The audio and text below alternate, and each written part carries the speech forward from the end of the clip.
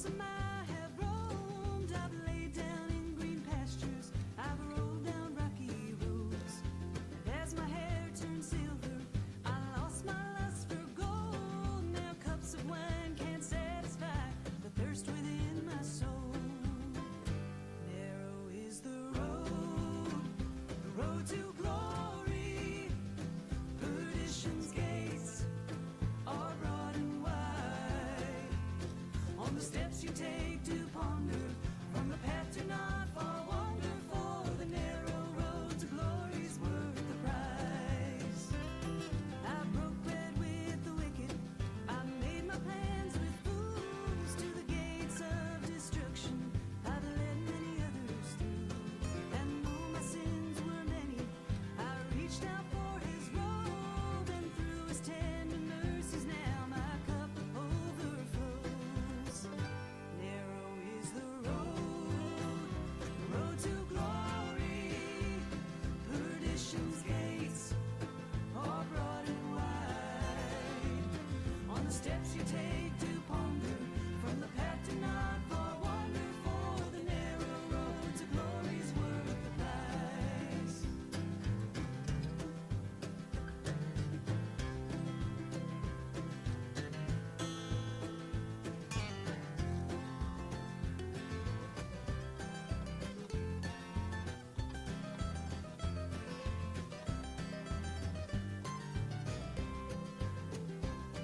From the lonely orphan children to the great kings of men, all are bound to perish. Death is the wage of sin. So turn away from gossip, deceitfulness, and woe. Let the carpenter from Galilee take up your heavy load. Narrow is the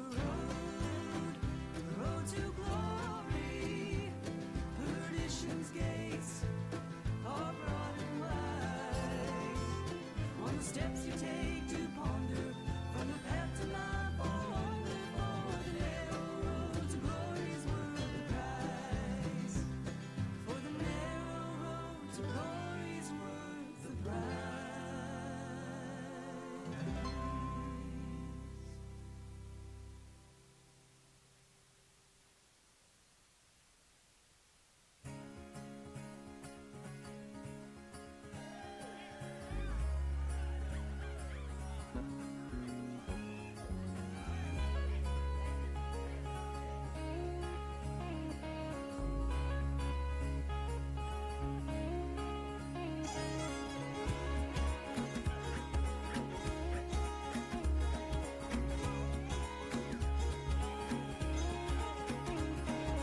Traveling around the world, my feet will tell me where to go. I'm not afraid to step outside and see the world for what it is. No, spending all my time with people that I barely know. You may have thought that I was lost, and all I need is room to grow. I'm coming home to put a flower in your hand. But you should know, ain't no place I'd rather be instead.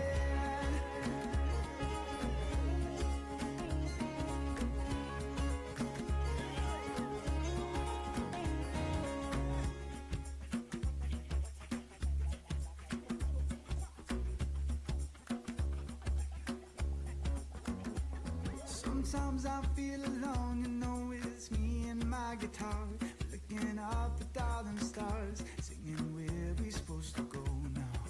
Ruthie, little lady, tell me what you mean to me, and I'll build a house in Byron Bay, if that's exactly where you'll be. I'm coming home to put a flower in your hand. But you should know, ain't no place I'd rather be instead. No.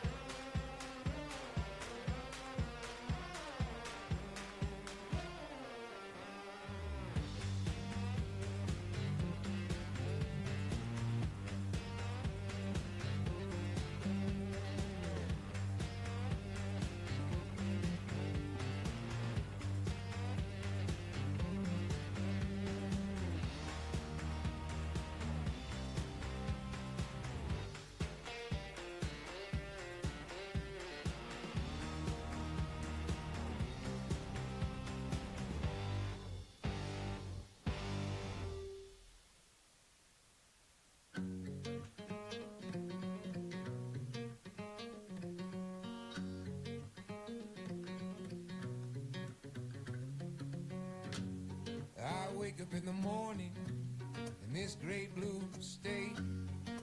Golden fingers caress my face, slips through the window on a silky breeze. A dreamer's life to plant some seed.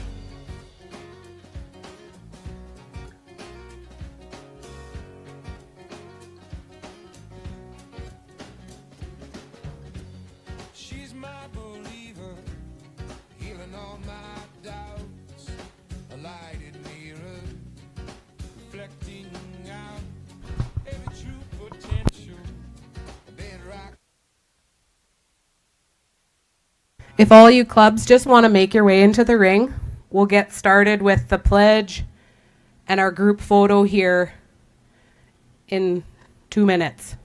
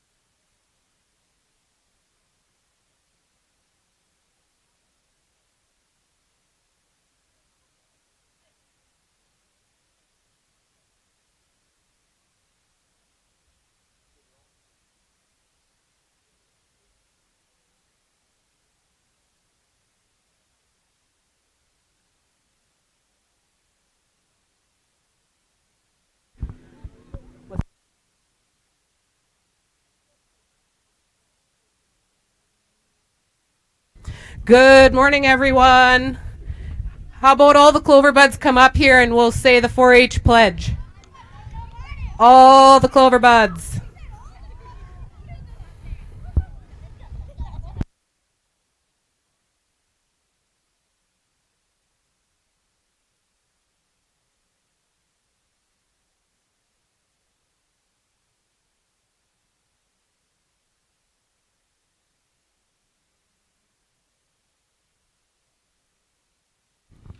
I pledge My head to clear thinking, my heart to greater loyalty, my hands to larger service, and my health to better living for my club, my community, my country, and my world. Very good. Good job. Okay, you guys, we are gonna go arrange ourselves at the backdrop here for the group picture. Paige is here and she's gonna do that for us. So let's do that before we kick off the rest of the show here this morning. We'll get that done. So make your way over there. We'll get you organized.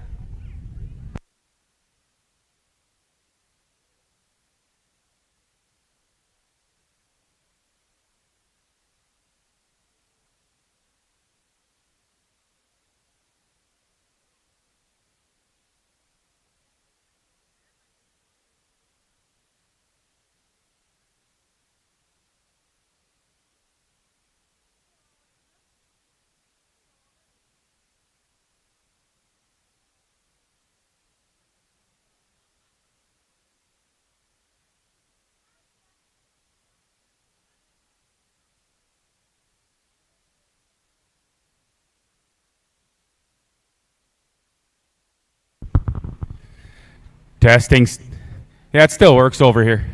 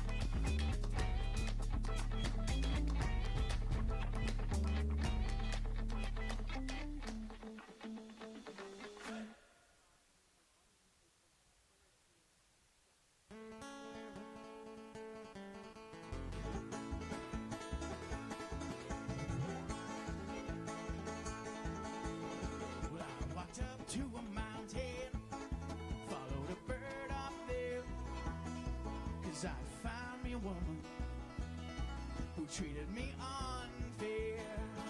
And I awoke to the sunrise, remembered an awful dream of lightning and thunder, and hearing someone scream. Trouble finds you and worry, it sticks around to your day. Once you found a little darling, and she takes over your head.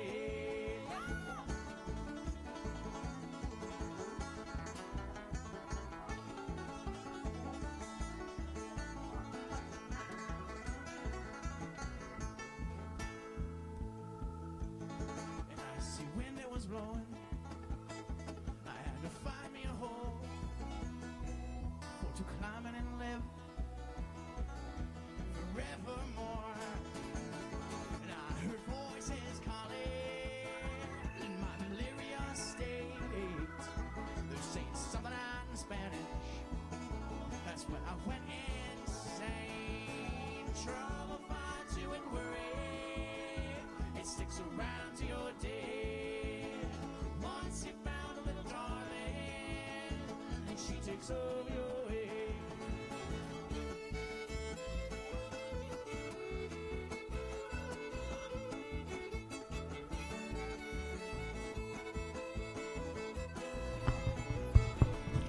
Good morning, everyone, and welcome to the 2026 Melfort Regional 4-H Beef Show.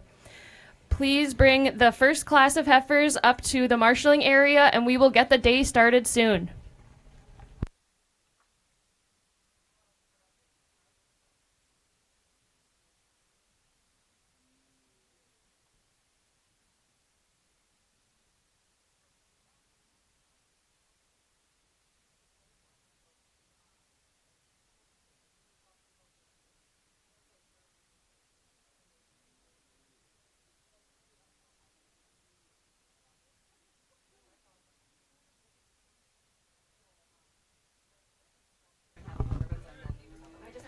All right, looks like we're ready for our first class of the day. Entering the ring, we're starting with class number 18, Heifer Calf. Class sponsored by Synergy Ag Services. First in the ring, we have 719, Adrian Byman from the Tisdale Club with a main Anjou calf born April 7th. Second in the ring, 208, Kyle Spratt from the BD Club with a main Anjou calf born March 25th. Third in class is 110, Reuben Skinner from the Bar West Club with a Black Angus calf born March 11th. Fourth in the ring is 417, Claire Taylor from the Mescana Ethelton Club with a Red Angus calf born February 24th. Next, 710, Casey Wilson from the Tisdale Club with a Black Angus calf born February 17th. 306, Jacob McLean from the Kelvington Club with a Charlet calf born February 13th. 409, Ava Wilgosh from the Mescana Ethelton Club with a Charlet calf born February 14th. 410, Carter Wilgosh from the Mescana Ethelton Club with a Charlet calf born February 7th. 304, Kendra Ewan from the Kelvington Club with a Simmental calf born January 24th. 304, Kendra Ewan from the Kelvington Club with a Simmental calf born January 24th. And rounding out the class, 717, Ty Aries from the Tisdale Club with a Hereford calf born January 11th.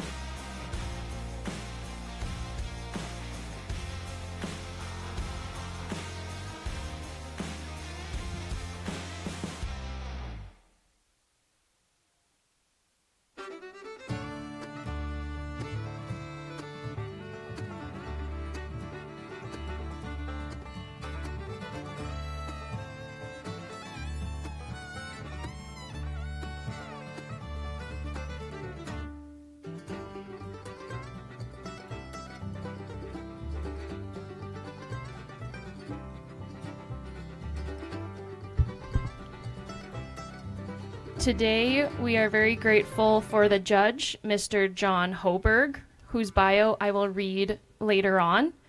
We're very grateful also to those helping in the ring, Cody Wilson, Wyatt Wilson, and Ava Tim.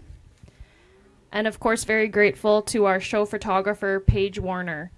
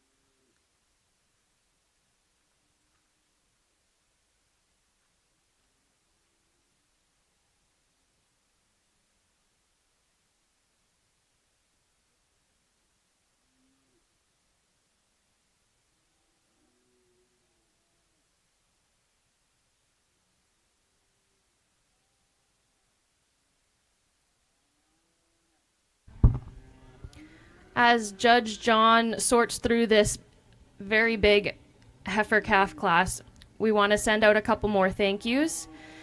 Thank you to DLMS for broadcasting this show and sale so we can reach more people who cannot be in attendance. Thank you to Steffes Auctioneers for the use of the sound truck, and thank you to Norheim Equipment for the use of the scale to weigh our steers on Saturday. Keep in mind, food trucks on site are Moo Cow and Fat Belly, so be sure to check them out for all of your drink and treat needs.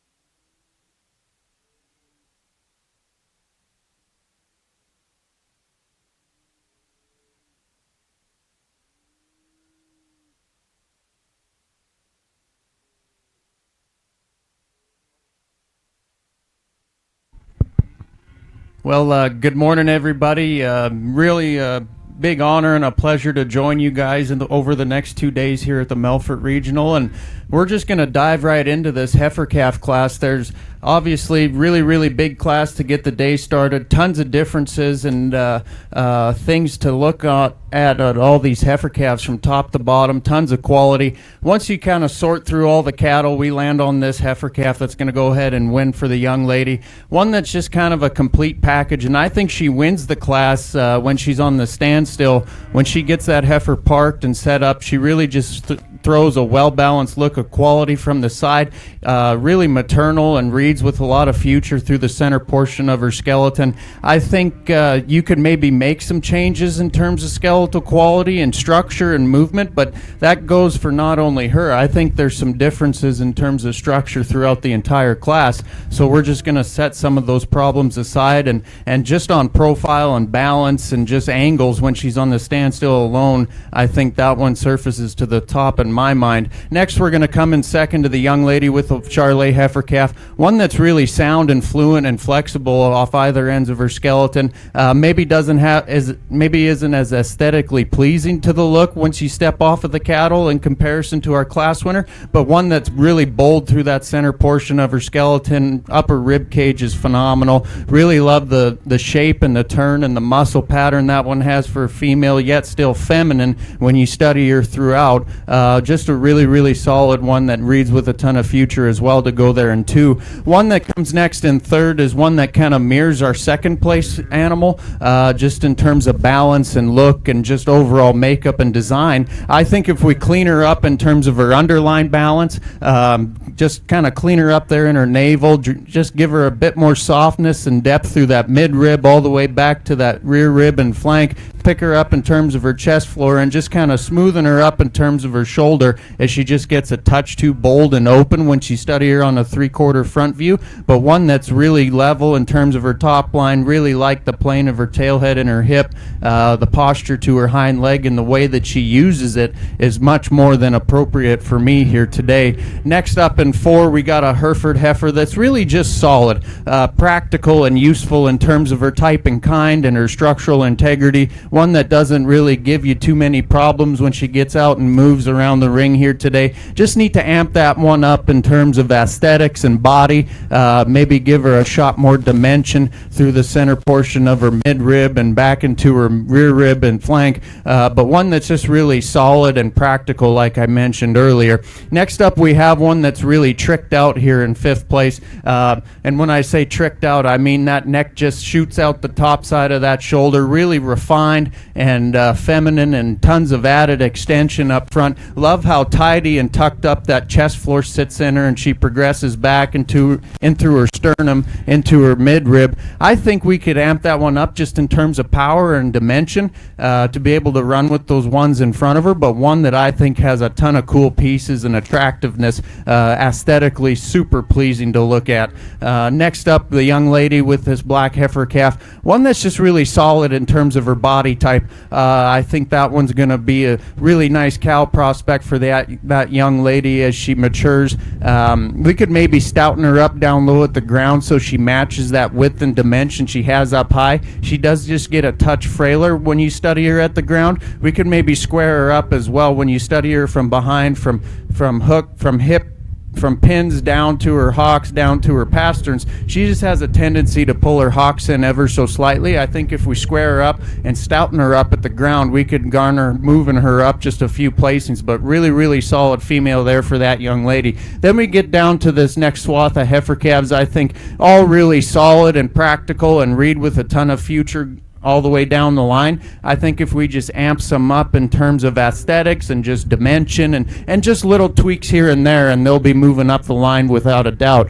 But really exciting projects for all these young kids going down the line in terms of the future that they hold within each other. So let's go ahead and give all these exhibitors a big round of applause. Thank you.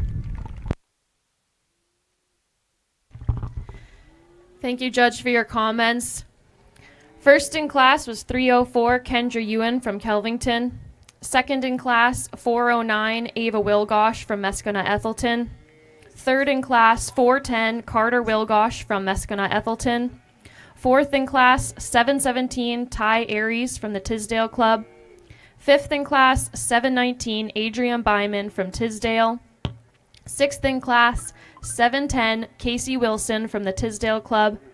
7th, 417 Claire Taylor from Mescona Ethelton. 8th in class, 304 the other Kendra Ewan Calf from Kelvington. 9th, 306 Jacob McLean from the Kelvington Club. 10th, 110 Reuben Skinner from the Bar West Club. And 11th in class, 208 Kyle Spratt from the Beatty Club. Next in the ring, we have class number 19, Bull Calf class, sponsored by A&K Ends Trucking Limited. Entry number 716 coming in first, Desiree Dufault from the Tisdale Club with a Simmental calf born April 3rd. 707, Celeste Fleury from the Tisdale Club with a Simmental calf born March 24th. 513 is a scratch. 218, Parker Badinsky from the Beatty Club with a Simmental calf born March 3rd. 710, Casey Wilson from the Tisdale Club with a Black Angus calf born March 3rd. 510, Mackenzie Temple from the Moose Range Club with a Charlet calf born February 25th. 509, Chloe Cranch from the Moose Range Club with a Simmental calf born February 25th. 210, Caitlin Spratt from the Beatty Club with a Maine Anjou calf born January 29th. 213, Robin Spratt from the Beatty Club with a Maine Anjou calf born January 26th. 421, Rhett Lenoff from the Mescona Ethelton Club with a Simmental calf born January 14th. 408, Anna Wilgosh from the Mescona Ethelton Charlet with a Charlet calf born January 9th. And 301, Morgan Suter from the Kelvington Club with an Angus calf born January 1st.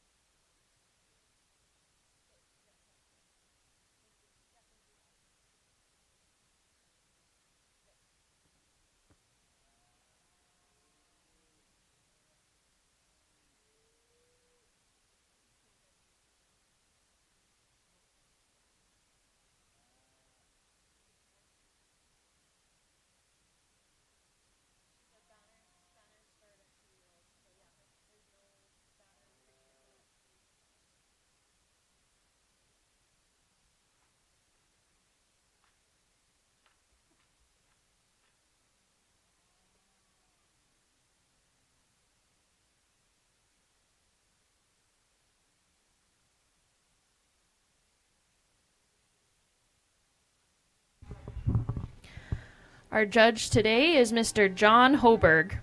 John was born and raised in Langenburg, Saskatchewan.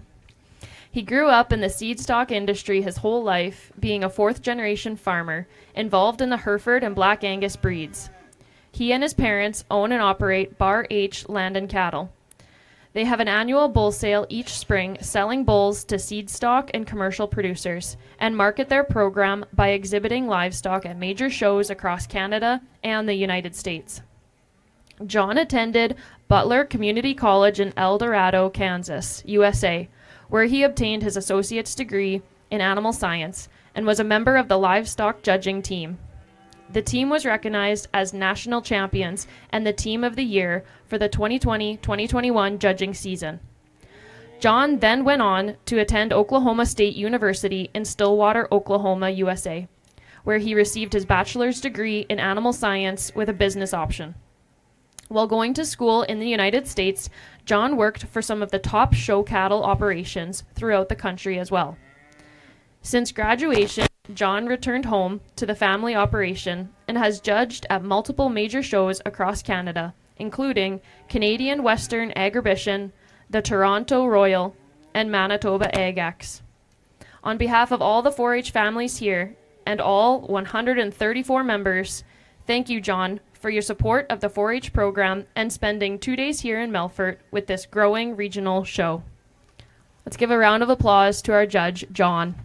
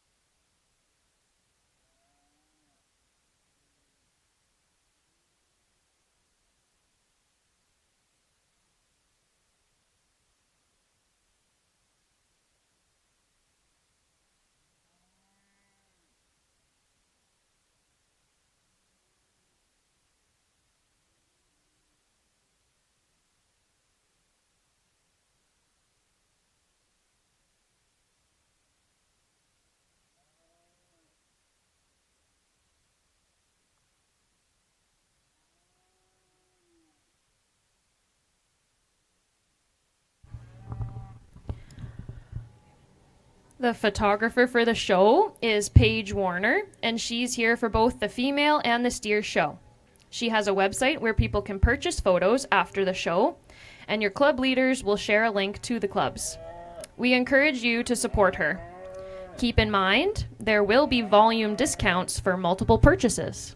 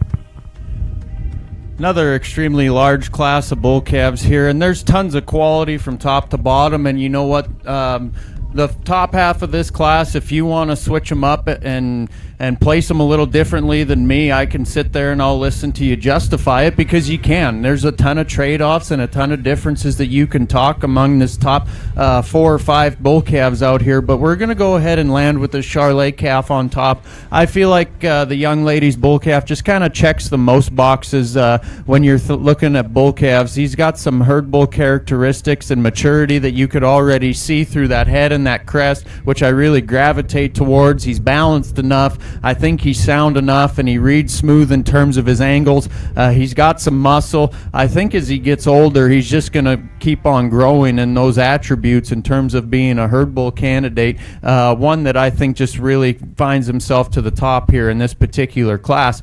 Next one in 2 is kind of giving the young man a difficult time, but I think that is one of the sounder built, more flexible made calves just in terms of skeleton and feet and legs in this particular contemporary group. He is a touch older. He's a January, and he does have a little bit more scale and performance, but I think genuinely when you're just looking at quality and build and just things like that, he checks those boxes as well. We could maybe clean him up in terms of his underline and up and through that throat latch just to make him just a touch more aesthetically pleasing in terms of his makeup and his design, but one that has a ton of center body, a ton of muscle. He handles that volume and dimension very well in terms of his feet and his legs. I think that one's going to have a ton of good future in him down the road for that young man, as long as he quiets down for him next time he brings him out in the ring, but he's doing a fantastic job dealing with that as well.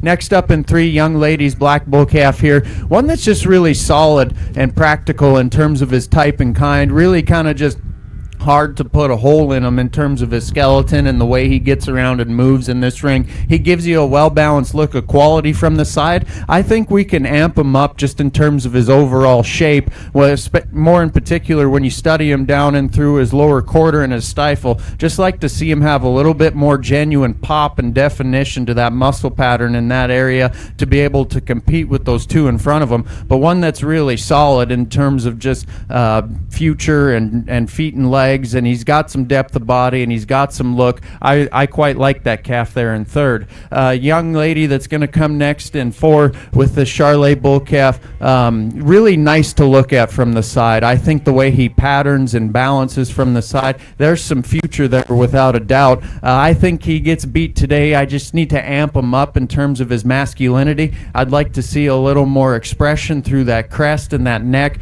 just like those ones in front of him. I think if we change that, he's off and running in this class because he's got a ton of quality. He's stout, he's big pinned, he's got some bone down low at the ground, he's big footed, and he handles it well. I think that calf reads with a ton of future.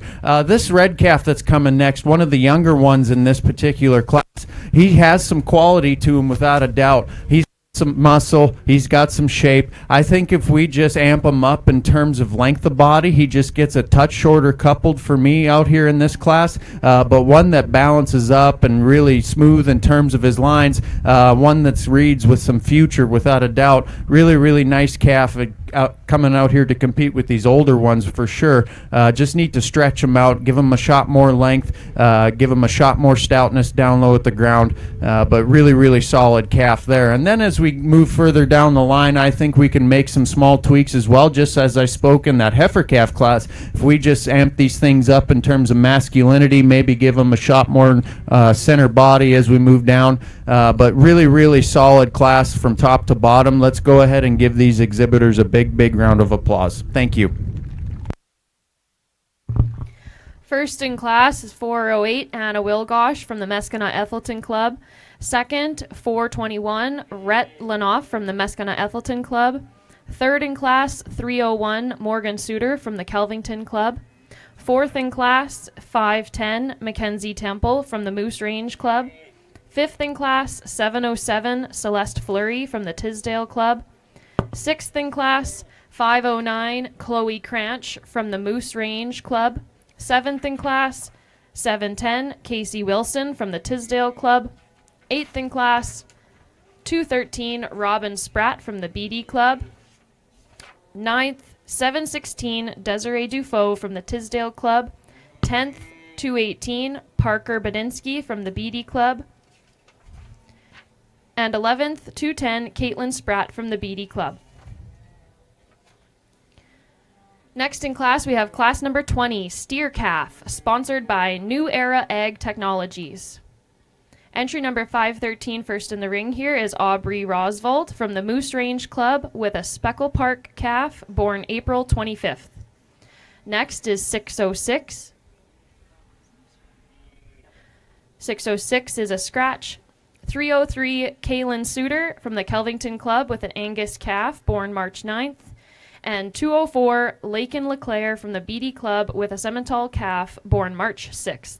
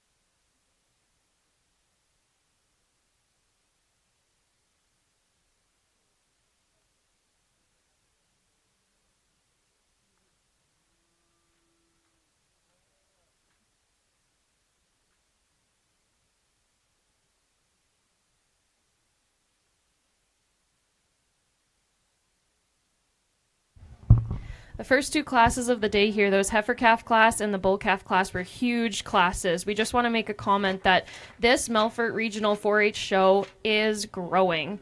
As many of you know, it's been growing significantly for the past 5 years, and we are now the largest beef regional show in the province. Participating in the event this year are 134 members, which is the largest we've seen, and 238 head. Again, this is the largest show in recent years of cattle from 7 clubs, including the BD, Meskina Ethelton, Three Lakes, Bar West, Tisdale, Moose Range, and Kelvington. So it's a very exciting time for this area, and the growth of cattle shows here.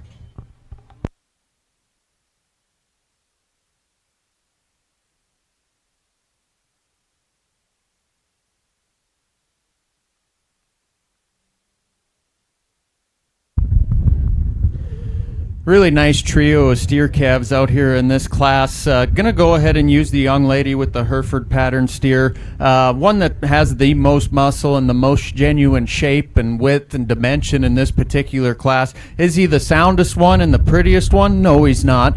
But I think when we start to judge steers, our priorities kind of shift, and he kind of checks those boxes of those priorities that I'm looking for in these steer calves. And like I mentioned, he's got muscle, he's got shape, he's sound enough, and you know what, he balances and is good enough looking to be able to win this class in my mind. Just a really solid and complete place to start there. Young lady with the black steer calf that's going to come next in second is that other option. He's the prettier, fresher one that's more refined and extended from the shoulders forward. I'd just like to see him be able to match our class winner in terms of shape and dimension and just genuine muscle. I think if we make some tweaks in terms of his skeleton, more particular his front end, his shoulder build, and the way that he gets out of his front end, then he'd be off and running. But without a doubt, the most attractive and eye-appealing one, the one you just kind of gravitate towards in terms of eye appeal and attraction. Really solid animal there in 2. Young lady that's going to come next in 3 is the younger one of the class, and that's maybe comes to a disadvantage just in terms of performance and age and maturity. But nevertheless, I think we need to amp that one up just in terms of genuine shape and power, and give that one just a touch more jam to be able to run with those 2 in front. But one that's extremely sound and flexible off either ends of its skeleton, I think as that one gets older, structure definitely will not be a problem for that one. So let's go ahead and give those 3 exhibitors a round of applause. Thank you. First in class is 204 Lakin Leclerc from the BD Club. Second in class is 303, Kaylin Suter from the Kelvington Club. And third in class, 513, Aubrey Roswald from the Moose Range Club.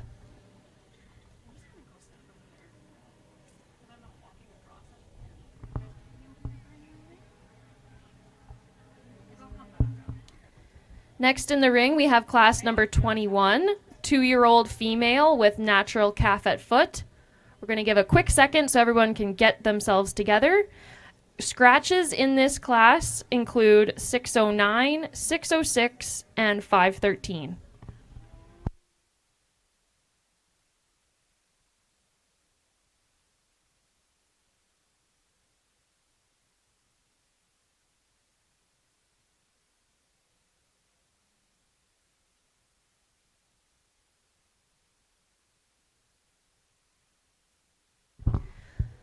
Entering the ring first, we have 716 Desiree Dufault from the Tisdale Club with a Simmental cow and a Simmental calf, calf born April 3rd.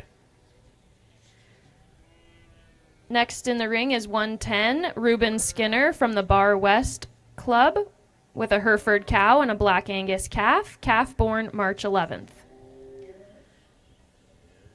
Third in the ring is 303 Kaylin Suter from the Kelvington Club with a Simmental cow and an Angus calf, calf born March 9th. Next is 218 Parker Badinsky from the BD Club with a Simmental cow, a Simmental calf, calf born March 3rd. 509 is Chloe Cranch from the Moose Range Club with a Simmental cow, a Simmental calf, calf born February 25th. 417, Claire Taylor from the Mescona Ethelton Club with a Simmental cow, Red Angus calf, calf born February 24th. And rounding out the class is 710, Casey Wilson from the Tisdale Club with a Black Angus cow and a Black Angus calf, calf born February 17th.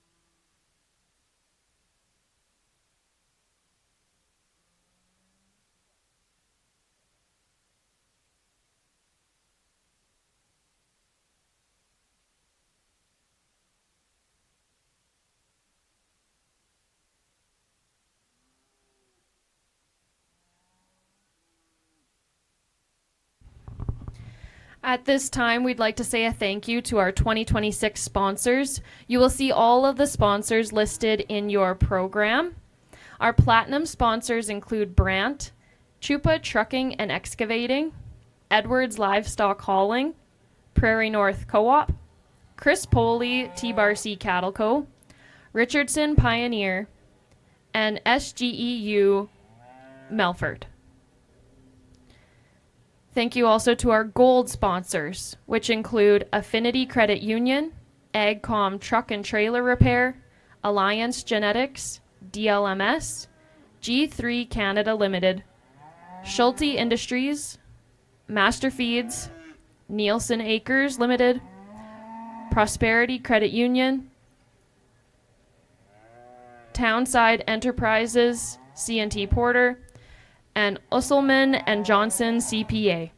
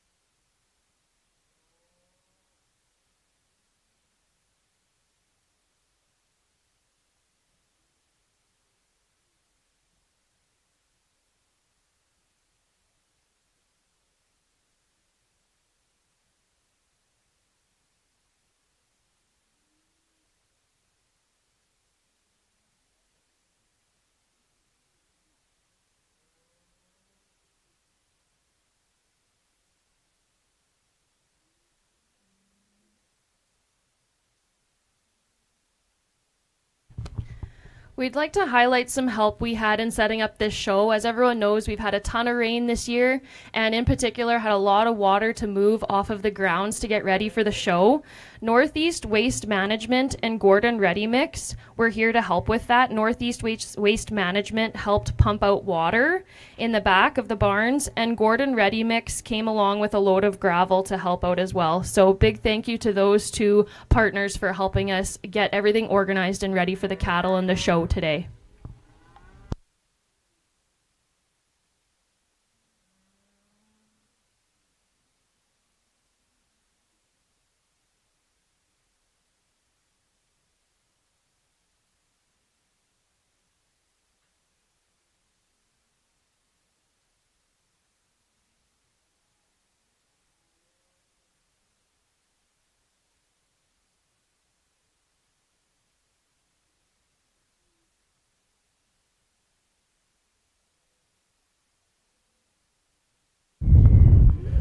Really awesome class of 2-year-old pairs out here, and it's fun to have a lot of these calves that were just in the previous 2 or 3 classes come back out here alongside their mothers, and it really shows where they're coming from, and it's really just cool to see. And I think the young lady with this black pair that's going to lead us off is kind of just the easy place to start. And I say that in speaking when I'm just looking at this cow. I think she has a ton of quality. She's extremely balanced and complete. I think she checks just a lot of fundamentals and functionality boxes in terms of her skeletal design, her build, her feet and her legs, and not to mention her foot shape and toe length at the ground, highlighted by that udder, is extremely high quality in this contemporary group in my mind. Love the udder shape, the suspension, the teat length, the spread, and not to mention, like I said, she throws a well-balanced maternal look of quality from the side. And she's got a nice heifer calf in front of her to boot as well, one that mimics and mirrors a lot of the same qualities that Mom has right behind her. Just a really solid place to go ahead and win. Female that's going to come next in second, one that hits you hard just in terms of center body, boldness and dimension through that rib cage. One that's maybe just a little past her prime in terms of condition. I think she's pushing the envelope just a smidge. If we could freshen her up in terms of her condition, pick her up in terms of that chest floor, and throw the udder that class winner has on her, I think we can garner or switch. But one that's extremely bold and deep-bodied, tons of volume, has some look to her, really balanced and smooth in terms of her lines. We could amp that calf up in terms of muscle and just overall jam and dimension, then we're off and running. But like I said, one that you really gravitate towards in terms of just the boldness in the center body that one possesses. Young man that's going to come next in third with this pair of Baldies, one that's just really kind of solid, and it's hard to put holes in that one.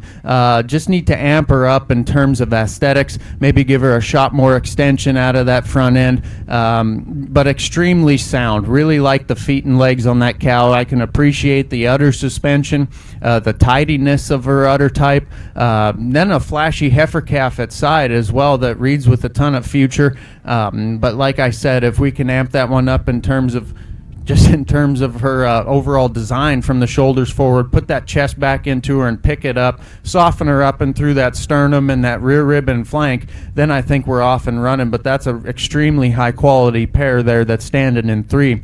Next up in 4, just a really solid and practical kind of a female that's going to come next for this young lady. Doesn't wow you in any way, but is just really balanced and complete and sound in terms of the way that she's put together and through her skeleton.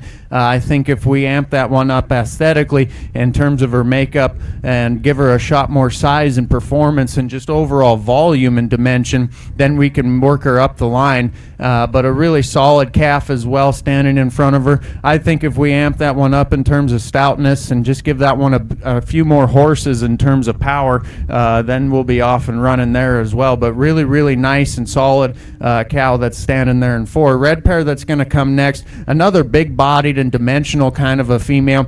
I think if we just freshen her up in terms of her front end, give her a shot more extension and refinement, and see her proportion just a little better once we do that, and maybe change her and tweak her ever so slightly in terms of her udder, but one, like I said, that's really bold and dimensional, has a ton of depth and volume. She handles it well in terms of her feet and legs for as much volume and mass that she has. Big, high-performing heifer calf at side that reads with a ton of future and has the same qualities that Mother has. Just a really solid pair there that's going to come next. Next up for this young man with the slight red female. Love how level that one stays in terms of her spine. Like how she uses her feet and her legs on the move. But I think we need to give that one a shot more body, just a shot more power to be able to run with these ones in front of her. But really, really nice female there. Then we're going to round out the class with a really practical and useful kind of a female in terms of her body type and her skeleton. Like how she gets around and motors in this ring. Big, high-performing bull calf at side with tons of center body, extremely deep, lots of rib, lots of body. I can really get behind that. I think if we tweak some things just in terms of maternal functions on this female, shorten her up in terms of her teat length, and then we'll be off and running, give her a shot more center body. But really, really solid class of 2-year-old females. So let's go ahead and give those exhibitors a round of applause. Thank you. In split 1 of class number 21, we have first place 710, Casey Wilson from the Tisdale Club. Second, 303, Kaylin Suter from the Kelvington Club. Third, 110, Ruben Skinner from the Bar West Club. Fourth, 716, Desiree Dufault from the Tisdale Club. Fifth, 417, Claire Taylor from the Meskinat Ethelton Club. Sixth, 218, Parker Badinsky from the BD Club. And seventh in class, 509, Chloe Cranch from the Moose Range Club. Coming in next is split 2 of the 2-year-old female with natural calf at foot. Entry number 306, first in the ring, Jacob McLean from the Kelvington Club with a Simmental cow, Charlet calf born February 13th. 410, Carter Wilgosh from the Meskinat Ethelton Club with a Charlet cow and Charlet calf born February 7th. 210, Caitlin Spratt from the BD Club, Maine Anjou cow with a Maine Anjou calf born January 29th. 213, Robin Spratt from the BD Club, Maine Anjou cow with a Maine Anjou calf born January 26th. 304, Kendra Ewan from the Kelvington Club with a Simmental cow and a Simmental calf born January 24th. These are twins, so there are 2 calf entries there, January 24th. 421, Rhett Lanoff, Meskinat Ethelton, Simmental cow with a Simmental calf born January 14th. 717, Ty Aries from the Tisdale Club with a Hereford cow and a Hereford calf born January 11th. 408, Anna Wilgosh from the Meskinat Ethelton Club with a Charlet cow, Charlet calf, born January 9th. And rounding out the class, 301, Morgan Suter from Kelvington Club with an Angus cow, Angus calf, born January 1st.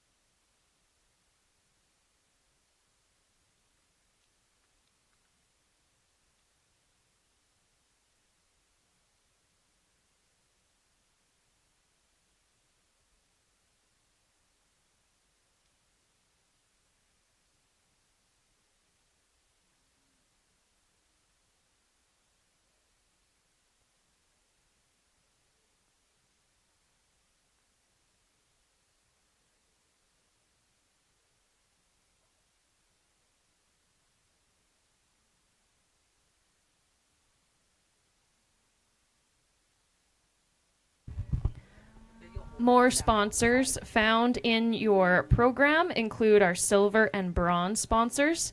Silver sponsors include A&K Ends Trucking, Bell M Farms, Borgo Industries Limited, Burton Lake Cattle, the Galen family, Bungie, CC Semi Services, Creek's Edge Land and Cattle, Denero Farms, Gateway Veterinary Services, Greenland Waste, K&S Sign Shop, Kelvington 4-H Beef Club, Nisgoda Farms, New Era Ag Technologies, Quality Limousine, Ravenworth Cattle, Sask Energy, Skinner Farms Limited, Soil Tech Services, Sunderland Charlet Farm, Synergy Ag Services Limited, Sastel, TNS Farms, Tisdale 4-H Beef Club, Three Lakes 4-H Beef Club, Vital Signs and Graphics, Perot Martin Charlet,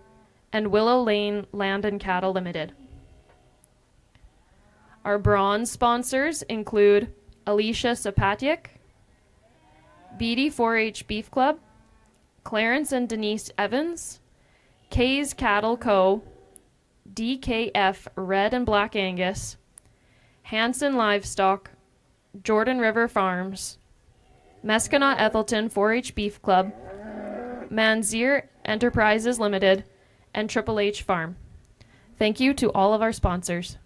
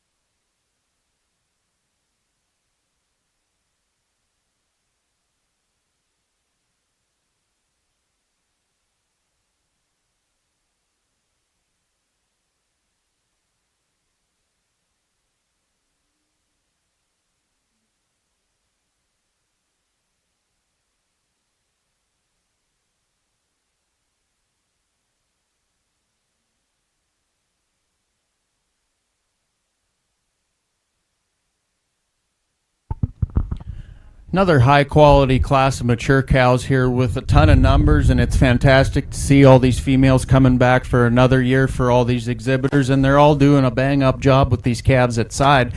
Today we're going to land on this black pair for the young lady way up front there. I think she checks the most boxes just in terms of functionality, structural integrity, skeletal assembly, the way that pair as a unit can get around and move in this ring. They're most likely the soundest unit out here, just in terms of fault-free movement and flexibility and pliability off either ends of their skeleton, with an added look of balance and quality from the side when you step off the cattle. Could we make some changes to that cow's udder? Yeah, absolutely we could, but we could make some changes to all these females' udders in terms of just how they're assembled down there. She's doing an awesome job with that bull calf at the side. Really, like I mentioned, extremely sound in terms of this contemporary group, can get around and motor in this ring. He reads with a ton of future. Just a really solid unit that's going to go ahead and surface to the top in this class. Charolais female that's going to come next is just kind of a female that you can't put a hole in terms of balance and structure and movement as well. There are some slight differences that split the difference in that top pair, but an awesome bull calf there at side with a ton of muscle. He reads with some masculinity, some head and through his head and his crest. Really like how that pair gets around and moves in this ring. Cow's really balanced and complete in terms of her skeleton assembly. I think we can soften her up in terms of her mid-rib and her rear rib and her flank, make some changes to her udder design, refine those teats up, maybe give her a shot more suspension when you step off and study her down there as well. But a really solid unit there to go in two. Hereford female that's going to come next in third is a low input, moderate kind of a female that's extremely easy fleshing. I think if we just tone her back in terms of her condition, give her a shot more freshness and lean her up throughout, then we'll be off and running. We could pick that chest floor up back into her, kind of bring that lower body balance back into her so she proportions a touch better from the side. Really like the udder type on that female in this particular group. I think that one's tidy and suspended. Spacing's there, refinement is there. It's just the leanness factor that I'd like to see in that female. Awesome calf at side as well, has some added extension, can float around this ring. Really like how smooth that one is in terms of its lines when you step off the cattle and study them.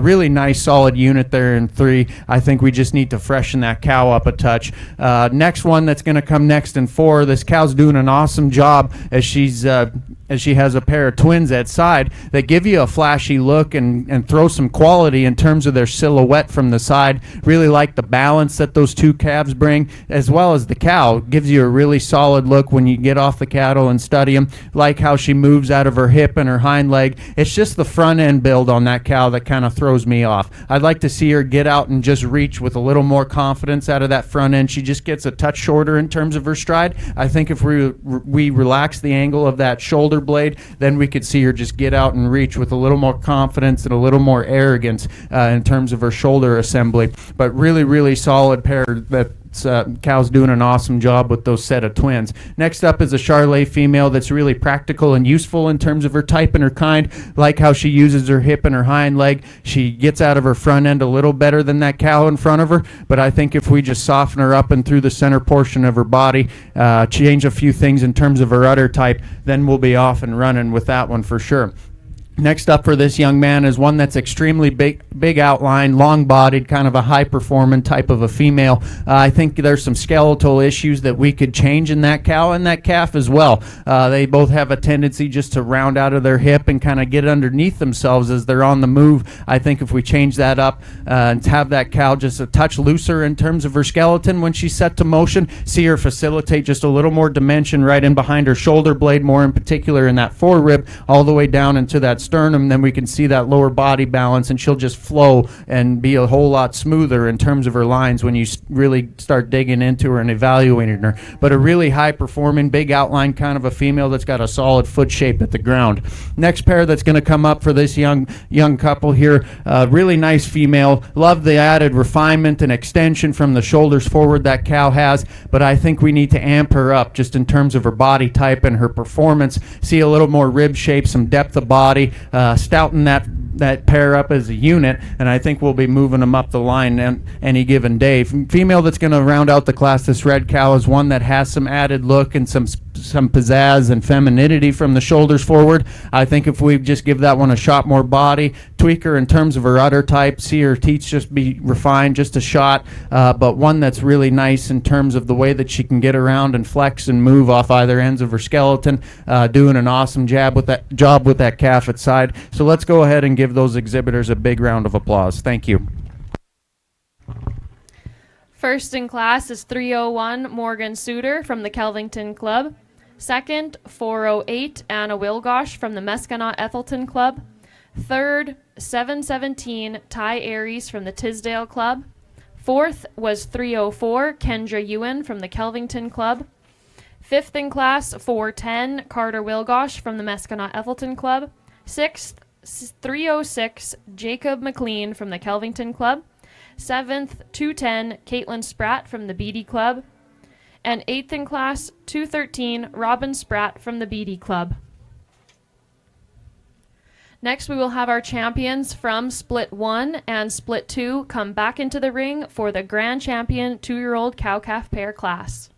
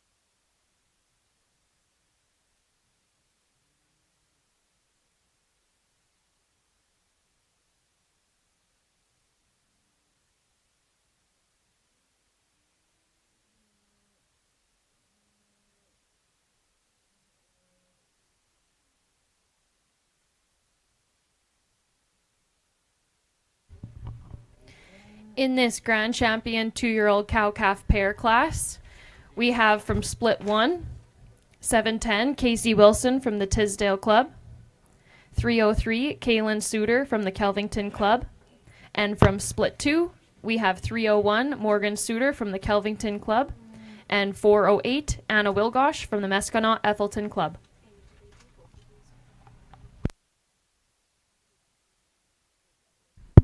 So we bring these two pairs that came out of that first class back in the ring. Our class winner, we'll just touch on her just a little bit. One that I said in class that just kind of checked all the boxes in that particular group. Really balanced, really functional in terms of the build on the cow and the calf. Love the udder quality down there on that female. Her foot shape and toe length is more than adequate for me. We could maybe relax both of them in the angle of their shoulder, but I think they use it in an appropriate way. It doesn't restrict them too bad in any form.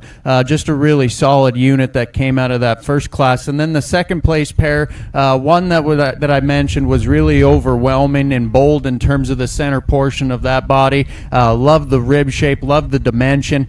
Really proportions well from the side. I think if we just lean that one up just a skosh in terms of her condition, bring that chest back into her, and then she can proportion that much better, but not to take away from the quality that female has. We can tweak her a little bit in terms of her udder shape, udder levelness. I think the refinement and the teat size is more than acceptable on that female. Really nice calf there at side that reads with some future. We could amp them up just a skosh in terms of power and shape and masculinity, but really solid unit there that comes back in the second hole in that first class. So I have my mind made up of what I'm going to do. Let's go ahead and give these kids a round of applause, and I'll show you the two that I like. Thank you.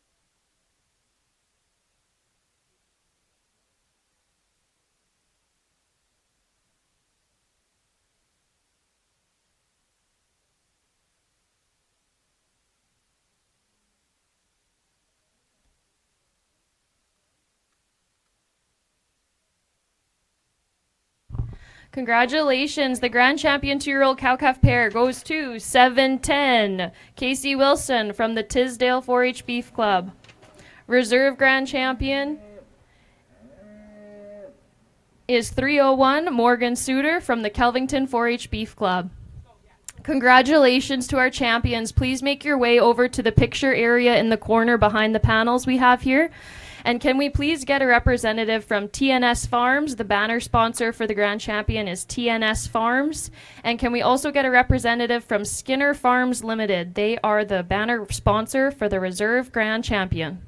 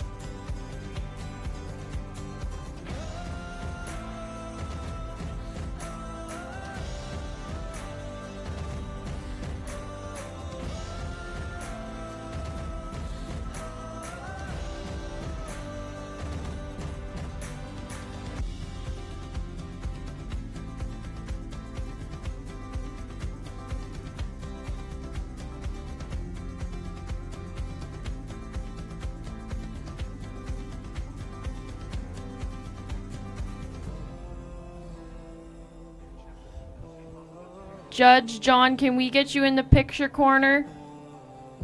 Are we going to have the judge join for the banner picture? Never mind. Moving along with the show. The show shall go on.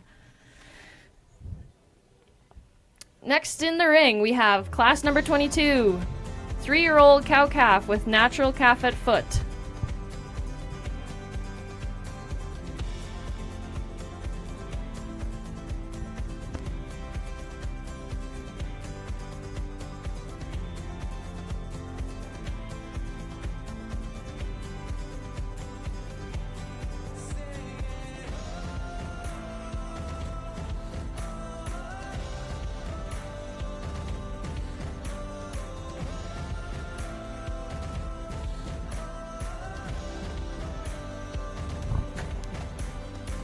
Coming in the ring, 513, Aubrey Roswald from the Moose Range Club with a Simmental cow and a Speckle Park calf, born April 25th. Next is 719, Adrian Byman from the Tisdale Club with a Maine Anjou cow, Maine Anjou calf, born April 7th. 208, Kyle Spratt from the Beatty Club with a Maine Anjou cow, Maine Anjou calf, born March 25th. 707, Celeste Fleury from the Tisdale Club with a Simmental cow, Simmental calf, born March 24th. 204 is Lakin Leclerc from the Beatty Club with a Hereford cow and a Simmental calf, born March 6th. 710 is Casey Wilson from the Tisdale Club with a Black Angus cow, Black Angus calf, born March 3rd. 510, Mackenzie Temple from the Moose Range Club with a Charolais cow, Charolais calf, born February 25th. And rounding out the class, 409, Ava Wilgosh from the Mescona Ethelton Club with a Charolais cow, Charolais calf, born February 14th.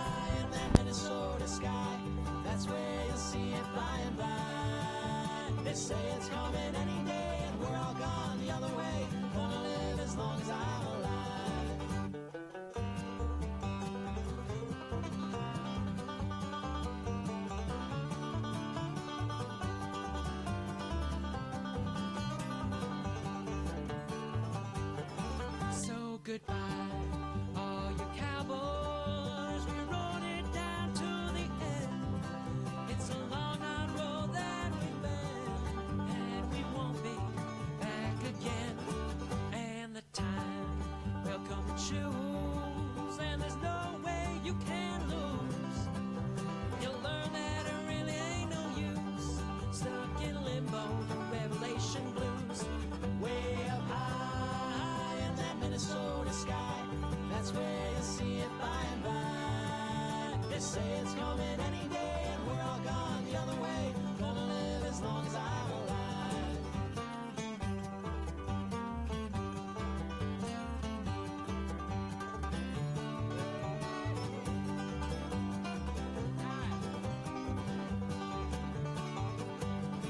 Way up high in that Minnesota sky.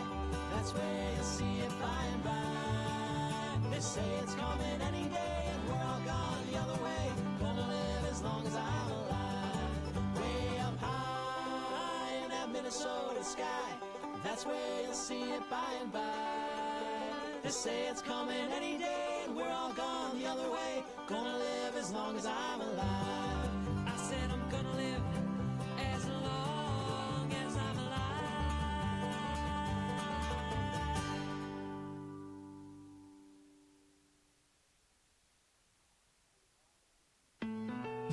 This night, I guess I'll take you home again.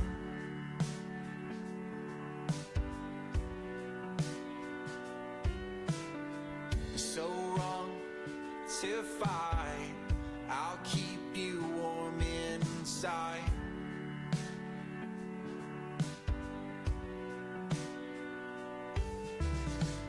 I'll be the one who gives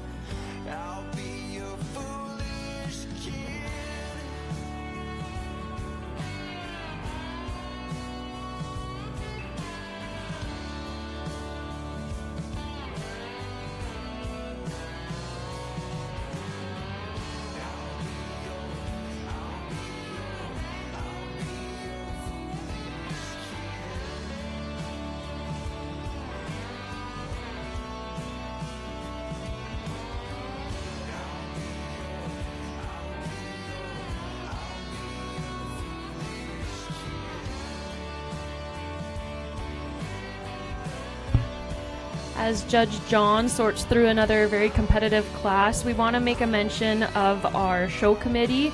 So also found in your program is the Melfort Regional 4-H Beef Show Committee.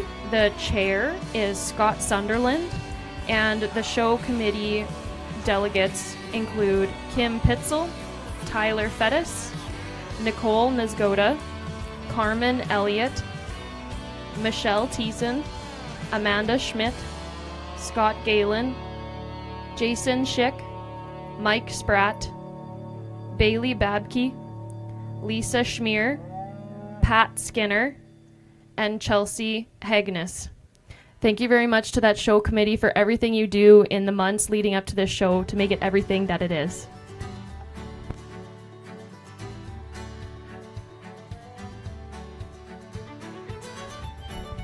And of course, a big special thank you to our show coordinators, Carla Borsa and Carissa Hordos, for the work that they do year-round to make sure that this show continues to be an awesome show for all of our 4-H'ers.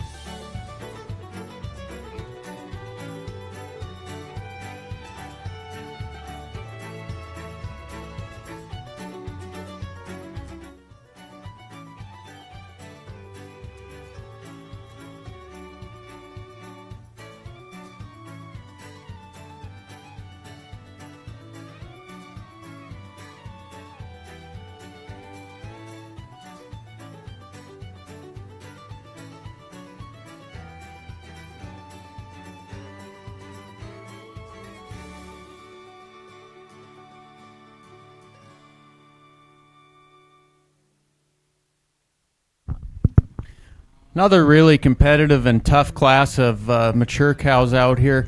Kind of had these two pairs that surfaced up to the top just on skeletal design and movement and soundness just alone. I think these two kind of perfect that the closest in this particular contemporary group. We're going to go ahead and subside with the young lady with the black cow up front there.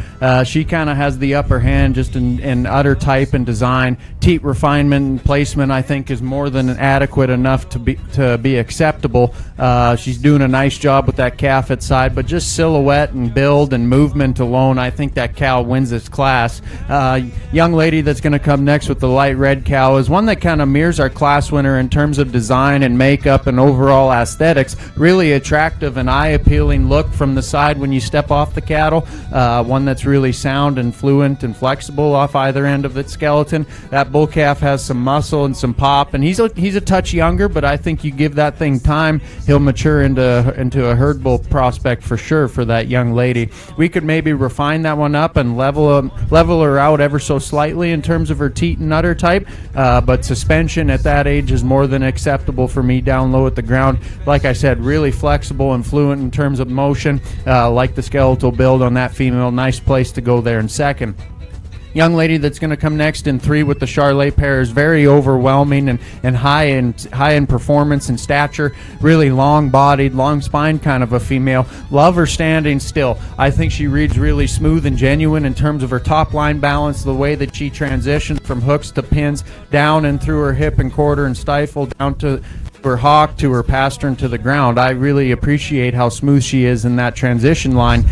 One that I think we can change in terms of build in the front end. When she gets set to motion, I'd like to relax her in terms of the angle of her shoulder and maybe smoothen her up at the point of her shoulder as well. She just gets a touch bold there and a bit tight right in behind her forerib, and it really accentuates that problem that she has. But that's none to take away from the quality that she brings us, and that bull calf at side that has some muscle, has some future. Love the head and the crest on that calf. Testicular development is coming in good on him. Just a really solid unit to go there in 3. Young lady that's going to come next in 4 is a really practical and useful kind of a female that you can appreciate in terms of her balance when you study her from the side. Has a nice heifer calf there in front of her. I think if we make some tweaks in terms of skeletal design and movement, maybe see her be a bit more pliable and comfortable at the ground when you study her in terms of her back too and her pasterns and her ankles. But one that gives you a nice look of balance from the side. She has some maternal functions, just like I mentioned, just practical and useful in terms of her type and her kind. Young lady that's going to come next with this black female with the white in her udder, just a really overwhelming female in terms of volume, dimension, and capacity through the center portion of her rib cage. One that I think we can smoothen up in terms of her joint work. She just gets a touch coarser in terms of that shoulder, a little more open. I think if we just lay that thing in there a little bit smoother, we can see her transition from her shoulder to her forerib back into the center portion of her rib just a touch smoother. Really like the balance and the profile she gives you in terms of the silhouette. We can give her a shot more freshness throughout in terms of her condition, but a really, really solid female with a flashy calf at side that has a lot of cool pieces to her. Next up, for this young female, young lady that has the female next, one with an udder type that I prefer over most in this particular group, but just in terms of teat refinement and spacing alone. One that I think we can amp up aesthetically in terms of her makeup and her design, her body type, but one nonetheless that is flexible off either end, can get around and move in this ring no problem. Really, really nice unit there for that young lady. Next up, we have in the next placing, just a really solid, practical, and useful kind of a female in terms of skeletal design, more specifically back end in her skeletal design. Her hip and her hind leg, I think she uses it appropriately. It's where she falters, it's in her front end build. I'd like to see that neck just set a little higher on the top side of that shoulder, smoothing up the flow of that line when you study her in her top line all the way up and through her head and her neck. Maybe just smoothing her up in terms of her shoulder. She just gets a touch open there as you study her off to the side, more to a 3/4 view, front view. And then if we pick her up in terms of her chest floor and kind of tuck that back into her to kind of bring that lower body balance and proportionality back into her, then I think we're off and running. But a really, really solid female with a nice flashy heifer calf at side that has a ton of look and refinement. Love how level top that one remains. Nice unit there for that young lady. Rounding off the class with this baldy female, one that's really stretchy. Love the length of rib cage that thing has. I think if we amp her up just in terms of depth of body when you get off and study the cattle, see her facilitate a little more dimension once you get on top of her, more in particular right in behind her shoulder and in her forerib and down and through her sternum. I think if we make some tweaks in terms of maternal functions and udder type, then we'll be off and running. Really nice bull calf at side, or steer calf at side, sorry. I think with more time and maturity that calf will come into himself. But let's go ahead and give those exhibitors a big round of applause. It's no easy feat showing cow-calf pairs. Thank you. Results of class number 22, 3-year-old cow-calf with natural calf at foot, is first place, 710, Casey Wilson from the Tisdale Club with her Black Angus pair. Second was 707, Celeste Fleury from the Tisdale Club with her Simmental pair. Those champions can feel free to make your way back into the ring, into the photo corner we have set up over here, and get your pictures with your banners. We are now going to take a very brief 15-minute break before we continue on with the program, getting into the breeds classes for heifers. So a very quick 15 minutes. That'll give enough time for the 4-H'ers to get their heifers ready, get a sip of water, and make your way back to the marshalling area.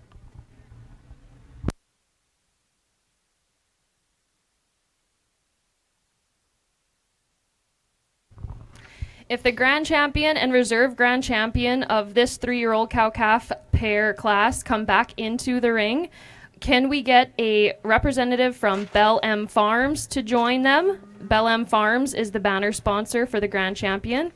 And a representative from Dinero Farms. Dinero Farms is the banner sponsor for the reserve grand champion.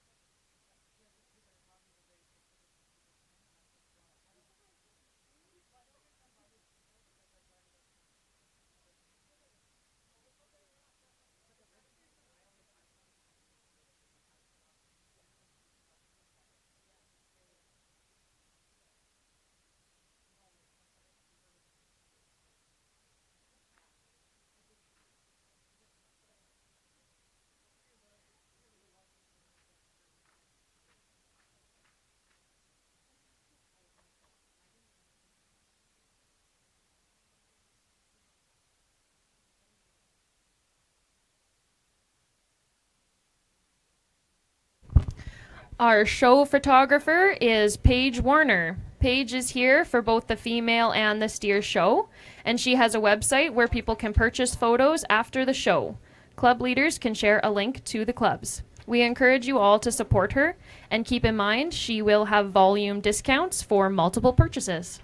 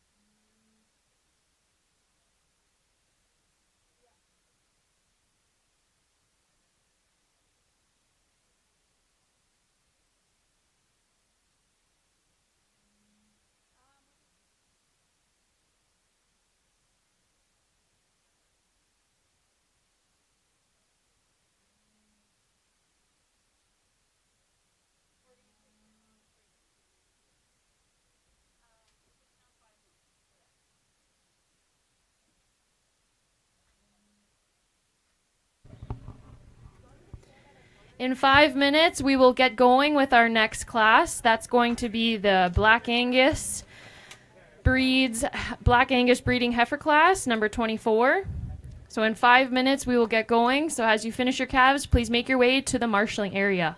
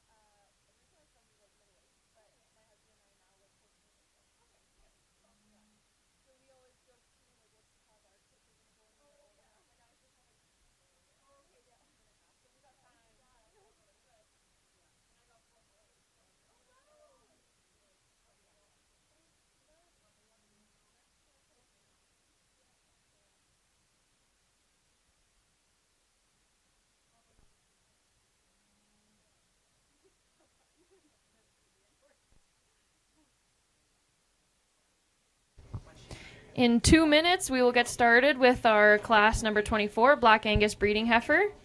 We want to give a quick thank you to DLMS, who is broadcasting this show today and tomorrow. So those who are not able to attend today can still take in the show, hear the show, see how things are going, and be with us that way. Thank you to Steffes Auctioneers for the use of the sound truck today.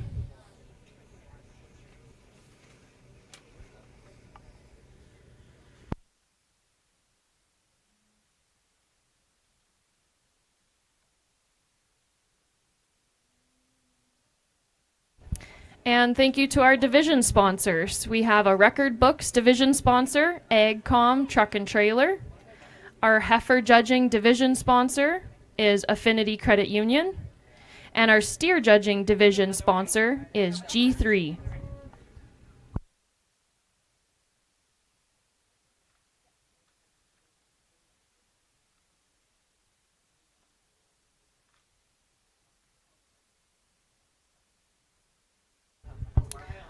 All right, getting started again with class number 24, Black Angus breeding heifer. First in the ring is entry number 116, Carter Carroll from the Bar West Club.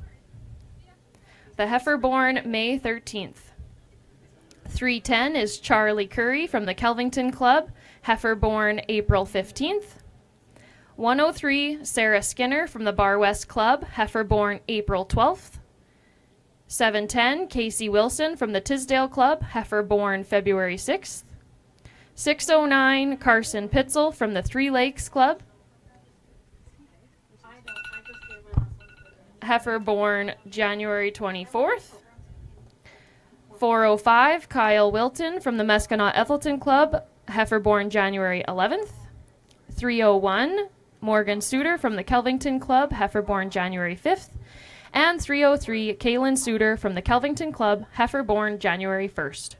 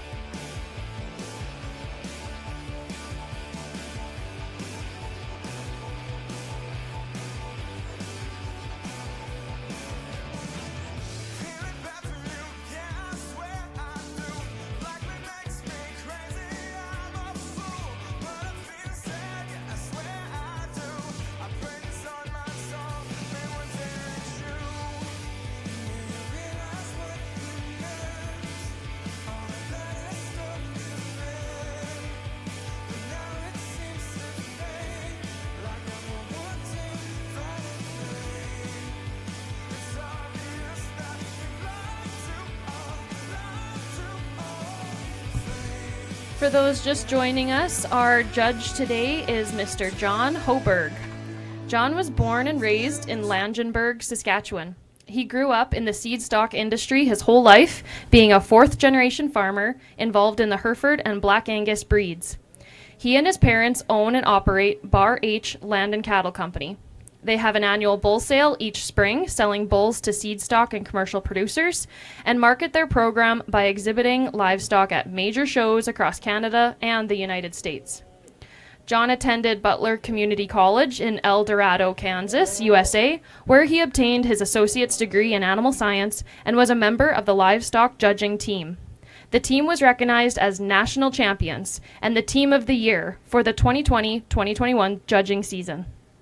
John then went on to attend Oklahoma State University in Stillwater, Oklahoma, USA, where he received his bachelor's degree in animal science with a business option. While going to school in the United States, John worked for some of the top show cattle operations throughout the country as well. Since graduation, John returned home to the family operation and has judged at multiple major shows across Canada, including Canadian Western Agribition, the Toronto Royal, and Manitoba Ag X. On behalf of all the 4-H families here and all 134 members, thank you, John, for your support of the 4-H program and spending 2 days here in Melfort with this growing regional show.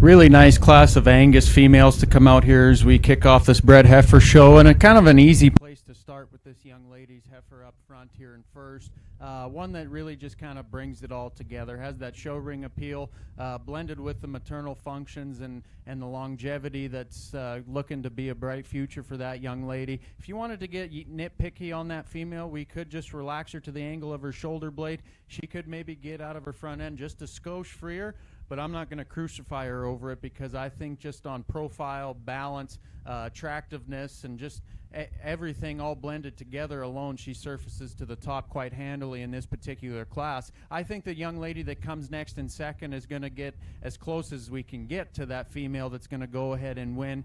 She has a lot of the same qualities just in terms of the silhouette that she gives you from the side, her look of balance, how smooth she is in terms of her lines. We could maybe give her a shot more freshness to be able to run with our class winner. She's just getting a bit overcooked for me out here today in terms of her condition, but I think she's on the fine line of that in this particular contemporary group. I think we amp her up just in terms of her front end, give her that shot more extension and attractiveness and refinement that our class winner has, then they'll be going hand in hand without a doubt, but a really solid place to land there in two.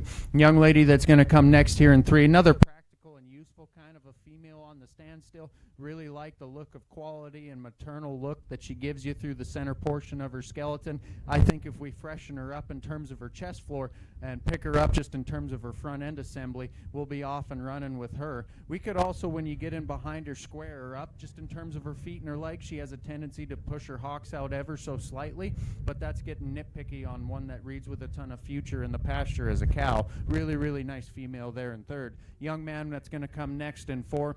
One that I can really appreciate on the standstill. She gives you a nice, well-balanced look of completeness from the side. She has a ton of rib and a ton of depth of body. She reads like she's going to be a low-input moderate kind of a cow prospect for that young man. She's just a touch shorter coupled. I think if we give her a shot more length in terms of her rib cage and her center body, we'll be off and running. We need to see a different posture to her hind leg assembly. Like to see her just get and command the ground with a little more comfort and ease as she just gets a touch rigid in terms of her pasterns. But one that's really reads with a ton of quality. When she gets parked, she picks that head up, she kind of pulls it all together into a nice profile and silhouette from the side. Young man that's going to come next with the youngest female in the class, but I don't think she gives up any performance to her contemporaries out here. I think she's doing a really, really nice job for this young man. Tons of body, tons of depth and boldness through the center portion of her skeleton. I think she's holding that capacity well in terms of her skeleton assembly. The way she gets out of her front end and her hip and hind leg are more than acceptable for me. I think we just need to make some tweaks in terms of aesthetics and makeup, give her a shot more attraction. The way you move is moving me. Doesn't run downhill ever so slightly, but a really, really solid cow prospect that doesn't give up any performance being born when she was born. Next up for this young lady, we have just another practical and useful kind of a female that's functional in terms of her body type and her design. I think if we make some changes like that heifer in front of her, just in terms of aesthetics, maybe soften her up and through that rear rib and flank, stouten her up down low at the ground, and in particular her ankles and her pasterns and her foot shape, then I think we'll be off and running with her. But a really practical and useful kind of a cow prospect for that young lady in that particular placing. Next up, got the young man with this female coming next. I think this one has some length of spine and some length of body. She's flexible off either ends of her skeleton. It's just for me today, I think she reads just a bit quick in terms of her maturity pattern. She is one of the older heifers in the class, but I just like to see her have a shot more performance and size and frame to be able to run with those ones in front of her. But one that's got an awesome curvature and boldness about her and through the center portion of her skeleton that's flexible and can move quite well out here in this particular group. Rounding out the class, one of the younger females for this young lady, and it's nothing to take away from the quality that she does have. She's long bodied, she's level spine, she's super flexible and sound when she's asked to go into motion. We just need to amp that one up in terms of rib shape and center body, see her have a little more capacity and dimension to be able to run with those ones in front of her. But one that's a little younger doesn't give up as much size and performance to those older heifers just in terms of frame and stature. Really nice female to round out this class with tons of quality. So let's go ahead and give those exhibitors a round of applause. Thank you. In class number 24, Black Angus breeding heifer, first place was 303, Kaylin Suter from the Kelvington Club. Second, 301, Morgan Suter from the Kelvington Club. Third, 710, Casey Wilson from the Tisdale Club. Fourth, 405, Kyle Wilton from the Meskinat Ethelton Club. Fifth, 116, Carter Carroll from the Bar West Club. Sixth, 103, Sarah Skinner from the Bar West Club. Seventh, 609, Carson Pitzel from the Three Lakes Club. And eighth place, 310, Charlie Curry from the Kelvington Club. Next in the ring here, we have class number 25, Charlet breeding heifer. Entry number 510 coming in the ring first, Mackenzie Temple from the Moose Range Club. Heifer born March 24th. 714, Landon Burrill from the Tisdale Club. Heifer born February 24th. 202 is Dane Nielsen from the Beatty Club. Heifer born February 15th. 410, Carter Wilgosh from the Meskinat Ethelton Club. Heifer born January 12th. And finally, 411, Charlotte Wilgosh from the Meskinat Ethelton Club. Heifer born January 6th.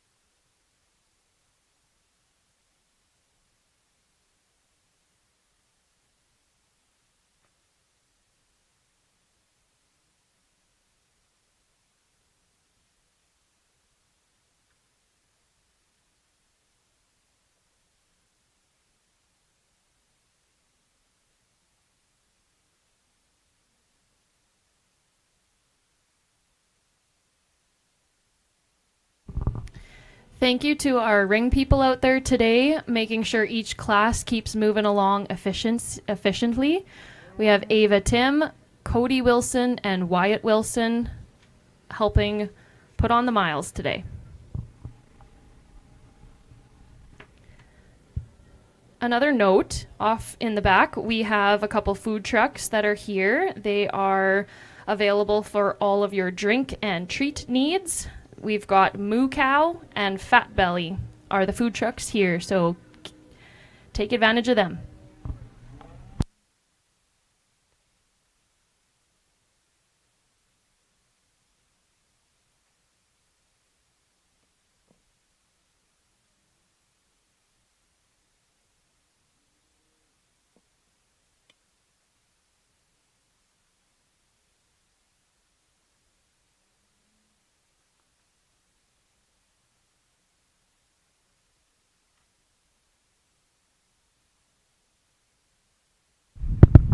Another nice class of Charolais breeding heifers out here in the ring, and the young man with the ball cap that's going to go ahead and lead us off kind of surfaces to the top just in terms of motion and movement and flexibility alone. Added with that, she's got the added body, added extension and look from the side. Just a really solid place to go ahead and start. Young lady that's going to come next in second is the youngest heifer in the class, but she doesn't lack in terms of quality by any means. I think when she gets that thing parked and set up from the side, she throws a silhouette that reads with a ton of future and attractiveness up and through that front end. She's refined and smooth in terms of her joint work. I think she gets around and moves adequately enough for me. I'd just like to maybe give her a shot more length from hooks to pins, pick her up in terms of that pin set. She has a tendency just to round out of her hip, and she just kind of ducks underneath herself when she gets set to motion, but still flexible, and she meets her stride, and it's still functional enough for me out here today. But that's what gets her beat in this particular class. Really solid female with a ton of future there for her.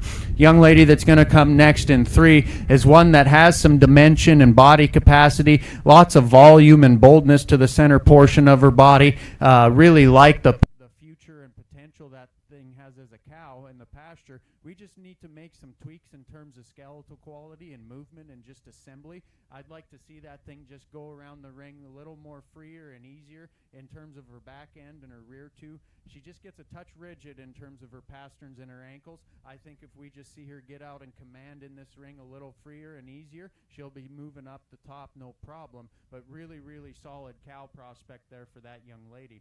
Next up, we have the young man coming next, one that reads practical and useful on the standstill. It's just when that one's set to motion, we need to make some tweaks in terms of skeletal assembly and just structure in terms of feet and legs at the ground specifically. Maybe just relax her to the angle of her shoulder and have that thing laid in a little smoother and transition smoother down into that knee, square her up at the ground and see that thing just get out and reach with more stride and command when she's set to motion. But really nice female like that one on the standstill.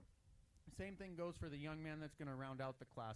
Really good look of quality when she's on the standstill. Love the rib shape and the body that thing has when you're in on a 3/4 view where I'm standing right now. Has a ton of width in terms of her pins and carries that all the way down and through her forerib, all the way up into her shoulder blades. We just need to give that one a little bit different skeletal assembly down low at the ground. I'd like to see that one move with a little more flexibility and pliableness to its skeleton in terms of its feet and its legs. Soften her up in terms of her rear rib and flank and a shot more freshness over the top side of her neck, and she'll be off and running with the contemporaries in this class. So let's go ahead and give these kids a big round of applause. Thank you. In class number 25, Charolais breeding heifer, first place is 202 Dane Nielsen from the Beatty Club. Second place is 510 Mackenzie Temple from the Moose Range Club. Third, 411 Charlotte Wilgosh from the Mescanaw Ethelton Club. And fifth in class, 714 Landon Burrill from the Tisdale Club. Next in the ring, we have class number 26, Speckle Park breeding heifer. Coming in the ring first is entry number 204, Lakin Leclerc from the Beatty Club. Heifer born March 3rd. Next is 611. There's only 3.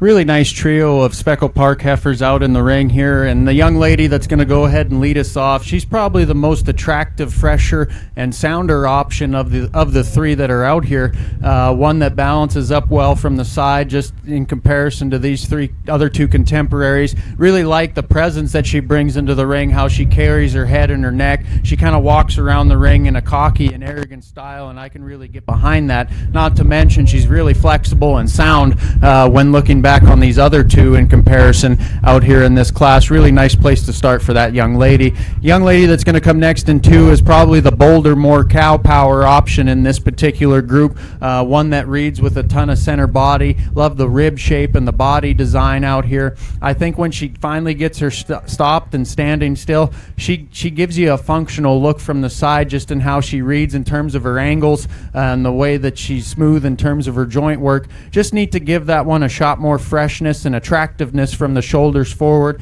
Looking back over our class winner, freshen her up over the top side of her neck, maybe soften her up through the center portion of her skeleton all the way in through her rear rib and flank. And then when we set her into motion, I just like to see her be a bit more pliable and flexible off either end, but really, really nice female with a ton of boldness and capacity through that center body. Young lady that's going to come next in three is one that's probably has the best foot in the entire class, but I just like to see her use her feet and legs in a more appropriate manner. I think if we make some adjustments in terms of her structure and add some depth of body and a shot more maternal look through the center portion of her skeleton, we can definitely work that female up in this particular class. But once again, if we make those changes, then we can see that happening. But awesome female with an awesome foot shape at the ground. Let's go ahead and give those three a round of applause. Thank you.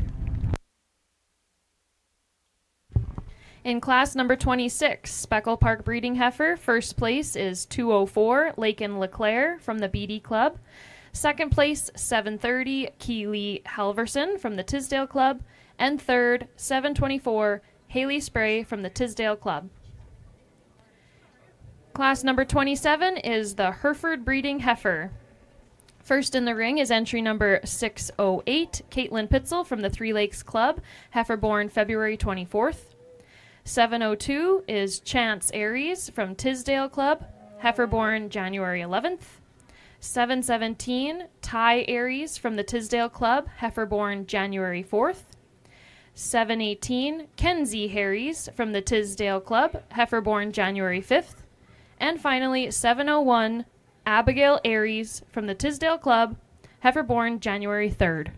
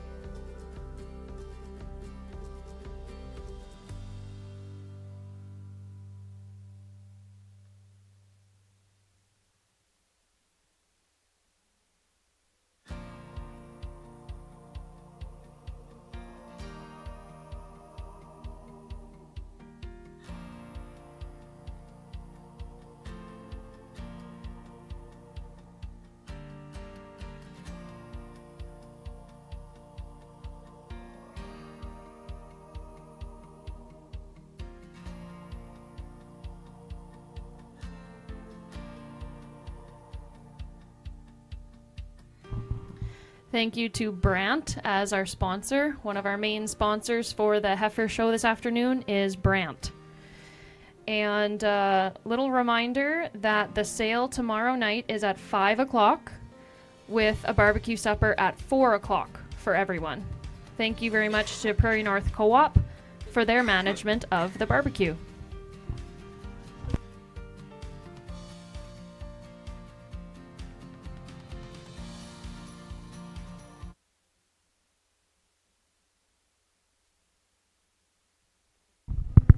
Really solid class of Hereford heifers out in the ring right now, and the young lady that's going to go ahead and win this class kind of wins it on look and quality and balance on the standstill alone. Could we loosen her up out of her hip and her hind leg ever so slightly? Yeah, I think we could, but I'm not going to crucify her over it because she does carry a ton of quality and look and future in terms of just maternal functions and her aesthetics and her body type and her design. Really, really solid place to go ahead and start. Young man that's going to come next in second is probably a little looser made out of that hip and hind leg and uses it in a more flexible manner just in terms of meeting stride to full potential. One we could maybe amp up aesthetically just in terms of that front end look and design, freshen her up over the top side of that neck, give her a shot more extension, but one that's really robust and bold and maternal through the center portion of that skeleton. I really like that one as a cow.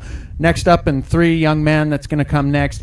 One that kind of mirrors our heifer that was in second place just in terms of body type and design. I think we need to soften that one up through the center portion of her skeleton, pick her up in terms of her chest floor and give her a shot more freshness to be able to go ahead and run with these heifers in front of them. But really, really solid cow prospect there as well in 3. Next up, the young lady that's going to come next and follow in behind there is one that also has some rib shape and some maternal qualities just in terms of her type and her kind. I think we need to pick that one up in terms of its neck set, maybe give her a shot more extension and relax her in terms of the angle of her shoulder, see her get out of that front end just a touch freer and easier. Then we can maybe see her moving up the line if we make those changes. But once again, one that has a lot of boldness and center body in terms of outward curvature of that rib cage. Really like that one for that young lady. We're going to go ahead and round out the class with the youngest heifer in this particular group, but she doesn't lack in terms of frame or size and performance in that regard. We just need to amp that one up just in terms of look and quality. See that one be a bit deeper bodied and pull that chest floor up and into her and see her proportion just a touch better. But really like that one for how smooth jointed she is and how she transitions from that shoulder back into that forerib and what she facilitates right in there in that particular area. So let's go ahead and give these exhibitors a round of applause. Thank you. In class number 27, Hereford breeding heifer. First place is 718 Kenzie Aries from the Tisdale Club. Second, 702 Chance Aries from the Tisdale Club. Third, 717 Ty Aries from the Tisdale Club. Fourth, 701 Abigail Aries from the Tisdale Club. And fifth, 608 Caitlin Pitzel from the Three Lakes Club. Moving right along, we have class number 29, Simmental breeding heifer. There are 3 splits to this class today. Split 1, we're starting out with entry number 307, Dawson McLean from the Kelvington Club, heifer born April 11th. 203, Kyla Corneligan from the BD Club, heifer born April 7th. 607, Kyla Buckle from the Three Lakes Club, heifer born March 24th. 302, Taryn Suter from the Kelvington Club, heifer born March 24th. 305, Hunter Lindholm from the Kelvington Club, heifer born March 24th. 220, Dawson Badinsky from the BD Club, heifer born March 6th. 304, Kendra Ewan from the Kelvington Club, heifer born March 5th. And rounding out this class, 306, Jacob McLean from the Kelvington Club, heifer born March 5th.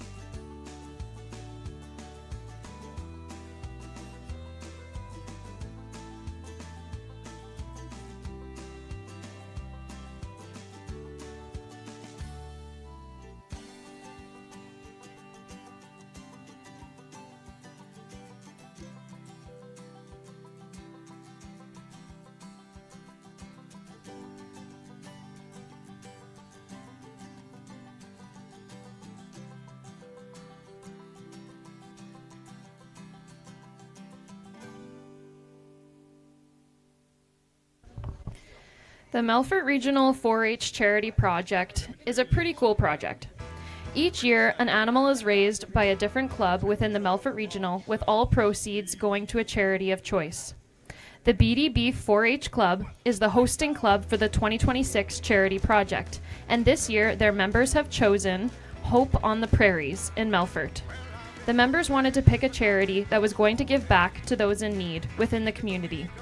Hope on the Prairies is an organization that enhances mental health awareness while offering services and resources to support children, youth, and families. Mental health is a foundation for a person's overall well-being, therefore having these resources in the community are necessary. The members are proud to be bringing awareness to their efforts in breaking the stigma around mental health and providing services to those in need. All funds raised will go directly to Hope on the Prairies, which is made possible by the Melfort Regional 4-H members' contributions to reimburse the market value of this charity animal. Tickets are sold for $10 a ticket. Checks can be made payable to the BD Beef 4-H Club.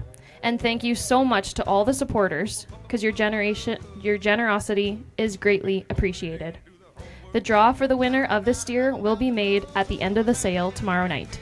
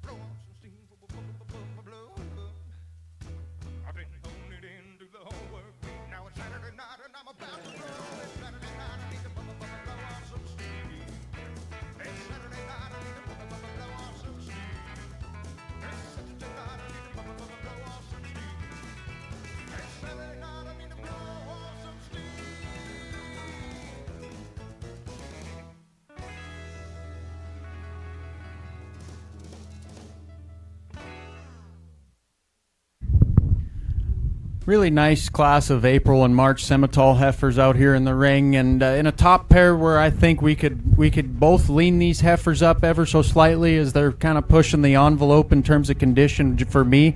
But we're going to go ahead and land with this young lady up in front to go ahead and win this class on just functionality and soundness alone. Blend that with the added look of quality she gives you when you step off of the cattle and study her. Just kind of surfaces to the top and wins this, in my opinion, quite handily.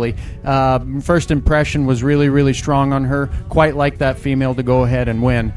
Female that's going to come next in second is a heifer that's a little more robust and more maternal and through the center portion of her skeleton. When she stopped and parked, I really like the look of quality and balance that she gives you from the side. Stout made up high and possesses that stoutness and matches it down low in terms of her feet and legs at the ground. Like I mentioned, we could freshen her up just a skosh in terms of her condition, more in particular right in between her front legs in terms of that chest floor and that rear rib and flank, smoothing her up over the top side of that neck, give her a shot more femininity and attractiveness to be able to run with that female that goes ahead and wins in front of her. But really, really robust and maternal kind of a heifer to go there in two. Young man that's going to come next in three is one that's extremely sleek made and sound when she's set to motion. Little more my speed just in terms of the condition that she's in. I think we need to amp that one up in terms of her rib shape and her depth of body to be able to run with those two in front of her. Add that with some stoutness down low at the ground, and then she'll be competing with those two no problem. But one that I can really appreciate when she does get stopped and standing for that young man, as she's been giving him a bit of a tough time out here. She really gives you a look of attractiveness and eye appeal from the shoulders forward. I find that she does have some some added extension and look, just in terms of her head and her neck. But really, really nice female there that gets around and moves well in the third hole. Young lady that's going to come next in 4 is one that kind of mirrors the heifer in front of her, just in terms of look and design and freshness and just general condition in terms of her body type. One that I think gets out of her hip and her hind leg quite well. I think the thing that splits the difference between 3 and 4 is 4 just a little more open and a little more coarse about the way that she's put together in her front end. I think if we smoothen her up at the point of her shoulder and see her facilitate just a touch more shape and transition a little smoother down and through her chest and through her sternum to her mid-rib, I think then we can talk about switching the two. But really, really nice female that possesses a ton of quality for that young lady. Next up, the young lady has one that's also extremely sound. She's one of the younger heifers in this split, one that gives you a shot of femininity and attractiveness and extension from the shoulders forward. Love how smoothly laid in that shoulder is and transitions down into a relaxed knee angle. I think she needs to facilitate a bit more softness and depth and right in behind her shoulder. See her be a little bit stronger right in her forerib down and through that sternum as well. One that gets around and moves in this ring quite free and easy. Amp her up just in terms of her center body and her upper rib cage, and then we can move her up the line, but one that's really, really solid there for that young lady. Next up, we have a bigger outline, longer bodied kind of a female for the young man that has a ton of rib shape and a stout pinned, but at that same token, she just gets too round out of her hip design. I think if we pick that pin set up and square her out of the plane of her hip when we step off and study the cattle from the side, then we'd be off and running. I think this one's going to make quite a good cow project for this young man. Really smooth in terms of her joint work and her lines. I like that about her. She's deep-bodied enough. I think we could maybe soften her up in terms of her rear rib and flank, just when we're talking those ones that go ahead and go on top of the class, but really, really solid female that's big outlined and high performing. Next up, the young lady with this light red heifer is one that's smooth in terms of her joint work and her lines. I think we can strengthen that one up just right in behind her in her shoulder as she just gets a touch weaker when we're talking about her forerib. Give her a shot more length out of that hip from hooks to pins. Pick her up in terms of that pin set, but one that I really appreciate the angle and the posture of that hind leg when she's on the standstill. Really, really nice heifer for that young lady. Next up, we have the young man with the solid black heifer, one that just gets outperformed out here and outhorsed in terms of performance and size and rib shape and body, but one that's flexible looking and pliable off either end, has some refinement and some femininity from the shoulders forward, just a touch quick in terms of her maturity pattern, and that's what gets her beat out here today. I'd like to see a bit more size and performance for as old as she is in this particular class, but all in all, really, really high quality. Let's go ahead and give them all a round of applause. Thank you. Split 1 of class number 29, Simmental breeding heifer. First place is 302, Taryn Suter from the Kelvington Club. Second place, 304, Kendra Ewan from the Kelvington Club. Third place, 306, Jacob McLean from the Kelvington Club. Fourth, 307, Dawson McLean from the Kelvington Club. Fifth place, 203, Kyla Corneligan from the BD Club. Sixth, 305, Hunter Lindholm from the Kelvington Club. 7th, 607, Kyla Buckle from the Three Lakes Club. And 8th in class, 220, Dawson Badinsky from the BD Club. Next in the ring, we have split 2 of class number 29, Simmental breeding heifer. First in the ring is entry number 421, Rhett Lanoff from the Meskinat Ethelton Club, heifer born March 2nd. 707, Celeste Fleury from the Tisdale Club, heifer born March 2nd. 509, Chloe Cranch from the Moose Range Club, heifer born February 28th. 722, Oren Hagnes from the Tisdale Club, heifer born February 28th. 605, Peyton Buckle from the Three Lakes Club, heifer born February 25th. 205, Fisher J. Leclerc from the BD Club, heifer born February 24th. 218, Parker Badinsky from the BD Club, heifer born February 24th. 606 is Cooper Buckle from the Three Lakes Club, heifer born February 20th. And rounding out the class, 503, Bryn Thiessen from the Moose Range Club, heifer born February 18th.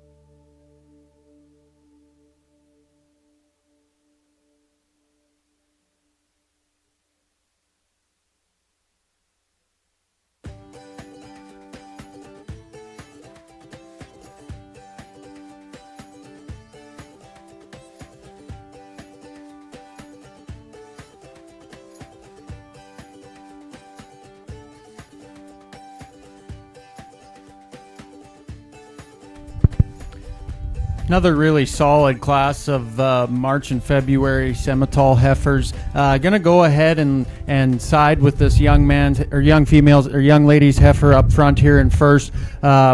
In a class that probably doesn't just perfect structure or soundness when on the move, I think this is as close as we're going to get within this one, with an added look, femininity from the second. Three is one that's really explosive through this back there. It's her front end that gets her beat out here today. I think she's just a touch in terms of her shoulders and her front legs. If we can see her just get out and command and reach with a little more freedom in knees, and bring it back inside of her. I think we can talk about this young lady right into on the stand top with more shape and explosiveness through the neck on the top side of her shoulder. Just gets left behind in terms of her body shape and her body depth. More in particular, need to soften her up through the center portion of her skeleton all the way back to her rear rib and flank to work her up in the class. But one that's really, really attractive and really shoots that neck out of the top side of her shoulder. Next up for the young man is one that kind of mirrors that one in front of her, just in terms of front end assembly and the added extension. Maybe doesn't have the refinement and cleanliness when you study her down and through that throat latch all the way in through her chest. She's got a little extra skin, but that's not to take away from the quality that she does have. A stretchy made kind of a female that's flexible enough out of her hip and her hind leg. Just need to amp that one up in terms of power and dimension to be able to work her up in the order as well. Next up is the young man with the black and white heifer. One that also has some length of body, like the curvature to that rib that goes uniform with the type of heifer that she is. I think we need to make some tweaks just in terms of aesthetics and build, and I think we could talk about moving her up in the class as well. Young lady that's going to come next with this red heifer is one that's really bold to her upper rib cage and carries that down to the center portion of her skeleton.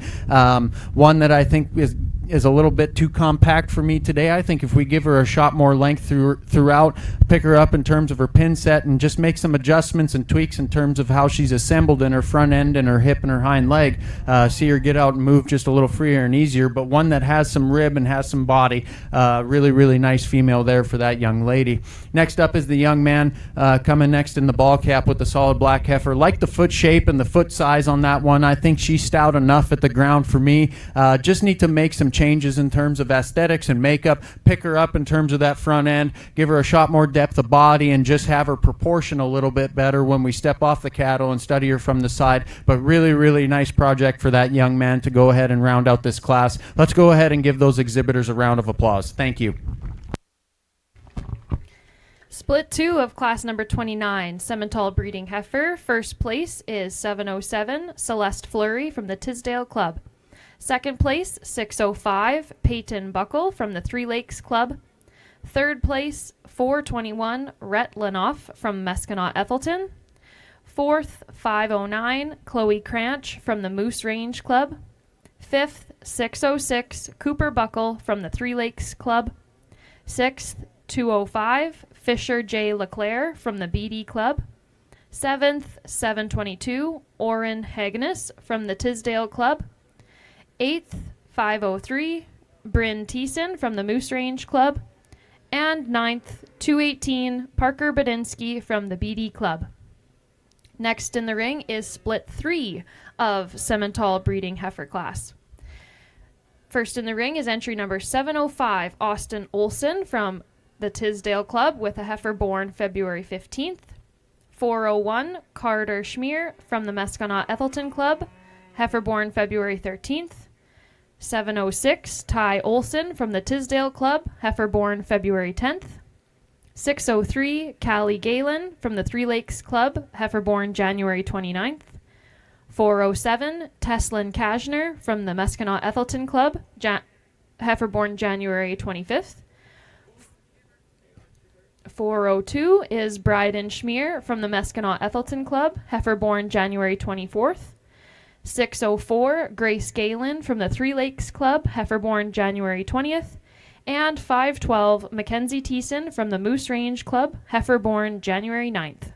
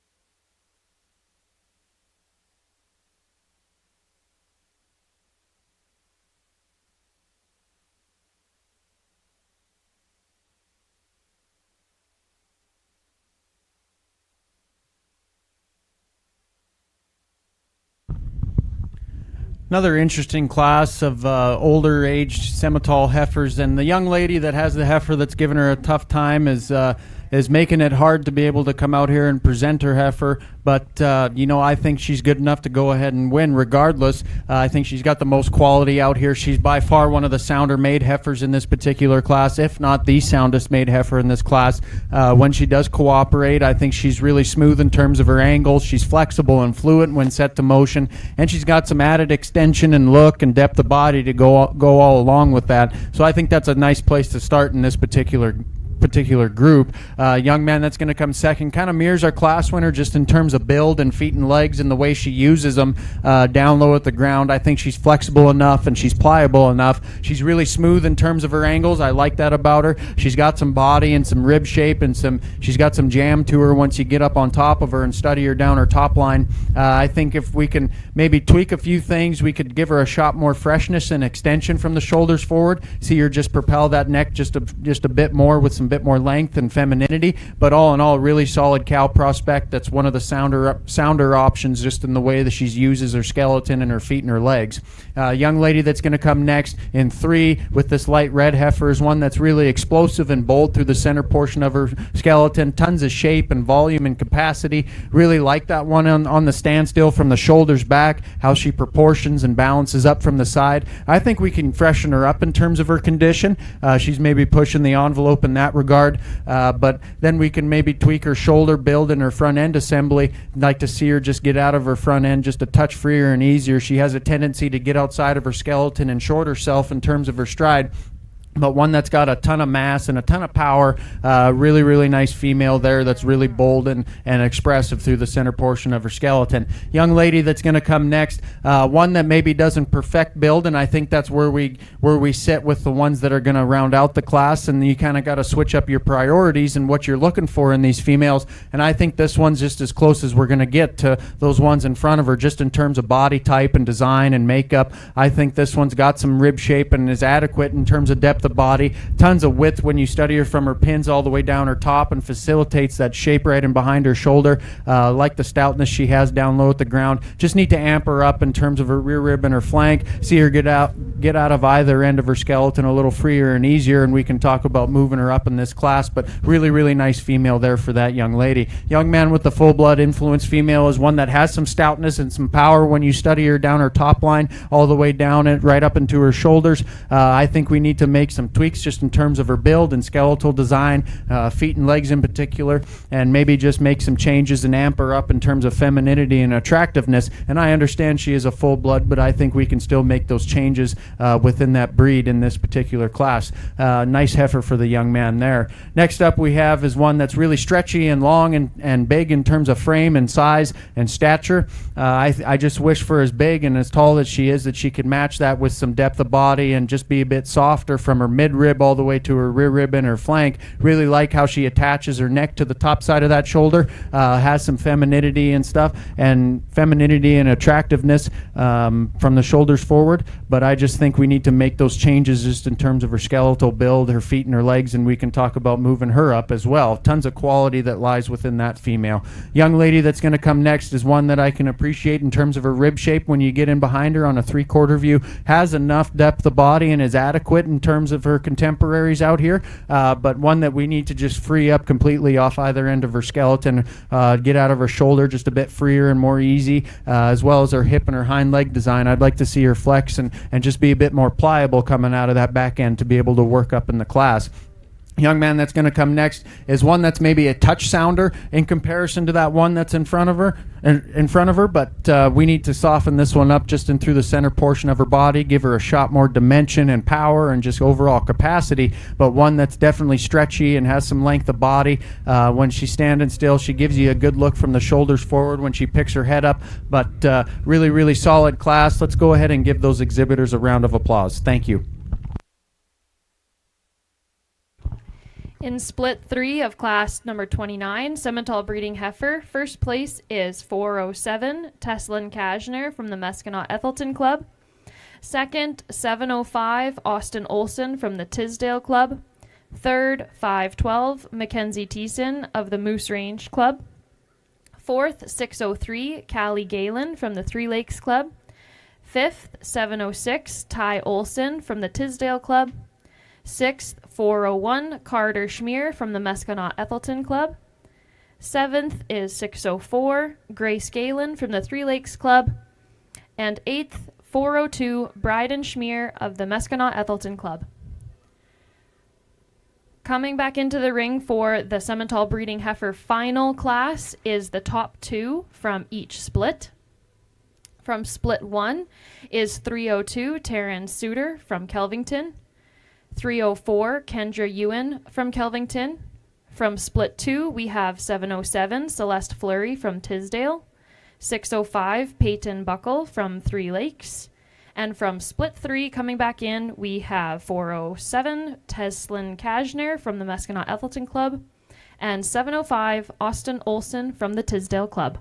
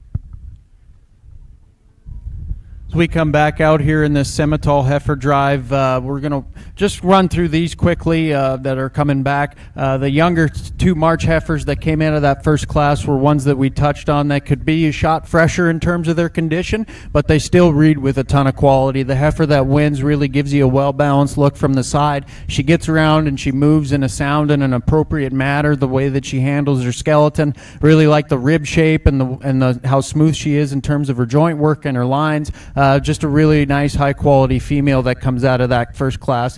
And then the second place kind of mirrored her just in terms of her condition. Maybe didn't have the aesthetics or the genuine attractiveness or makeup that our class winner had. I think if we just tuck her up in terms of her chest floor and clean her up in that front end, then we could really run high on these two out of that first class. But really love the body shape, the balance, the build and the way that she moves, the stoutness at the ground. Really, really nice second place out of that class.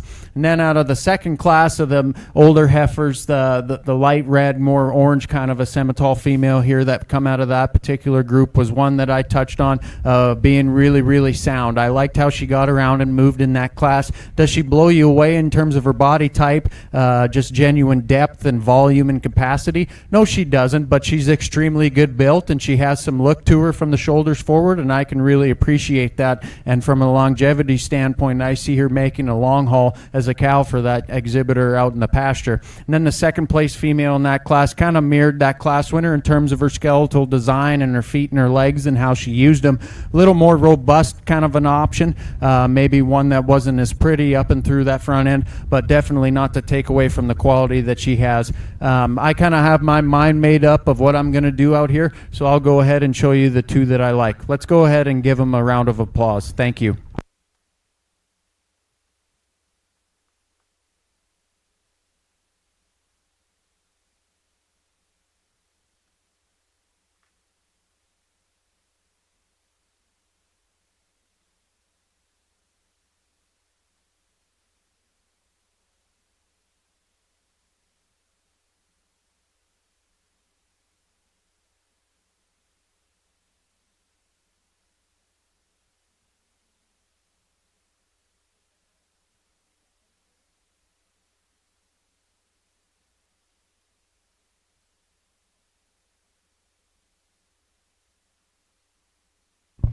Congratulations to 407, Teslin Kajner from the Mesconaut Ethelston Club for first place in the Simmental Breeding Heifer Final. And second place going to 302, Taryn Suter from the Kelvington 4-H Beef Club.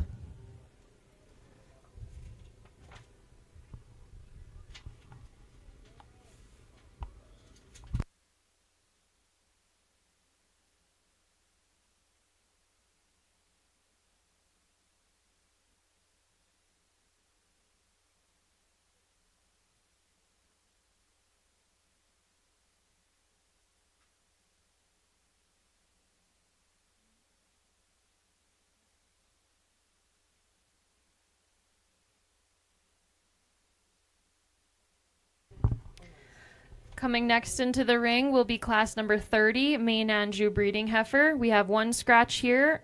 210 is a scratch.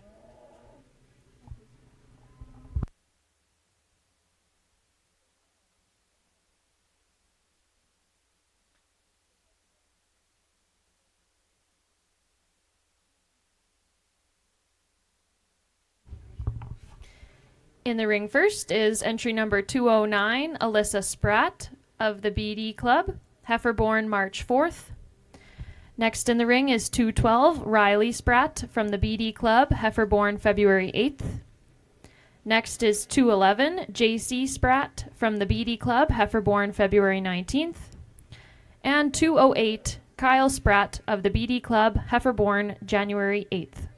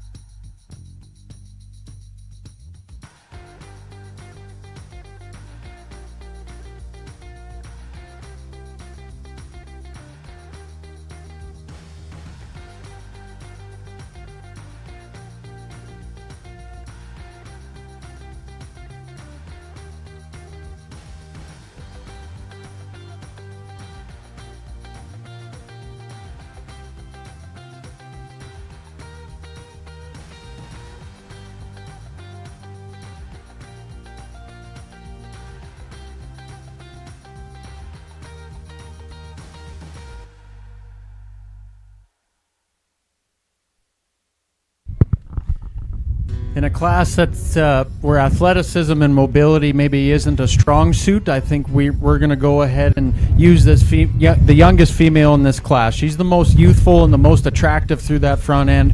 The way she sets that neck on the top side of her shoulder. I think when the young lady gets her stuck and standing, she throws off a well-proportioned look from the side. We could tweak a few things about her build, absolutely. We could tweak a few things about all these in terms of their skeletal design and the way that they're put together. But I think this one reads with the most quality and the most future and longevity speaking on down the road. Just a really nice, youthful, and attractive place to start there in this particular class.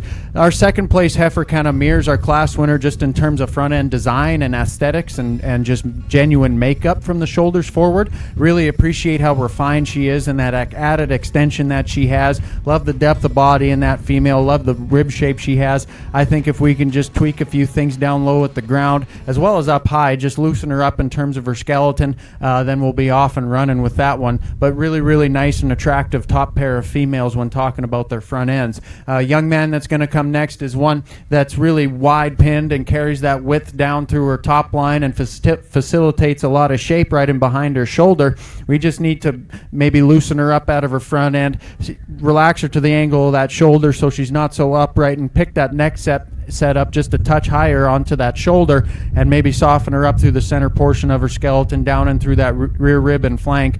But really, really nice female there in second. Young man that's going to go ahead and round out the class is one that has a ton of rib and a ton of boldness and dimension through the center portion of his skeleton. Just gets a bit too coarse made and coarse fronted to be able to run with those heifers in front of him. So let's go ahead and give those exhibitors a round of applause. Thank you. In class number 30, Maine Anjou breeding heifer, first place is 209 Alyssa Spratt of the BD Club. Second place, 211 JC Spratt of the BD Club.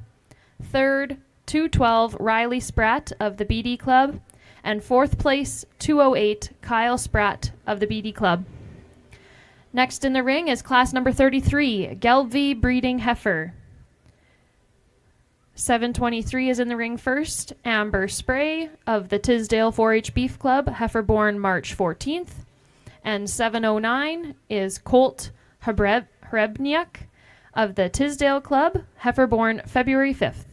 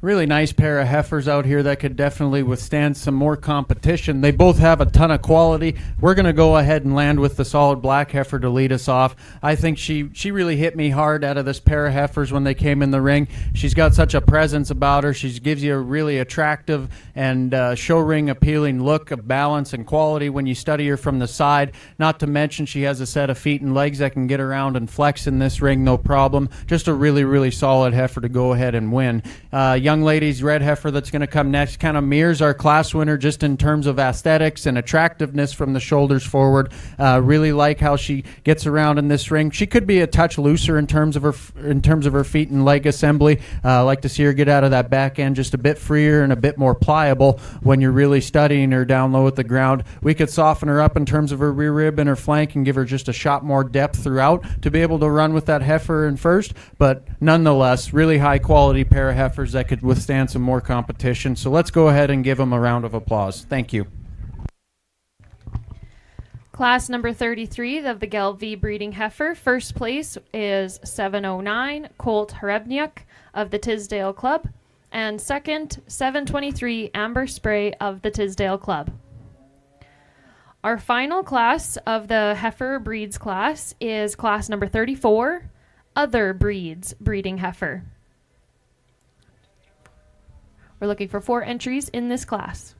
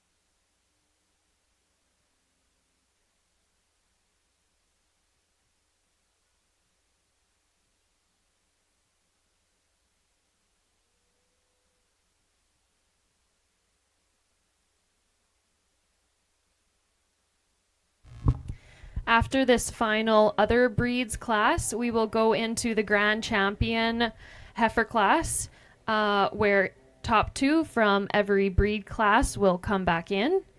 And we have a couple sponsors there. The Grand Champion heifer sponsor is Creek's Edge Land and Cattle Limited, and the Reserve Grand Champion is sponsored by Quality Limousine. So once we get into that, we will get representatives from those businesses. Getting into class number 34, Other Breeds Breeding Heifer. First in the ring is entry number 207, Atticus Lay from the Beatty 4-H Beef Club, heifer born May 20th. 101, Alice Skinner of the Bar West Club, heifer born March 28th. 406, Canon Kashner of the Meskinat Ethelton Club, heifer born March 3rd. And 711, Emma Qualley of the Tisdale Club, heifer born January 5th.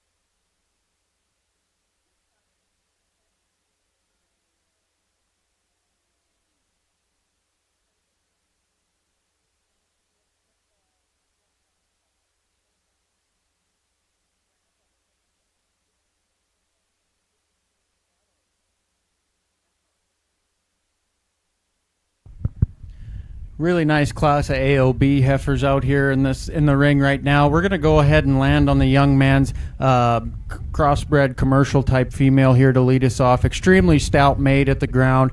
Big pin set, big rear end, lots of rib shape. She's deep through that center portion of her skeleton. She gives you a nice look from the side. She could be a touch looser at the ground and more flexible when you study her pastern. She just gets a touch rigid and maybe just a little bit too small for as old as she is out here in this class. Just reads a touch quick in terms of her maturity pattern, but all in all, that doesn't take away from all the quality that she brings us in this class. Nice place to start. Young lady that's going to go ahead and in two with the red heifer is one you can really appreciate when she's on the standstill. Tons of center body, love the rib shape, depth of body and volume and capacity that she has. When she gets parked and she gets that head up, she kind of pulls it all together. She's smooth in terms of her lines and clean in terms of her joint work. Just a touch too stale in terms of her condition out here in this class today for me. I think if we freshen her up and maybe see her move a little looser and freer out of that shoulder, just the way it's assembled, I think we can relax it to the angle of it as it just gets a touch upright. She also does get just a little bit too rigid in terms of her ankles and her pasterns, but all in all, really nice cow prospect for that young lady.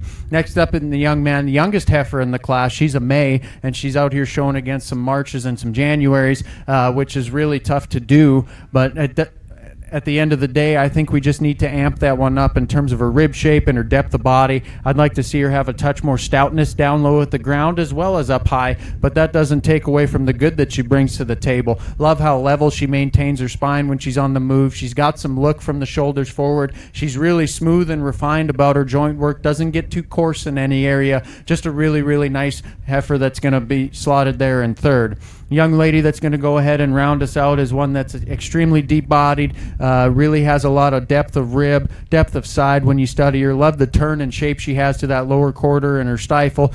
Just gets maybe a touch too stale for me in terms of her condition. Like to see her move out of her back end just a little freer and easier. I think if we adjust that hind leg posture, give it a little more straightness to it and a little more flexibility when she's out here on the move, then we could talk about working her up in the order. But all in all, really solid heifer to round out a nice class. So let's go ahead and give those four exhibitors a round of applause. Thank you. Class number 34 of Other Breeds breeding heifer, first place was 406 Cannon Kashner of Meskinau Ethelton.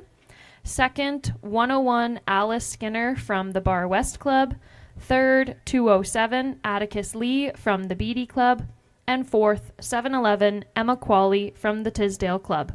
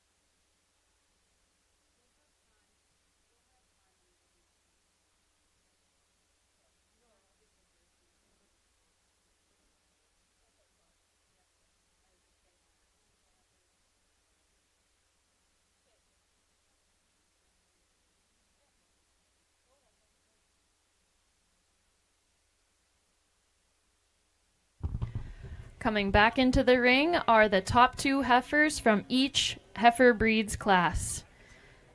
From the Black Angus class, we have Kaylin Suter from the Kelvington Club and Morgan Suter of the Kelvington Club. From the Charolais class, we have 202 Dane Nielsen of the Beatty Club and 510 Mackenzie Temple of the Moose Range Club. Coming back in from the Speckle Park breeding heifer class, we have 204 Lakin Leclerc from the Beatty Club and 730 Keely Halverson from the Tisdale Club.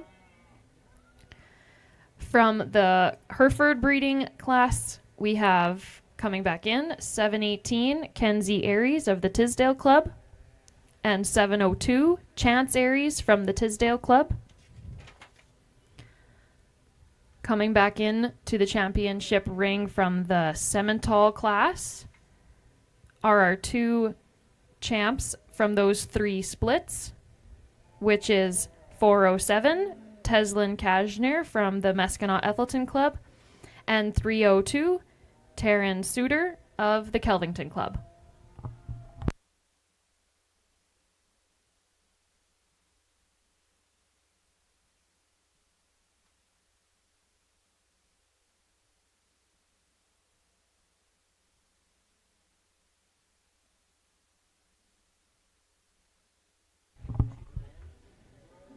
Coming back into the champ round from the main Anjou class is 209 Alyssa Spratt of the BD Club and 211 JC Spratt of the BD Club.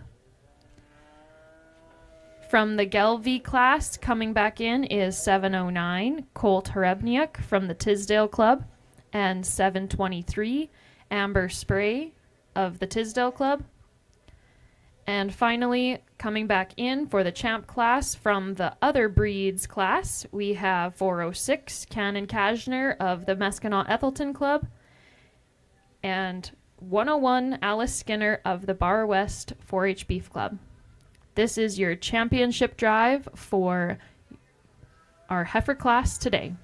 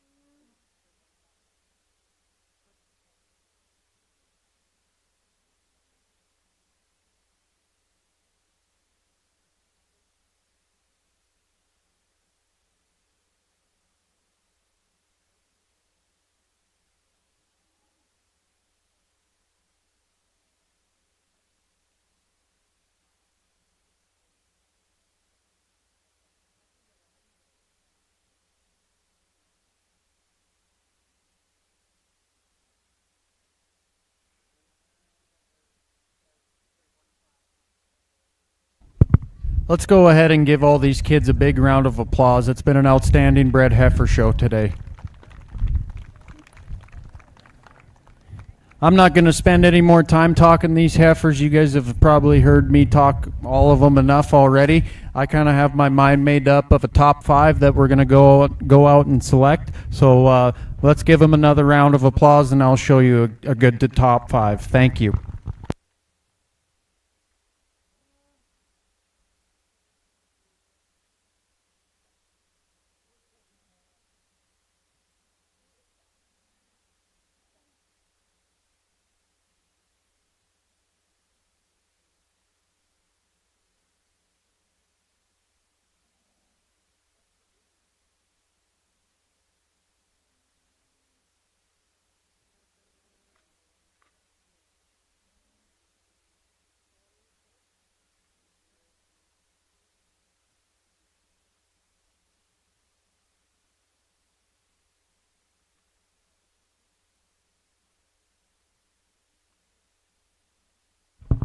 Congratulations to the grand champion heifer here today is 303 Kaylin Suter of the Kelvington 4-H Beef Club. Congratulations to the reserve grand champion heifer going to Teslin Kajner of the Meskinat Ethelston Club.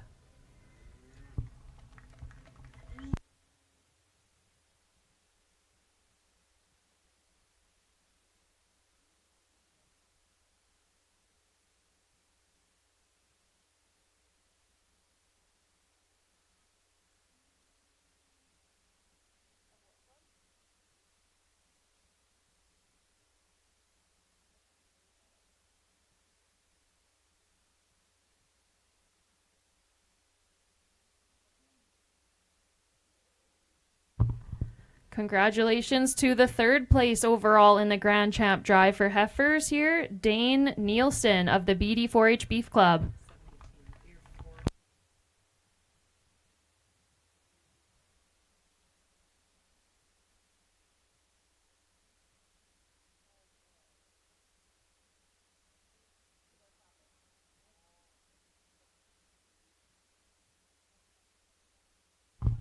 Congratulations to fourth overall in the championship drive, Kenzie Aries of the Tisdale 4-H Beef Club. And finally, congratulations to fifth place overall in the championship round here for heifers is 709 Colt Harebniak from the Tisdale 4-H Beef Club. Congratulations to all of you in this ring here today, and especially to those top 5 grand champions. Everyone remain in the ring for a few minutes while we sort out more champions in regards to home raised and AI heifers.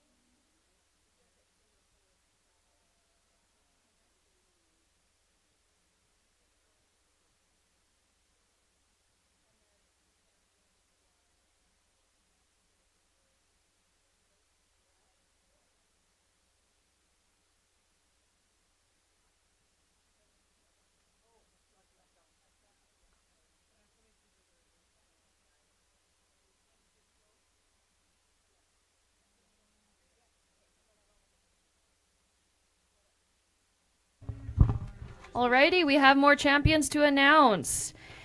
When we break down home raised and AI, let's do home raised first. Grand champion for home raised heifer goes to Teslin Kajner.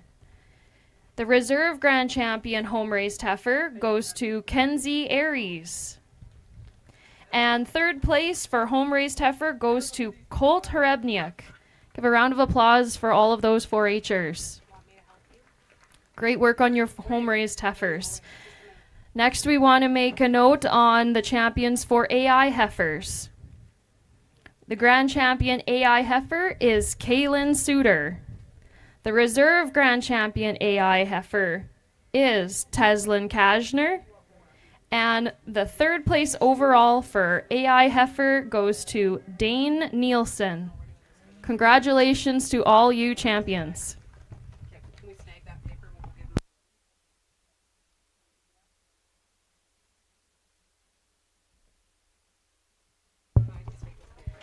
All of our champions can feel free to make their way to the picture corner, and we'll get some pictures done with your banners.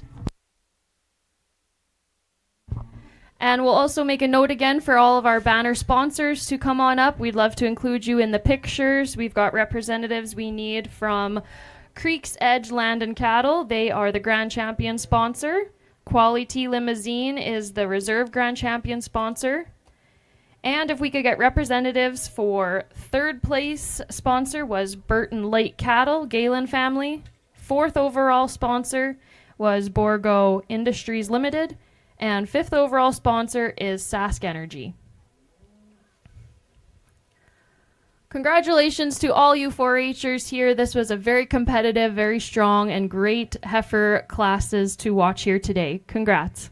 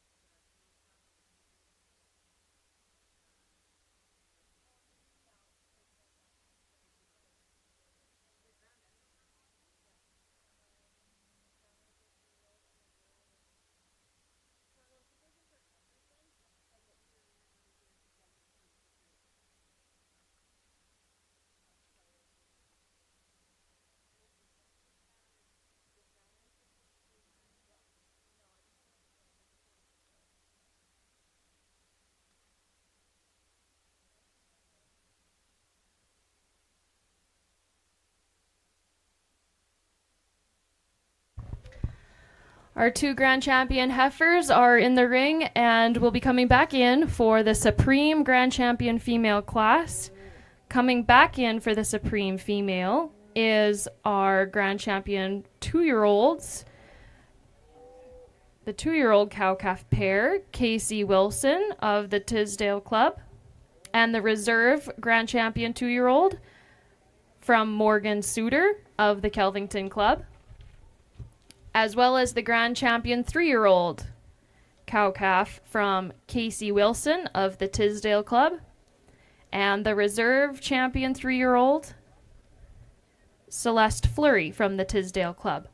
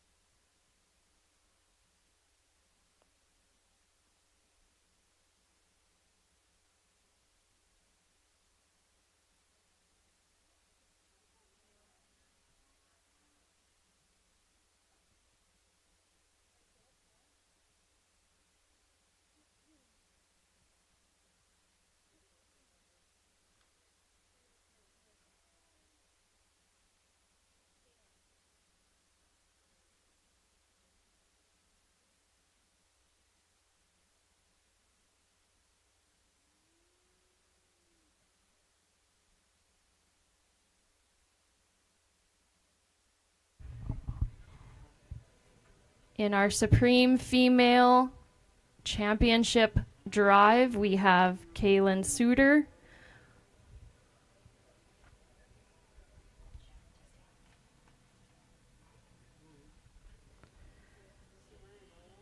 with her Black Angus heifer, Teslin Kajner with a Black Angus heifer, with the 2-year-old cow-calf pair, Casey Wilson. Also with a 2-year-old pair, Morgan Suter. With a 3-year-old pair, Casey Wilson of Tisdale. And with another 3-year-old pair, Celeste Fleury. This is your Supreme Female Final Drive.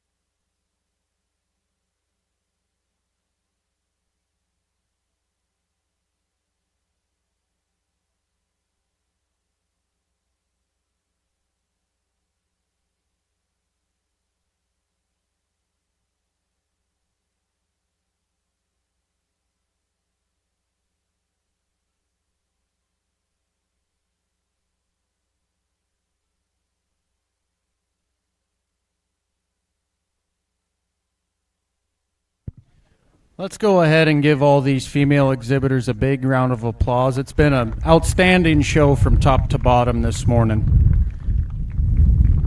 I'm not going to go through and talk these things anymore. I kind of have my mind made up of what I'm going to do, but before we show you a Supreme and a Reserve Supreme, let's go ahead and give a round of applause to the ring help, the announcers, DLMS, everybody that's here to help put this female show on. It's been so smooth all day, and it's been an awesome time out here in this ring. While we still got a pretty decently sized crowd here for this female show, I just want to take the time. I know we still have a bunch of stuff to cover this afternoon and the steer show tomorrow, but I think I'd be doing a big injustice if I didn't give thanks to my Lord and Savior Jesus Christ and what he has done for me, sending his son to die on the cross, and not only for me, but everybody that's here. Whether you have accepted him or not into your heart, he is doing wonderful things in your life. Whether you like it or not, he is. And I just wanted everybody to hear that, because you never know. There might be somebody that needs to hear it. And if you haven't accepted him yet, I sure hope that there comes a time that you do. So let's go ahead and give these kids one more big round of applause. I'll take one last look, make sure I'm sure of my decision, and we'll show you a Supreme and a Reserve Supreme. Thank you.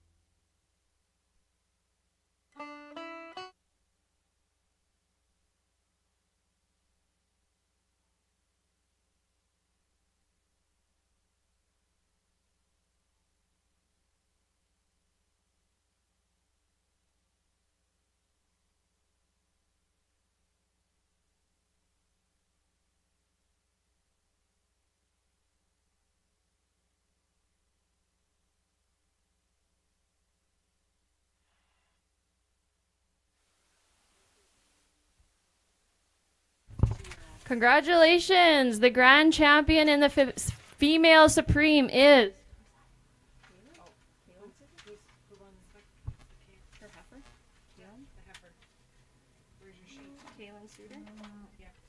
Kaylin Suter. Congratulations! And then Reserve Grand Champ, Reserve is Casey Wilson. That's correct. And congratulations, our Reserve Grand Champion female is Casey Wilson. Congratulations. All 4 banner sponsors for Heifers and Supreme. Can we please get all of our banner sponsors for this Supreme class to join us in the picture area? We will make sure that we photograph these champions alongside their banner sponsors. Congratulations, everyone in this class. Very competitive. Great class to watch. Congrats.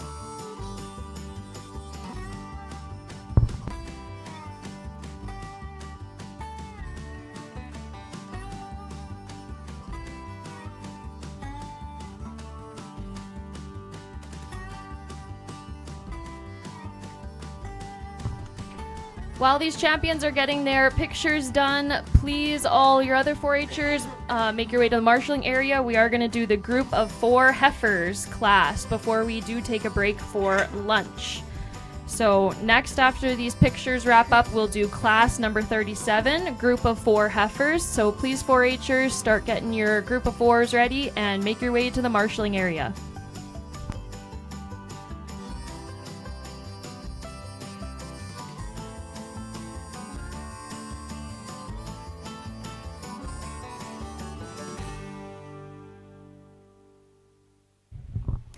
After our group of 4 heifers class, we will take a break for lunch and we'll resume the show at 1:30.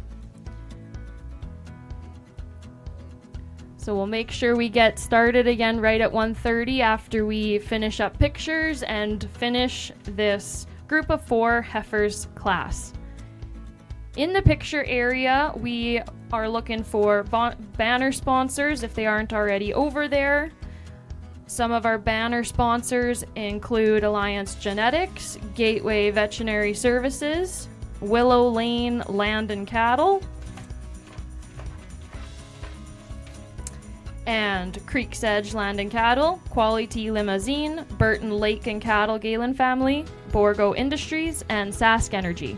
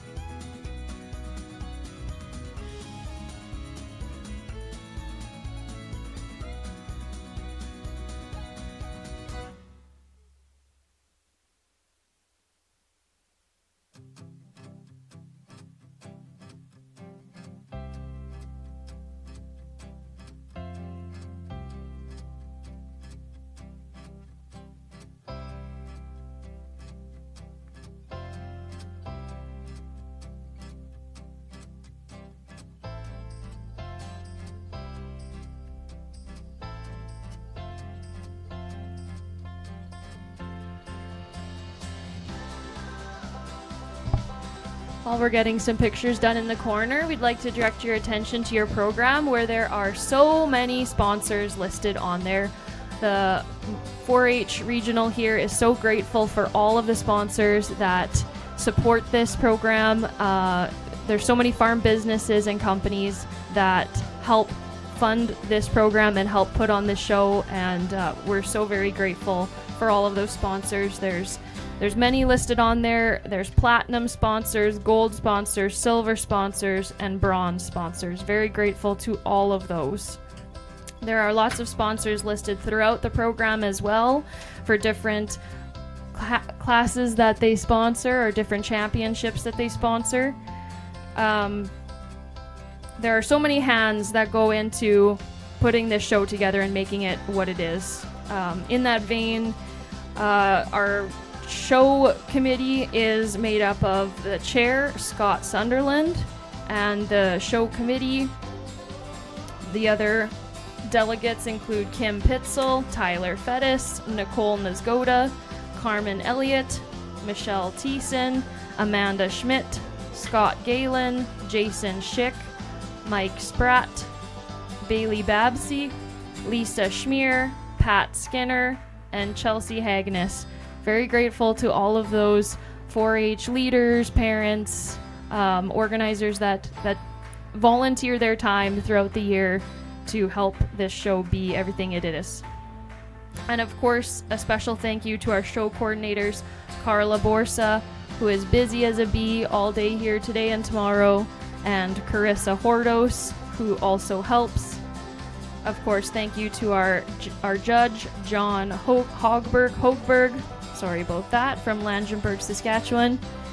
And a couple more thank yous we can give out right now are to other people who are helping volunteer their time. We had Callie Labossiere help out with ribbons earlier this morning, as well as Rena Carlson. Right beside me, keeping notes all day and keeping me organized, is Amy Schlechty. Very grateful to her.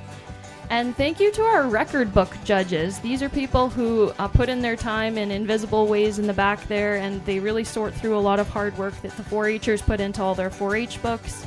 Our record book judges include Michaela Cliff, Krista Kilberg, Janet Schmidt, and Jillian Fleury, who are all actually 4-H alumni themselves. So it's a very special thing when 4-H alumni can come back and volunteer their time and give back to the program by helping out in all these different capacities. So it's great to see.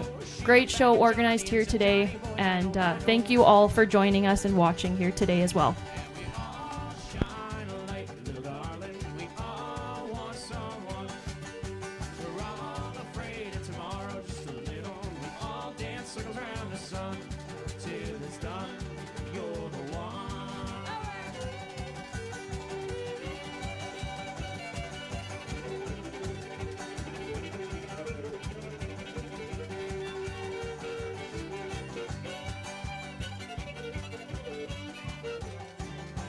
Johnny went out one day with a shotgun by his side. His family they to trust him to keep them all alive. He stumbled upon a black bear who knocked down his gun.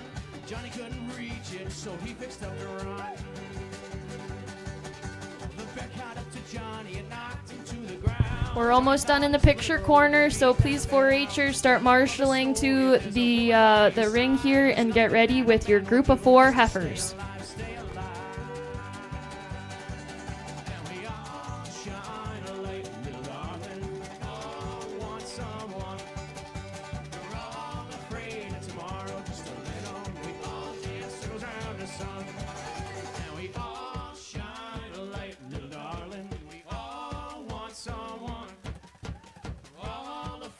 Tomorrow, just a little. We all dance circles around the sun till it's done. You're the one. Okay, we're all done in the photo corner. We're going to move into class. Don't know what number, but it's the group of 4. 37. Group of 4 heifers. So let's start bringing in our groups, and we'll get organized for the group of 4 heifers class.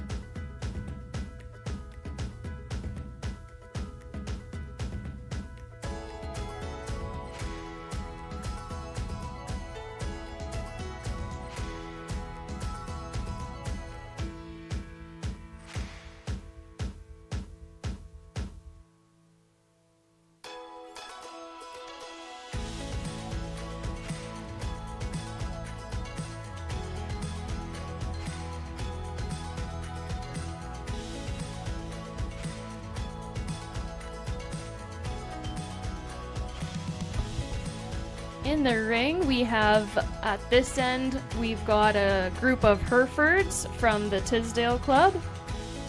Then we have a black mixed group from the Tisdale Club. Next, there's a red mixed group from the Moose Range Club. Beside them, we've got another assorted group from the Tisdale Club. Then there's a speckle black group from the Beatty Club. Followed by, next to them, a solid black group from the Kelvington Club. A char and black group from the Mescanaw Club. And finally, a red mixed group from the Three Lakes Club.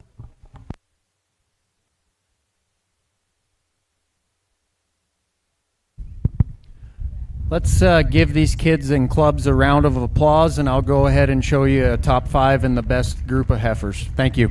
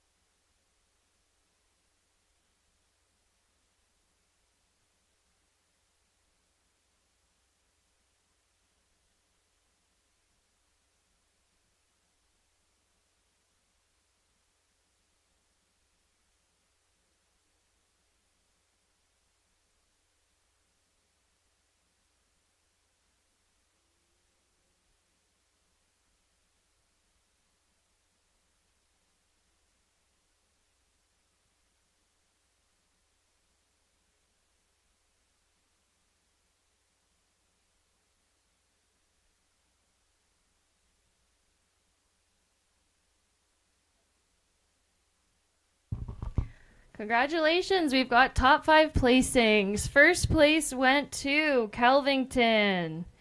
Second place went to the Hereford group of Tisdale. Third place to the Black Mixed group of Tisdale. Fourth place goes to Mescanaw Ethelton. And fifth place goes to Beatty. Congratulations, 4-Hers.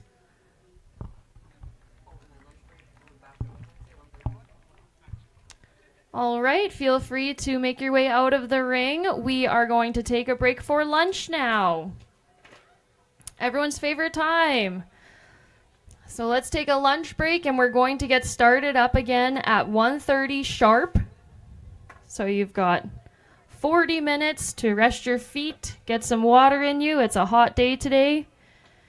And enjoy your lunch break, and we'll be back here at 1:30 sharp. Thank you.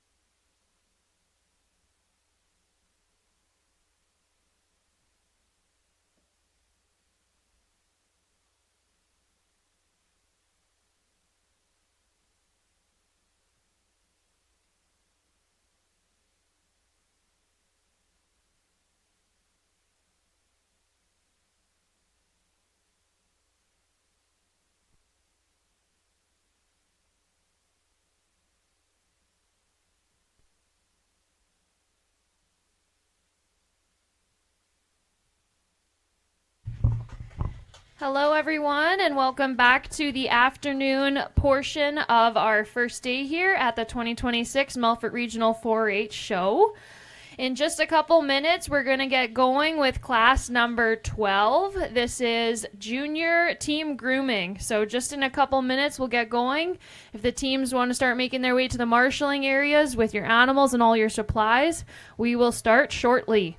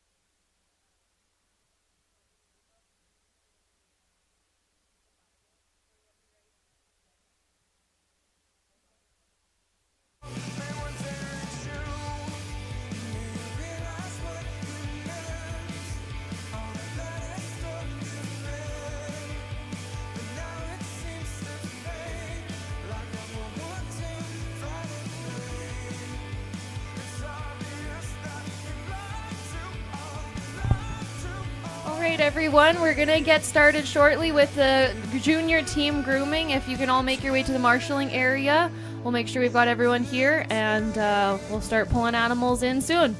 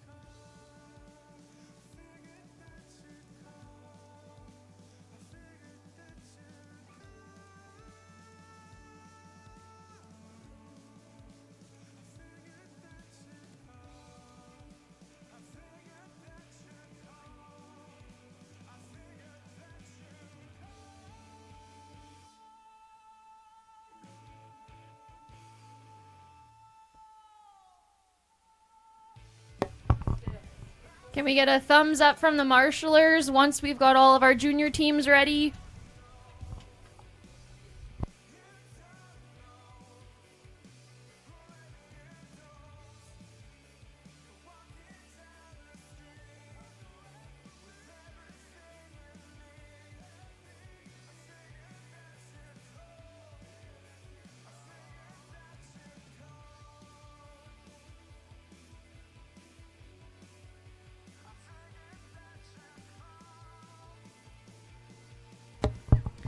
Okay, juniors, let's start bringing in our animals. Pick a chute. Let's find our way to our spots. Don't pull your animals in the chute quite yet, but let's start bringing everybody in. Come on in with your teams, your animal, and your supplies. Pick a chute and just wait.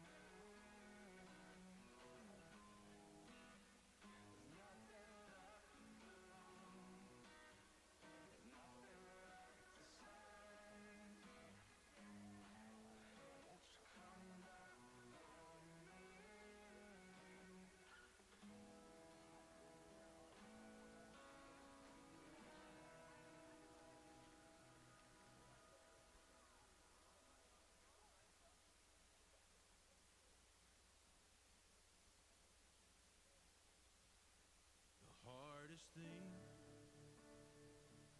that lovers do, knowing when to win and when to lose.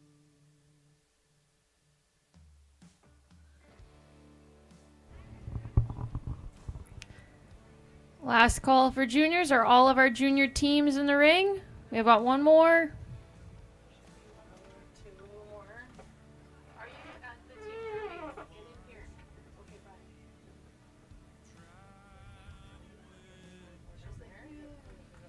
If we could get some help in the back, just helping these juniors get on in the ring, and then we'll get going.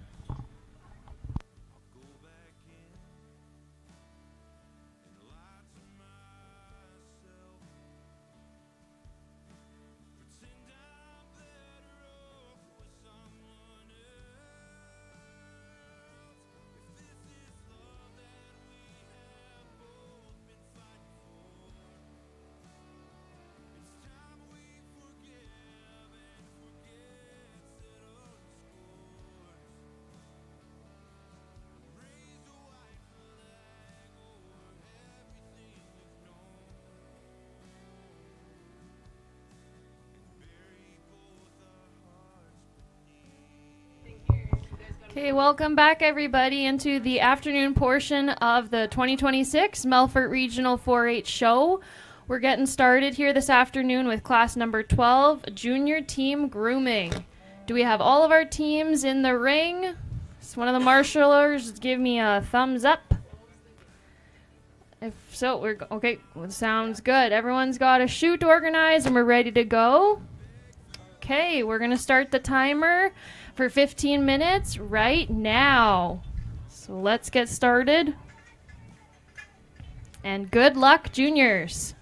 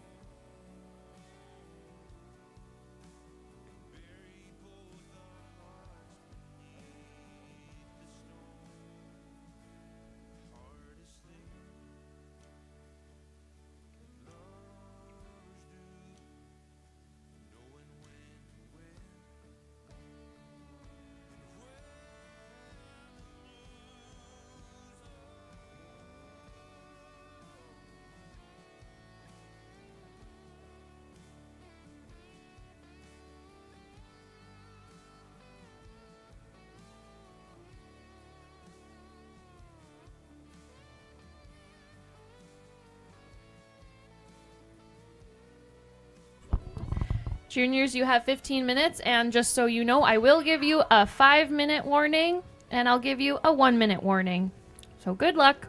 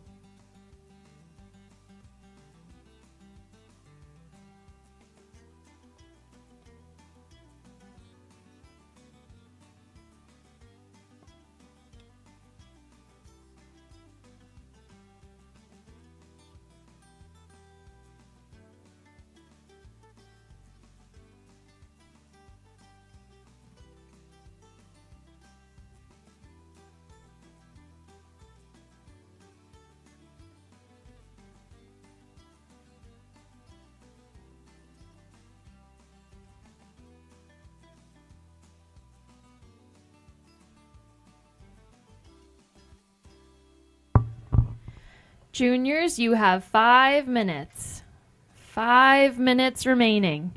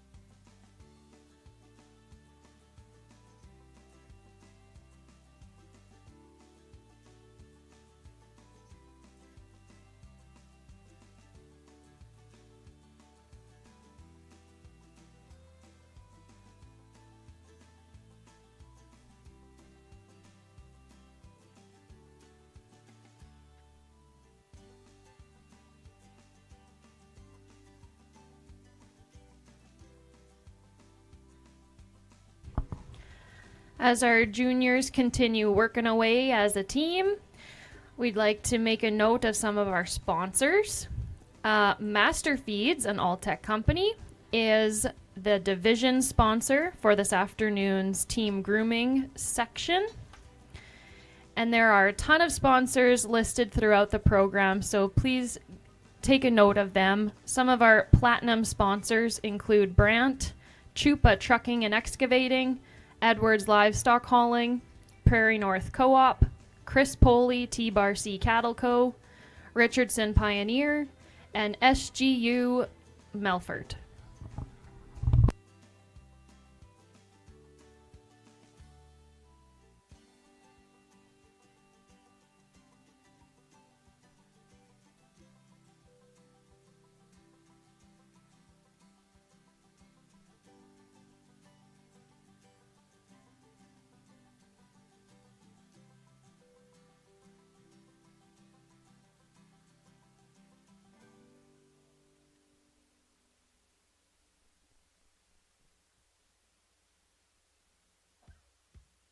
Got a million emails that I haven't read. Got a break past weekend that I got. Gold sponsors for the 2026 Melfort Regional 4-H Beef Show include Affinity Credit Union, AgCom Truck and Trailer Repair, Alliance Genetics, DLMS, G3 Canada Limited, Schulte Industries Limited, Master Feeds, Nielsen Acres, Prosperity Credit Union, Uzelman and Johnson CPA, and Townside Enterprises, C&T Porter.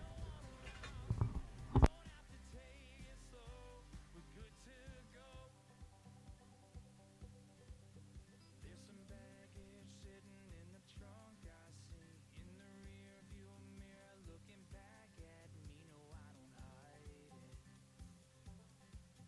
'Cause she's dancing, singing out to every song. And she's always got all of the lyrics wrong, but she don't mind it. No, she's still shining. We got 10 miles of open road. Blasting the radio. We got both windows down and no one around. Don't have to take it slow. We're good to go.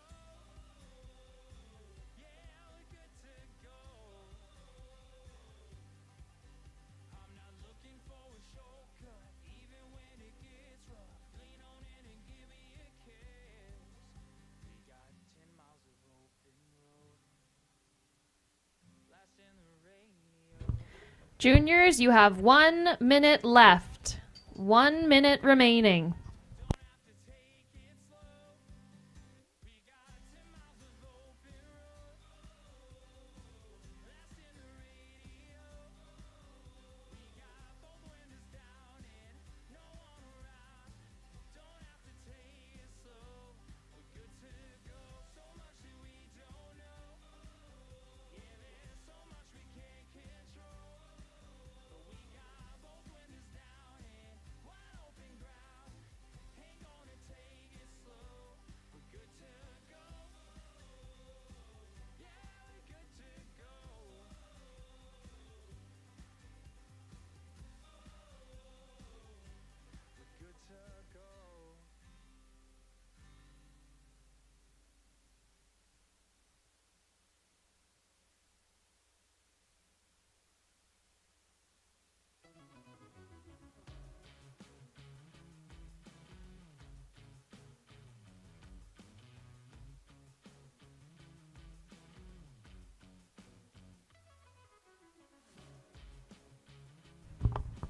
That is time, juniors. That's all the time you'll get.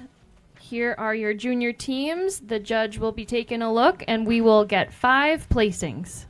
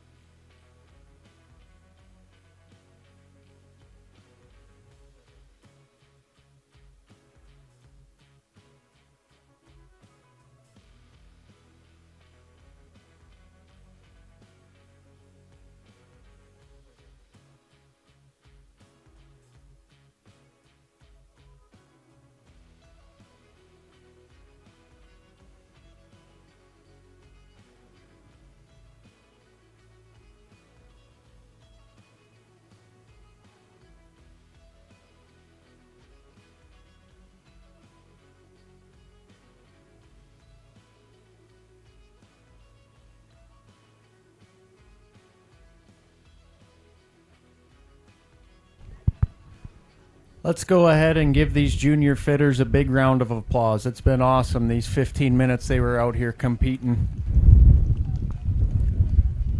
Now, you know, I probably wasn't at this level of fitting when I was these kids' age. I got kind of started a little later, but there are so many of them out here who are wavelengths ahead of where I was when I was their age, and it's pretty cool to be able to see the next generation come out here and take a liking to it, and to try and build your skills and sharpen them and do such a good job and work as a team. But at the end of the day, I'm just going to make this note before we dive into these older kids. Fitting is so much more than just spraying some glue and pulling some hair up and calling it a day. You kind of have to be able to be an evaluator to be a fitter. I'll just say that first and foremost, because fitting, you're trying to hide your animal's flaws. And every animal has their flaws, and if they have the hair to work with, you're going to want to try and hide those things and bring out the good in them and use all that hair to your advantage. So I just want to tell all you young kids that as you get older, remember that. You got to be able to know what your animal's weaknesses are and how you can build off those weaknesses with the hair that animal has. And you could manipulate it, and it is amazing to be able to see some. I remember growing up and watching guys that I used to look up to, and that's the biggest way that you guys can learn, is by watching people who are professionals at doing this kind of thing. That's how I learned. And you know, I'll say you can't do it on your own. You're going to need the help from your parents, your family, and even outside fitters. I know that's maybe not how 4-H works, but that's the best way to learn, in my opinion, is by just sitting down and watching. And if you do that and keep your nose to the grindstone, you kids are going to be at the top of the industry. I can guarantee it. So let's go ahead and give these kids one more big round of applause, and I'll go out and pick a top 5. These kids are doing an awesome, awesome job. Thank you.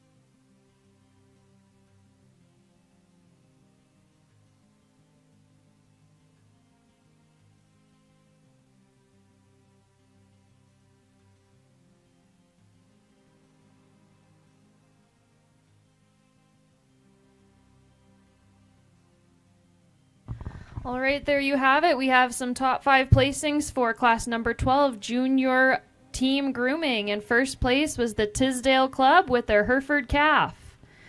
Second place is the Tisdale Club with their Charolais calf. Third place goes to Bar West with the red calf. Fourth place goes to the Beatty Club with their little red calf. And fifth place to Bar West with their black baldy. Congratulations, juniors. Great teamwork, great results.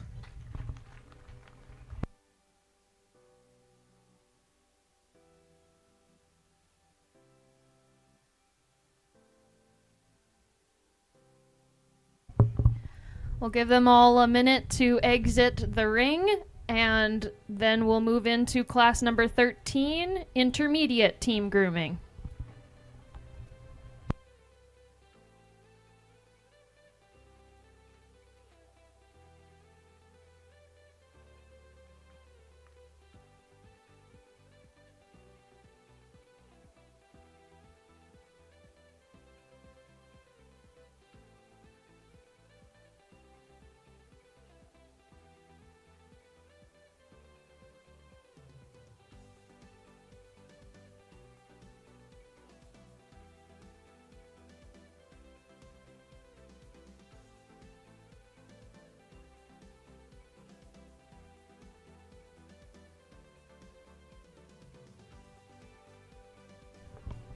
While we get all these 4-Hers shuffled around, we wanted to make a mention on a couple businesses here that really helped out getting the showgrounds ready for today.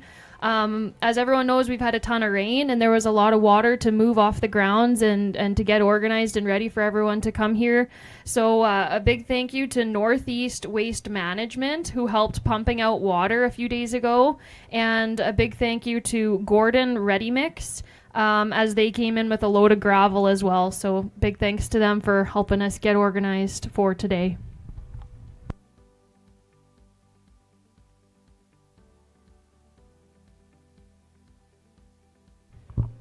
Thank you also, of course, to DLMS, who is broadcasting this show so we can reach more people. They've been broadcasting all day today and tomorrow, so big thanks to them for all the people who can't be here today but can definitely tune in and watch everything that way. Okay, let's get moving on into our next class here. Our intermediate teams can start coming on into the ring with your animals and your supplies. Pick a chute and we'll wait.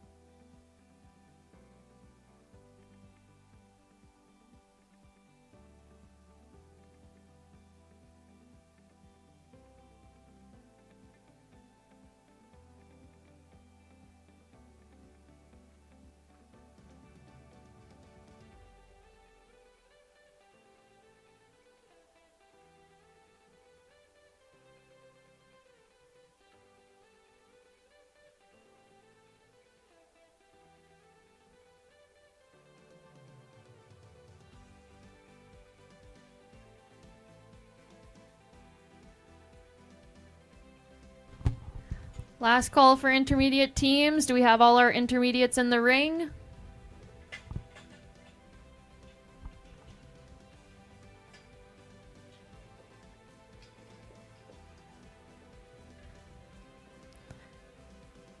It's looking like we've got everybody, so we will put 15 minutes on the clock, and you guys can start now. Just like the juniors, you will get a 5-minute warning and a 1-minute.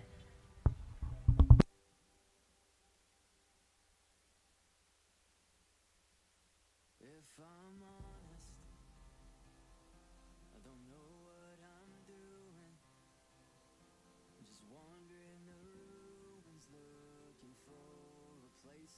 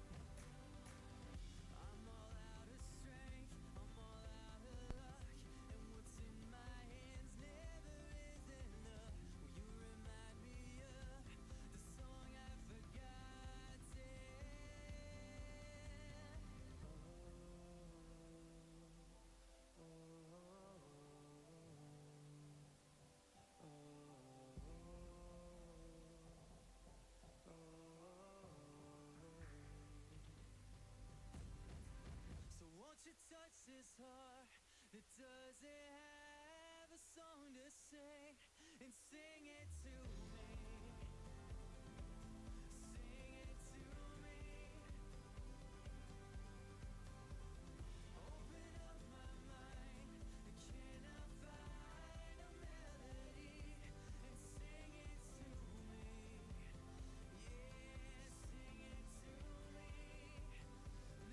keep singing. Oh, keep singing. Oh, keep singing. Oh, keep singing.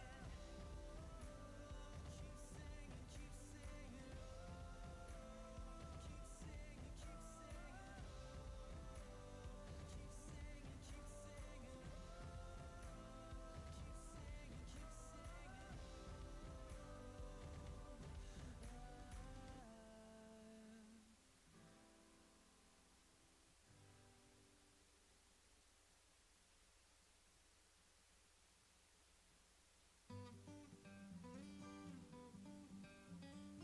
keep singing.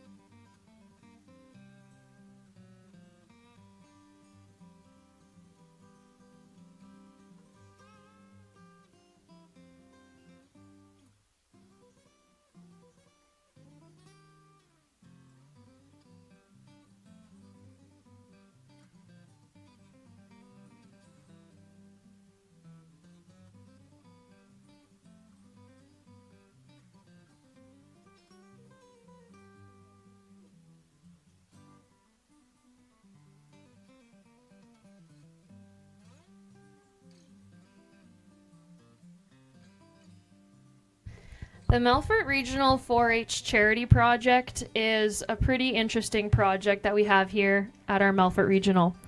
Each year, an animal is raised by a different club within the Melfort Regional, with all proceeds going to a charity of choice.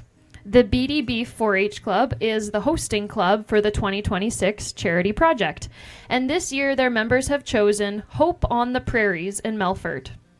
The members wanted to pick a charity that was going to give back to those in need within the community. Hope on the Prairies is an organization that enhances mental health awareness while offering services and resources to support children, youth, and families. Mental health is a foundation for a person's overall well-being. Therefore, having these resources in the community is necessary. These members are proud to be bringing awareness to their efforts in breaking the stigma around mental health and providing services to those in need.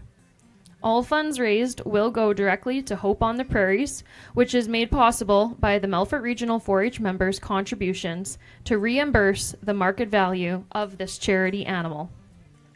Thank you very much to all of the supporters. Your generosity is greatly appreciated. If you'd like to support this project Tickets are sold for $10 a ticket, and checks can be made payable to BD Beef 4-H Club. The draw for the winner of the steer will be made at the end of the sale tomorrow night. So tomorrow night, of course, is going to end with the steer sale. That is happening at 5 p.m. tomorrow night. There's a barbecue supper at 4 p.m. that is open for everyone. Big thanks to Prairie North Co-op for their management of the barbecue.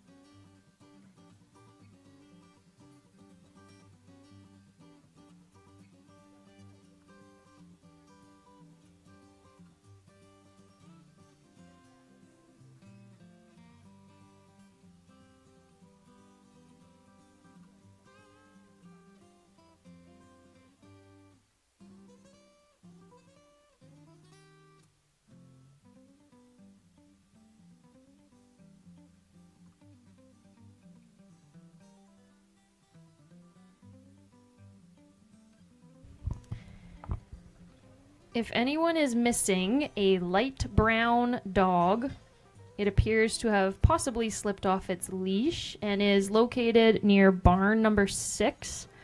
So if anyone knows of anyone missing a light brown dog, there's a dog near barn 6.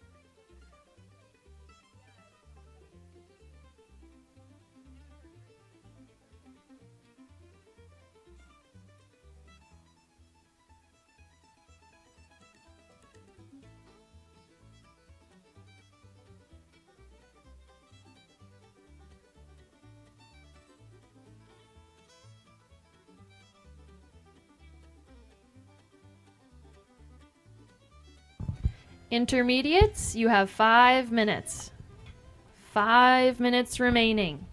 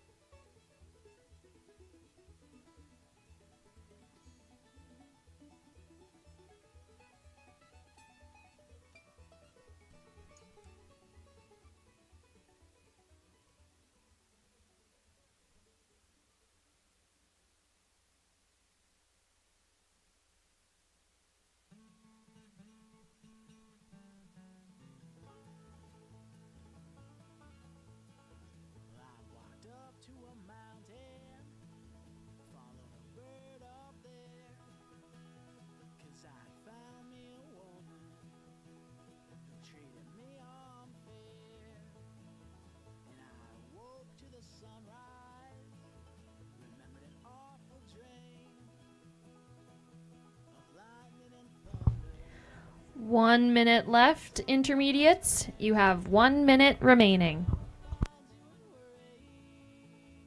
Sticks around until you're dead. Once you found a little darling, and she takes over your head.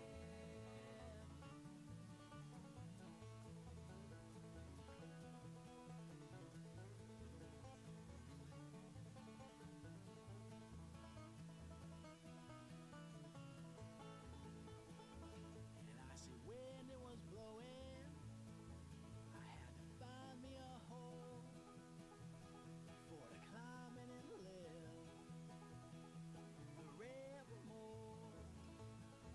And I heard voices calling in my delirious state, saying something out in Spanish.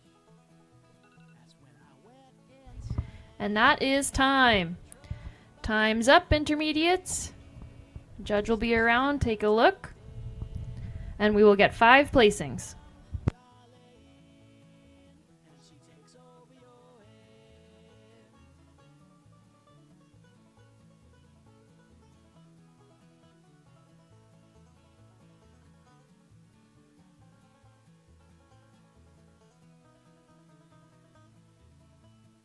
Well, I came back down from that mountain. I had to get me a job, working behind the counter, selling gas and soda pop.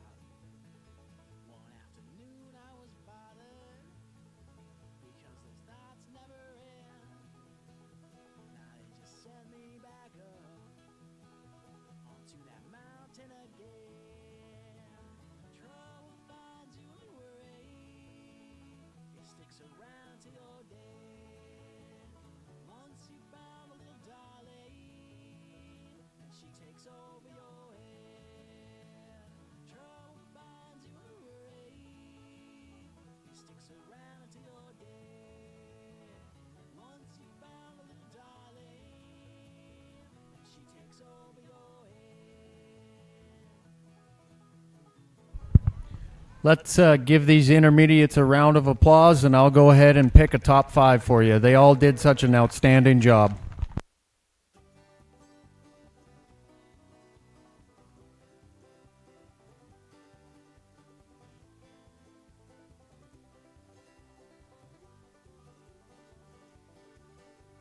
wake up in the morning to whistles and bells. The city's got its stories to tell.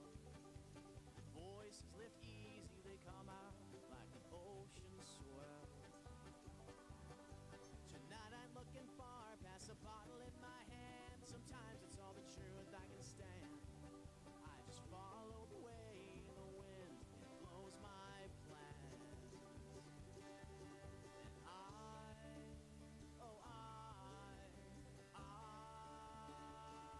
And I'm tied to your tracks, love. I wish that I am your last love. The dream comes to me like a memory, and I rise above once again.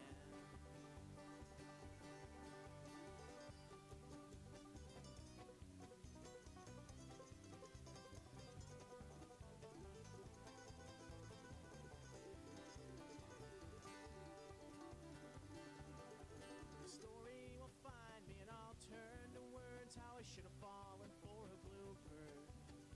At least you know each spring will always return.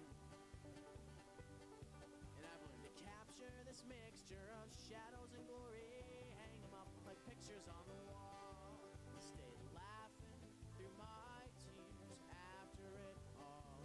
And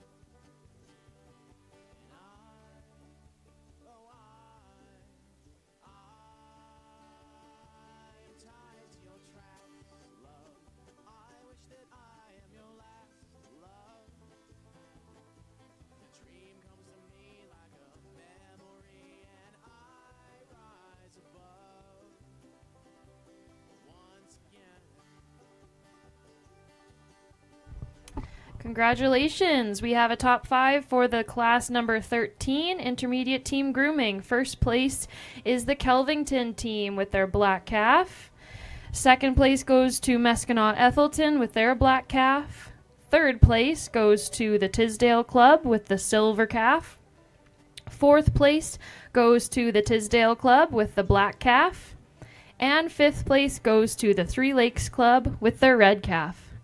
Congratulations, intermediates.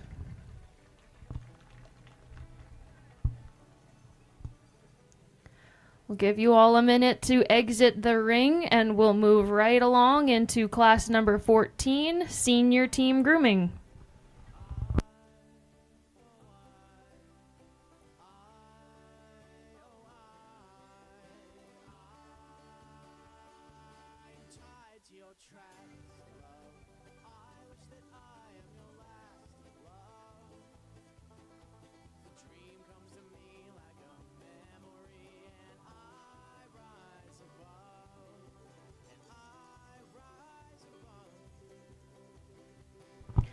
While we get our intermediates shuffled out and our seniors shuffled in, we'd like to make another note on some of our sponsors. The sponsors are so important to putting on this show.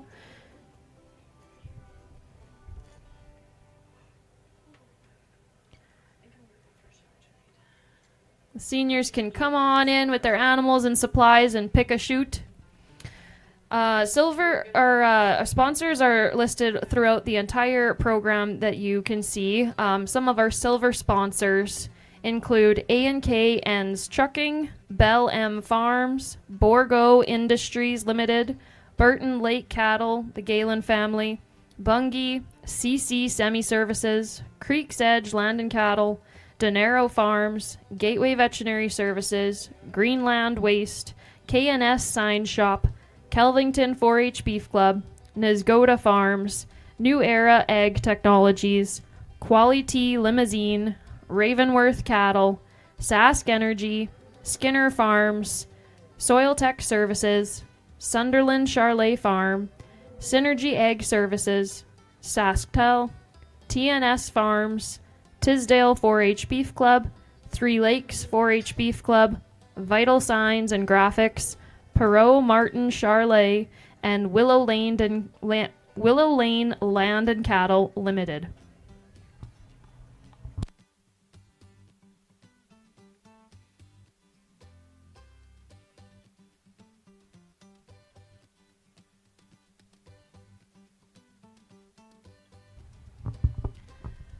Last call for seniors. It looks like we've got all of our senior team grooming teams in the ring. Perfect. Everyone's got a shoot picked. Let's get going. You got 15 minutes on the clock now.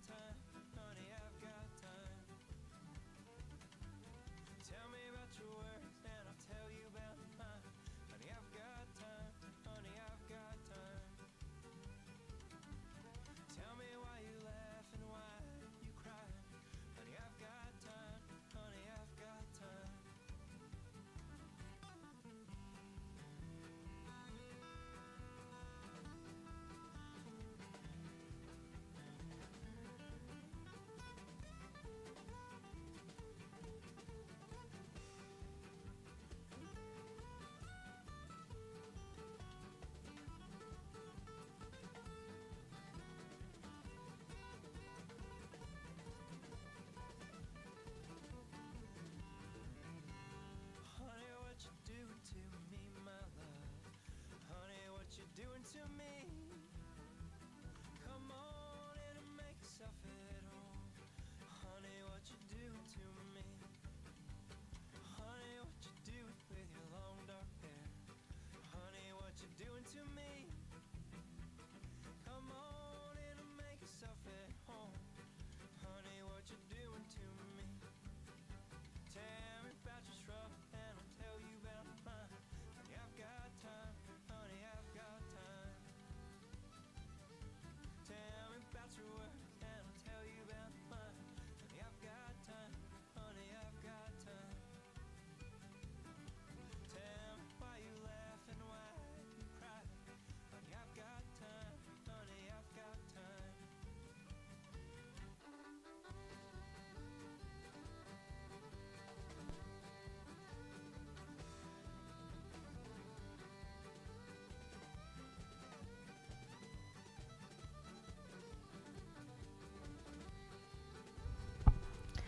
This sure is a full senior class, a full show ring of seniors, and we've seen the show ring quite full with animals and members here today. The show has been growing significantly for the past 5 years, and the Melfort Regional 4-H show is now the largest beef regional show in the province. Participating in the event this year are 134 members, which is the largest we've seen, and 238 head of cattle, which is again the largest show we've seen in recent years. All of these members and cattle come from 7 different clubs: Beatty, Mescanaw Ethelton, Three Lakes, Bar West, Tisdale, Moose Range, and Kelvington are the 4-H beef clubs here. So very exciting time and lots of members we get to see here today. So awesome to see.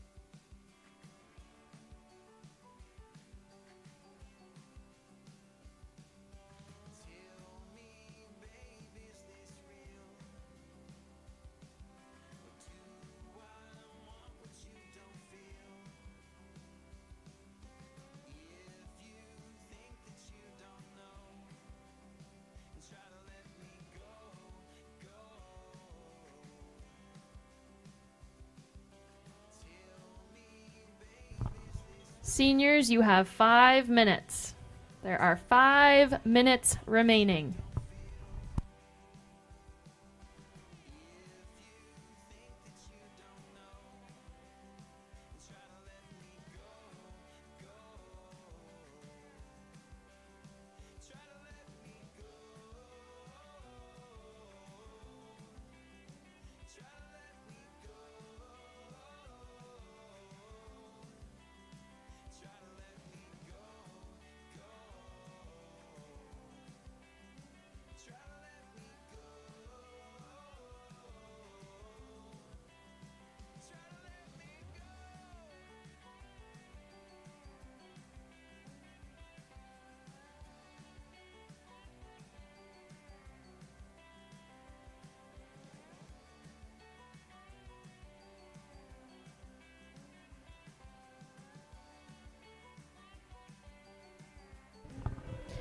As mentioned, all of our sponsors are very important and very appreciated. In the program, you will see all of them listed. To highlight some of our bronze sponsors, they include Alicia Sapatyuk, BD 4-H Beef Club, Clarence and Denise Evans, Kay's Cattle Co., DKF Red and Black Angus, Hanson Livestock, Jordan River Farms, Meskenaw Ethelton 4-H Beef Club, Manzier Enterprises Limited, and Triple H Farm.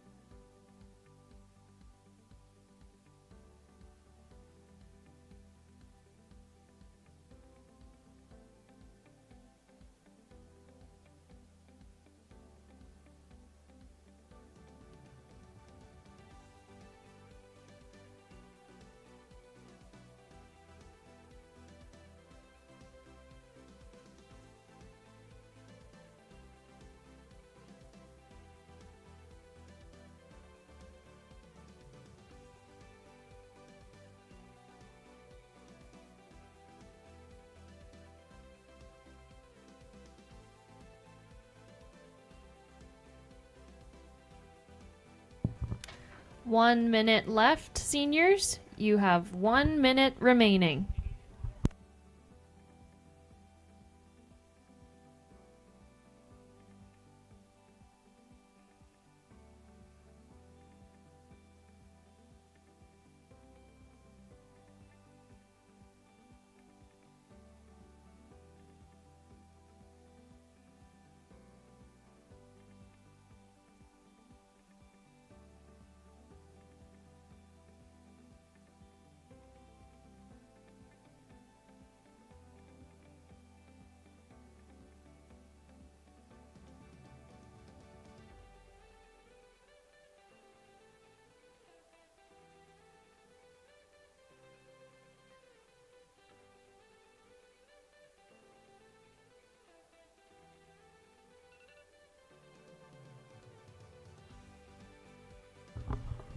And that is time. Time's up, seniors. Get your animals set. The judge will be around, and we will get 5 placings.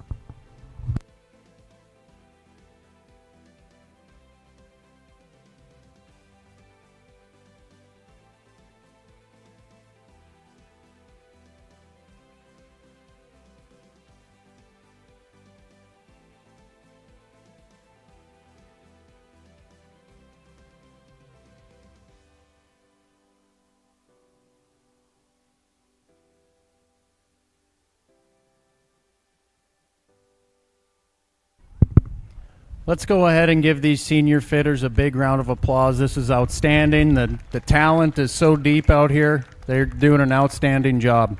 I'm going to go ahead and take one more walk up and down just to be sure of what I'm thinking on top 5. But let's go ahead and put our hands together one more time, and I'll go ahead and show you who I like. Thank you.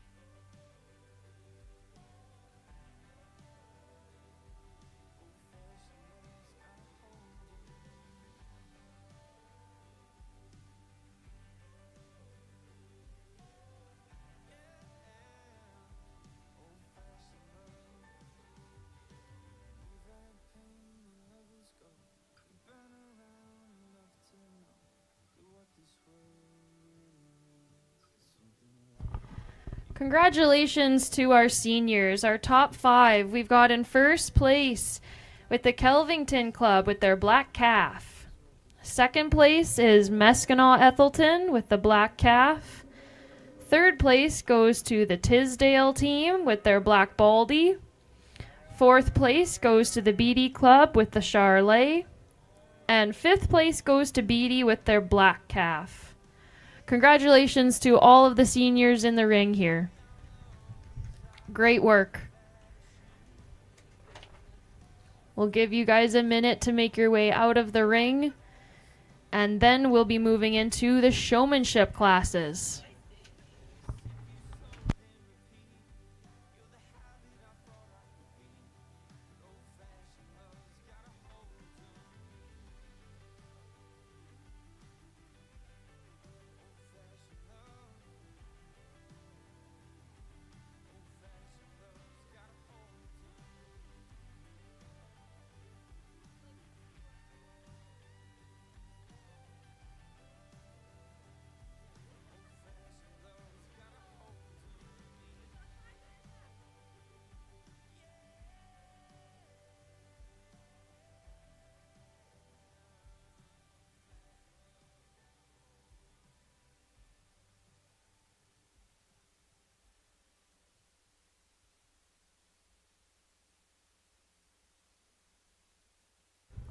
Great job, 4-Hers. This really is a marathon of a day. There's a lot of work that goes into this, and as is obvious from all of the extra help here coming in the ring, the 4-Hers are obviously very much so supported by all their family members, parents, leaders, and other help who supports them along the way, along their 4-H journey. It takes a lot of work to bring these projects to town and exhibit, and especially with the sunshine here today, it's hard work to go through a big day like this. So congratulations to all of 4-Hers. We're excited to continue on into our showmanship classes soon, and excited to see that next.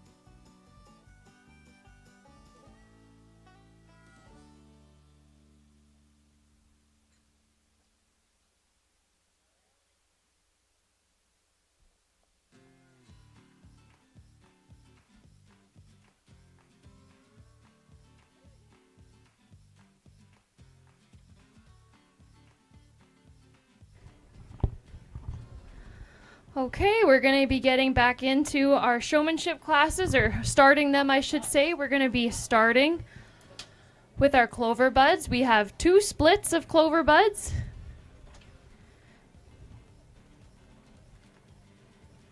And we'll wait to get a thumbs up before we get to see them enter the ring.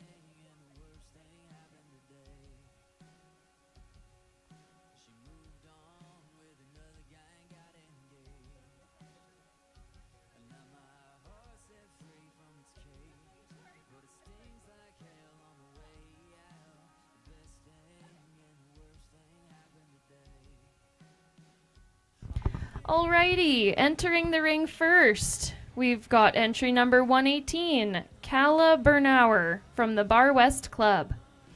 Next is 122, Drew Kuntz of the Bar West Club. Then 419, Liam Cronelligan from the Meskinau Ethelton Club. 309, Adley Siebold from the Kelvington Club. 120, Walker Williams from the Bar West Club. 219, Maverick Badinsky from the BD Club. 612 is Grace Borsa from the Three Lakes Club. 420, Sam Cronelligan from the Meskinau Ethelton Club. And finally, 216, Coulter Cooper from the BD Club.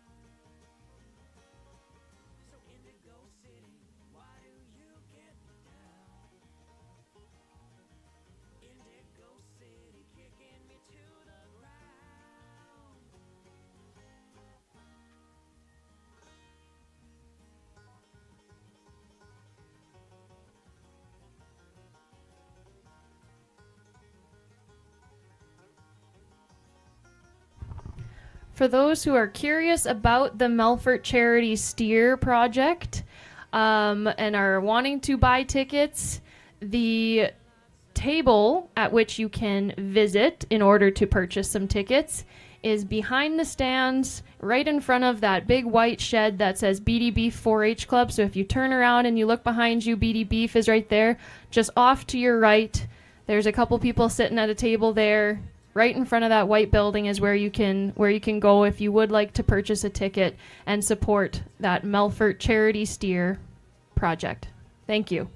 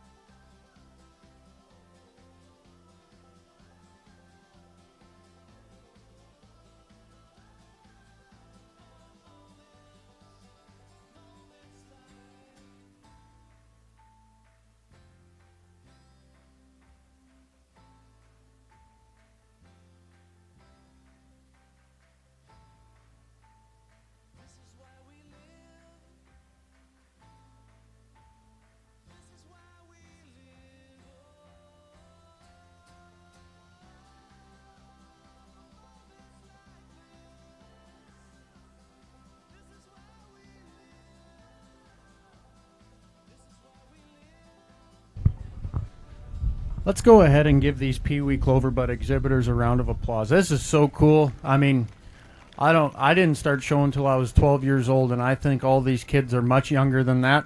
So to have them out here handling big, 12, 13,000 pound animals out in this ring is pretty darn cool, and I commend all of them. They're all doing such an awesome job. We're going to go ahead and ask these four to come back for the Cloverbud Drive. I think they're doing an outstanding job.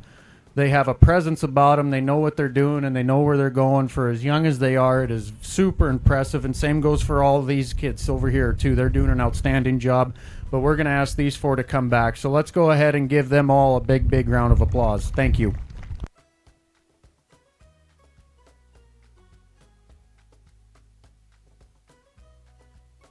All right, congratulations to the Cloverbuds in Split 1. The four Cloverbuds John has picked out that will come back are 118 Calla Bernauer of the Bar West Club, 122 Drew Kuntz of the Bar West Club, 309 Adley Siebold of the Kelvington Club, and 120 Walker Williams of the Bar West Club. Congratulations, Cloverbuds.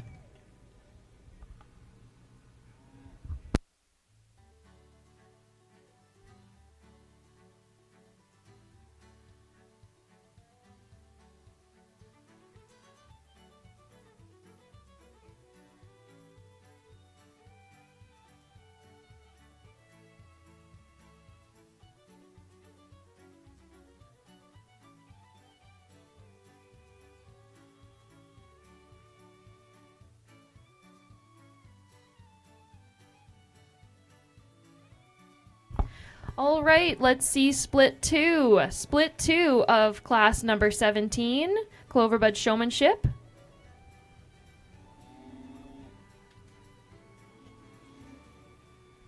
We are looking for 9 entries here.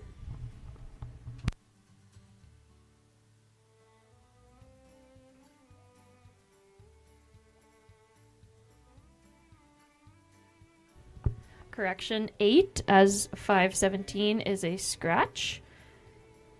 So first in the ring, we have entry number 119, Brinley Bernauer of the Bar West 4-H Beef Club. Next is 403, Parker Schmier of the Meskenaw Ethelton Club.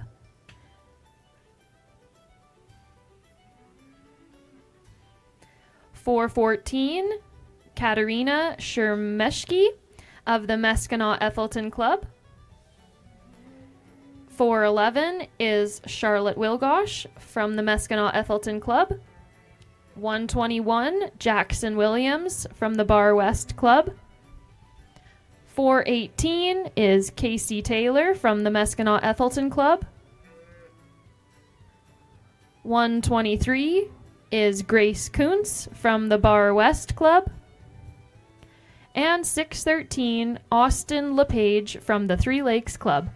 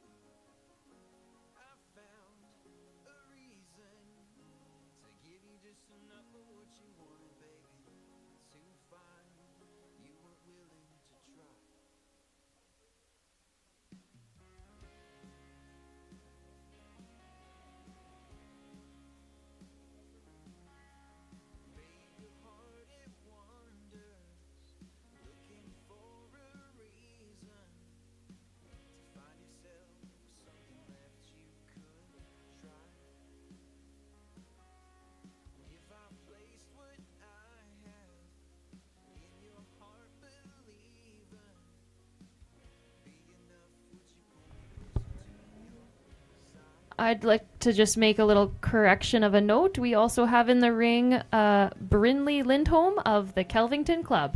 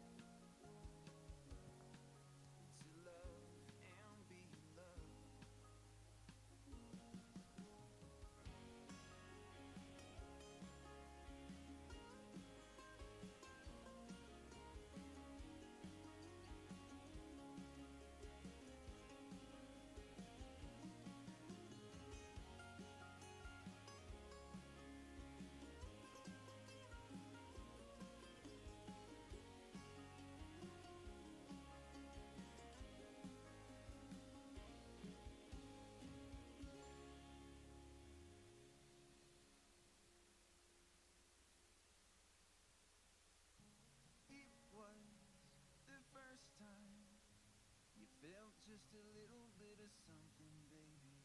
I fell, believing I could fly. Yeah, I found a reason to give you just enough of what you wanted, baby. To find you weren't willing to try.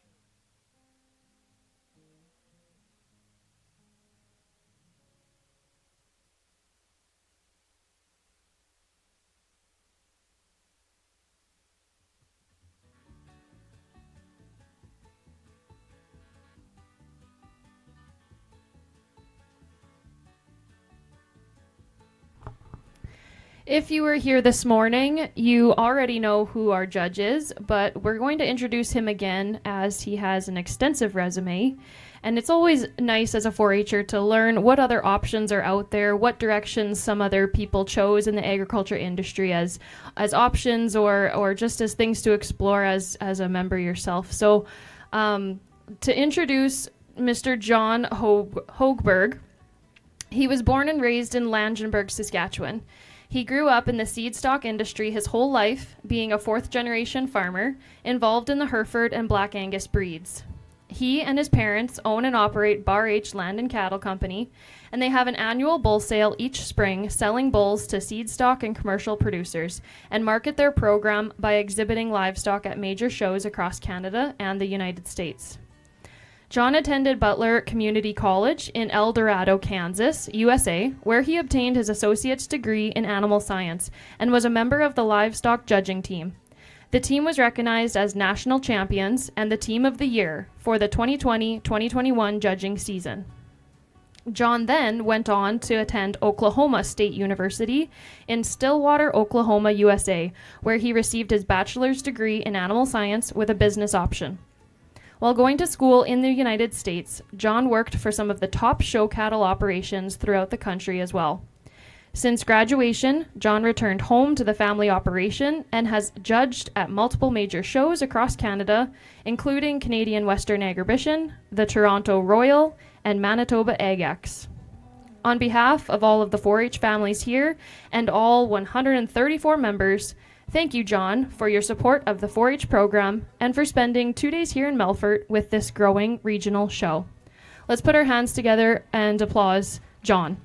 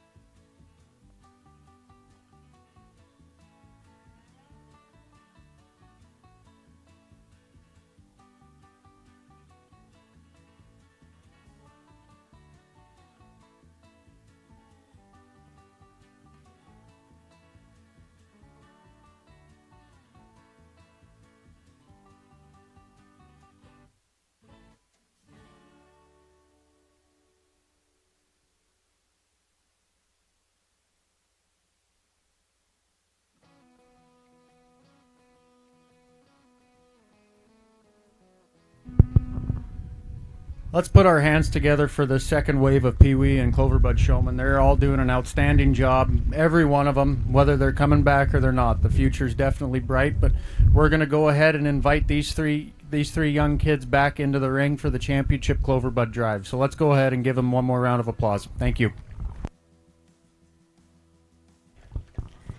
Congratulations to all the Cloverbuds here.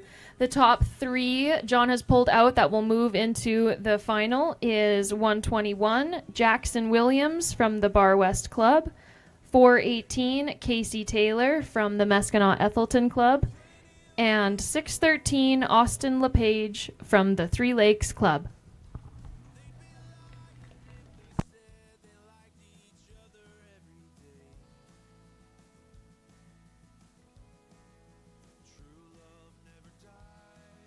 All right, Cloverbuds, we'll ask you to exit the ring. Our top 3 here can stay in. The rest of you can make your way out, and then we will bring in the other top 4 from split 1.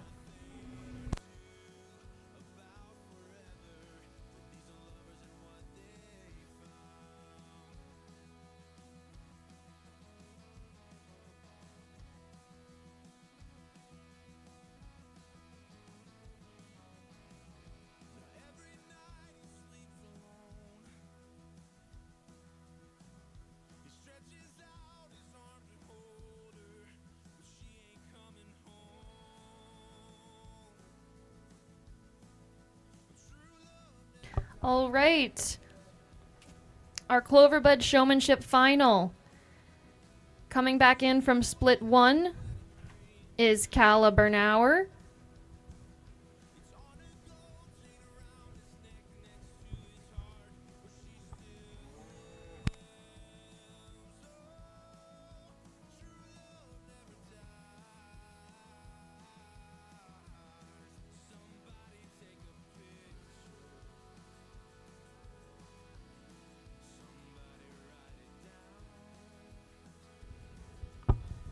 Coming back in for the final, we have Calla Bernauer, Drew Kuntz, Adley Siebold, and Walker Williams. And from Split 2, Jackson Williams, Casey Taylor, and Austin LePage.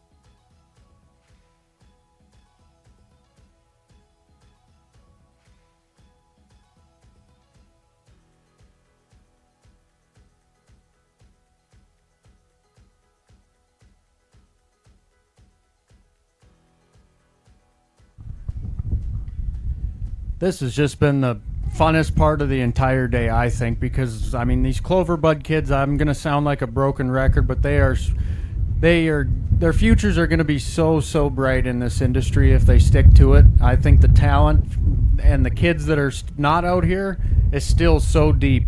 So let's go ahead and give these kids a big round of applause one last time.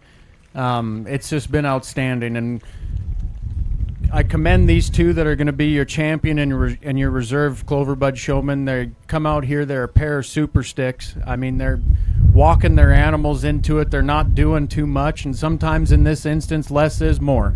And showmanship is such a subjective and opinionated thing, and on any given day, I think any one of these kids out here could win this thing. But this is just my opinion, and I would give a halter of any one of my animals at a show to these two up here, and those are the two I would choose to show my cattle, and that's kind of how I go about picking showmanship. But as far as it goes, all these kids are doing an outstanding job. Let's give them one more round of applause and congratulate them. Thank you. Congratulations, Cloverbuds. So in our Cloverbud Showmanship Final, in first place, we have 120 Walker Williams of the Bar West Club. And in second place, 613 Austin LePage from the Three Lakes Club.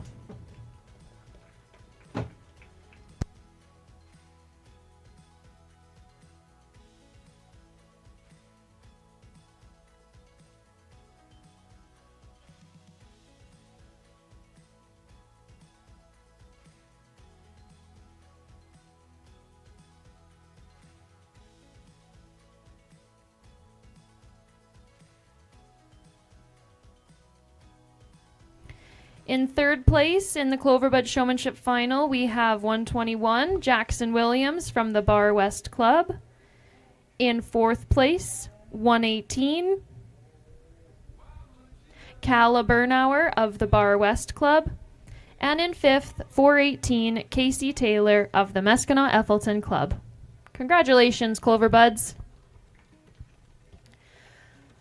Cloverbuds, that officially wraps up your day. If you're looking for some fun, off to my right, your left, which would be to the west of the show ring in the gravel or the sand over there, we've got some games set up. So there's some people waving. Cloverbuds or parents of Cloverbuds, make note of where that is and send your kids over. There's going to be a scavenger hunt and some other games for our Cloverbuds to enjoy now.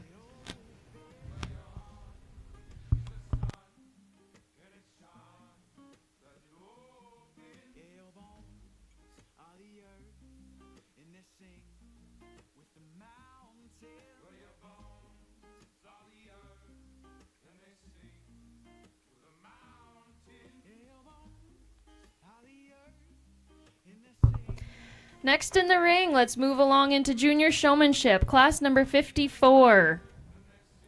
We have four splits of junior showmans. In split one, coming in first, we have entry 117, Ashton Carroll of the Bar West Club. Next is 728, Ethan Hogganus of the Tisdale Club. Then 217, Titus Wesley Labossiere of the BD Club. 701, Abigail Aries from the Tisdale Club. 218, Parker Badinsky from the BD Club. 702, Chance Aries from the Tisdale Club.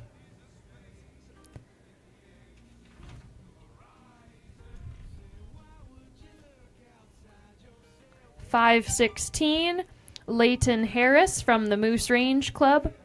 407 is Cannon Kashner of the Meskinau Ethelton Club.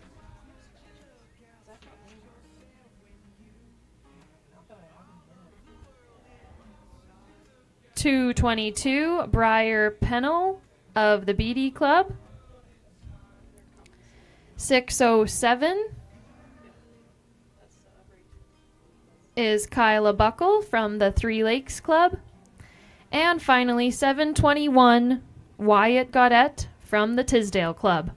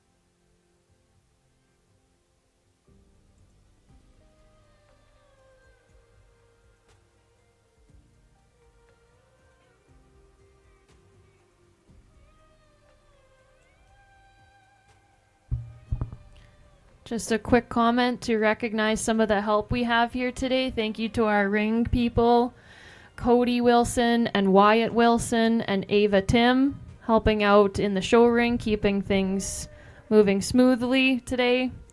And thank you to some of our other volunteers. Chelsea Hogness is helping me in the booth stay organized here. Crystal Spray is helping with ribbons this afternoon. And there's a lot more volunteers and people who pitch in to keep this running smoothly. So thank you very much to all those people as well.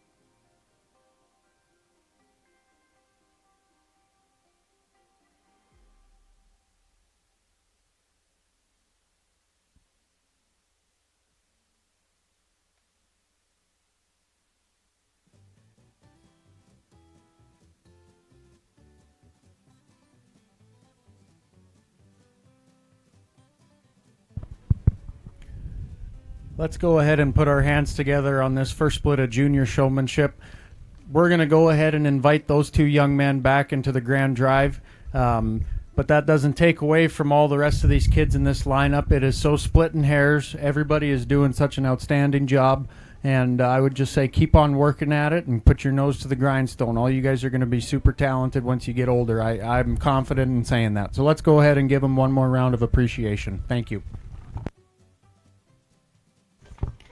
Congrats to our split one of junior showmanship.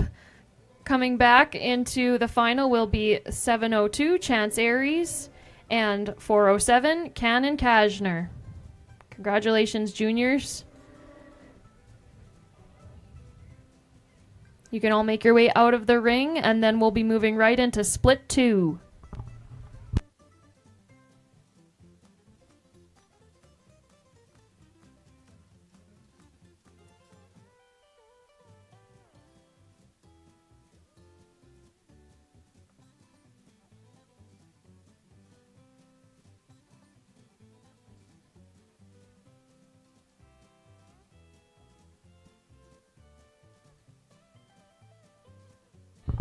Coming into the ring for split two junior showmanship is 416 Jean Cronelligan of the Meskinat Ethelton Club, 735 Wyatt Thompson of the Tisdale Club, 518 Wyatt Lefebvre of the Moose Range Club, 520 Lincoln Semenoff of the Moose Range Club, 421 Rhett Lenoff from the Meskinat Ethelton Club, 417 Claire Taylor from the Meskinat Ethelton Club, 525 Bo Friesen from the Moose Range Club, 222 Evra Pennell from the Beatty Club, 503 Bryn Thiessen from the Moose Range Club, 214 Wyatt Cooper of the Beatty Club, 305 Hunter Lindholm from the Kelvington Club, and 602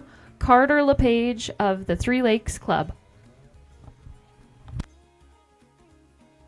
Traveling around the world, my people tell me where to go. I'm not afraid to step outside and see the world for what it is now.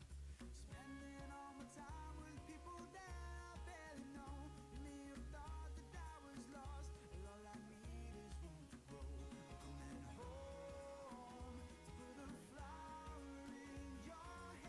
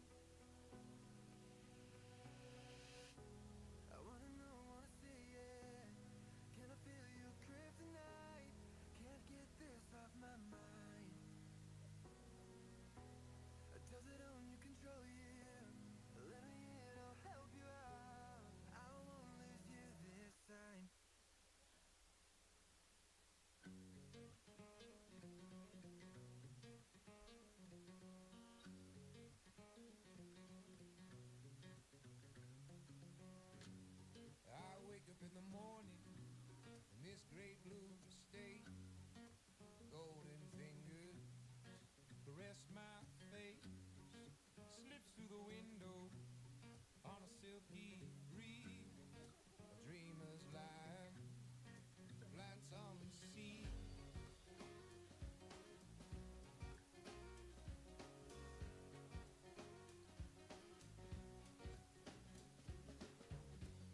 She's my believer, healing all my doubts, a lighted mirror reflecting out every true potential, a bedrock belief in a elaborate plot, set this bird free from every element based, every color that's attached. She paints pictures blue and green, and I release them to the sea for the ancient memories, just as fleeting as a breeze. She paints pictures blue and green, and I release them to the sea.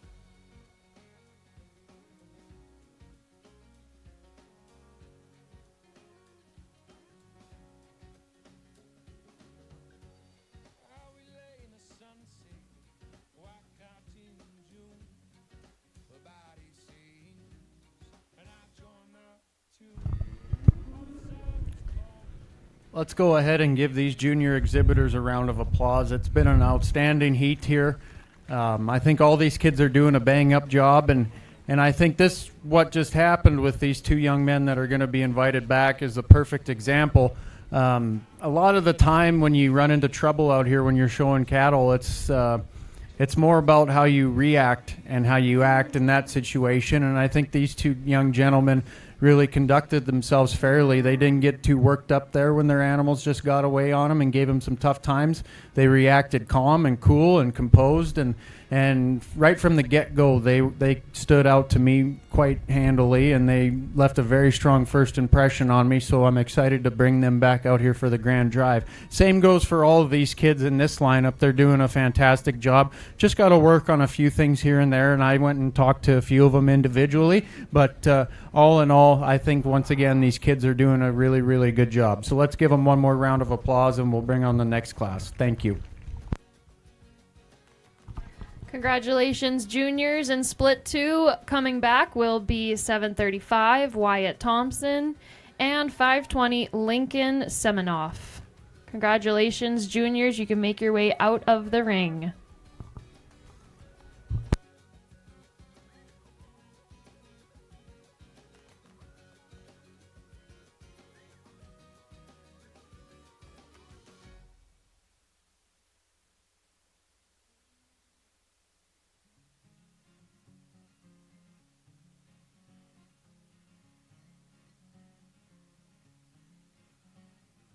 Take me over to the north side so I can find my way. Lord knows I've walked the south straight, wasted hearts and days. So take it all, take everything from me and bring it home. Next in the ring, we will have split 3 of junior showmanship. Down to shining water, towns of grit and pride. Let me check my own. Coming right on in is 505 Carissa Schmidt from the Moose Range Club.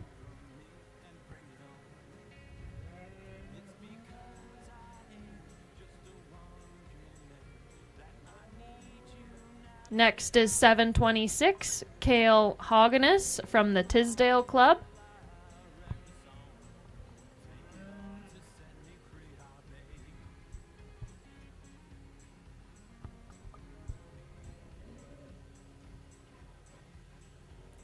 .110 Reuben Skinner from the Bar West Club. 310 Charlie Curry from the Kelvington Club. 522 Liam Harris from the Moose Range Club. 307 Dawson McLean from the Kelvington Club. 616 Emma Aarons from the Three Lakes Club. 715 Garrison Burrill from the Tisdale Club. 116 Carter Carroll from the Bar West Club. 606 Cooper Buckle from the Three Lakes Club. And 725, Rebecca Spray from the Tisdale Club.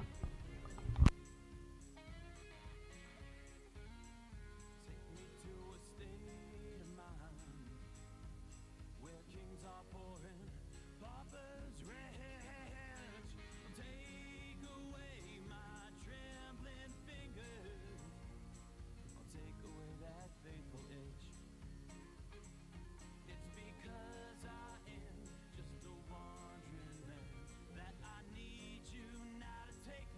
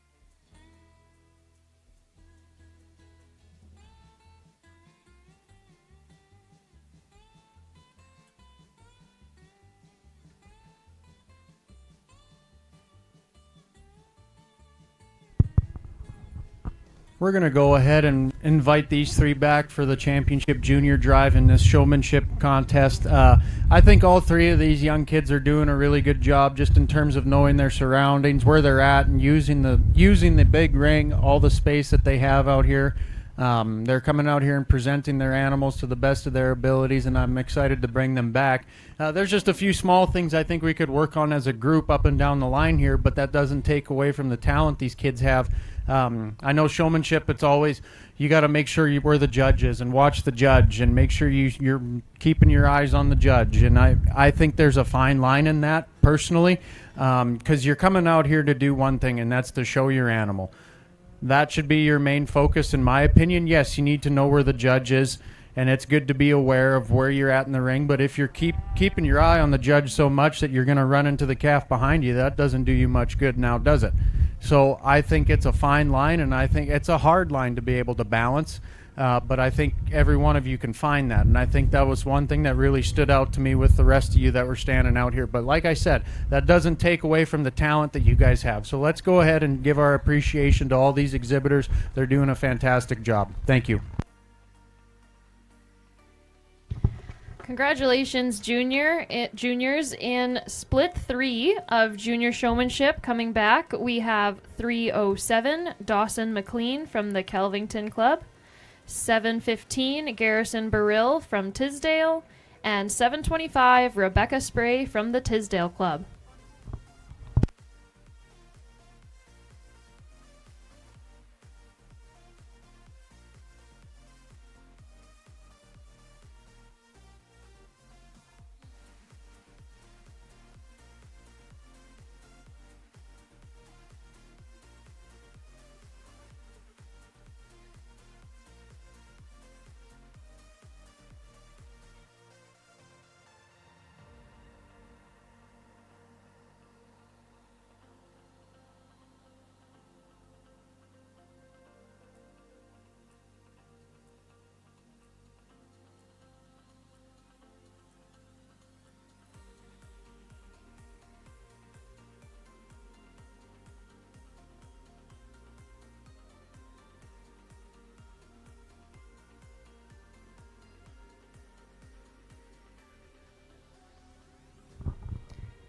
All right, getting into split 4 of junior showmanship. Coming in the ring first, we have entry 111, Wyatt Pausberg of the Bar West Club. Then 718, Kenzie Aris of the Tisdale Club.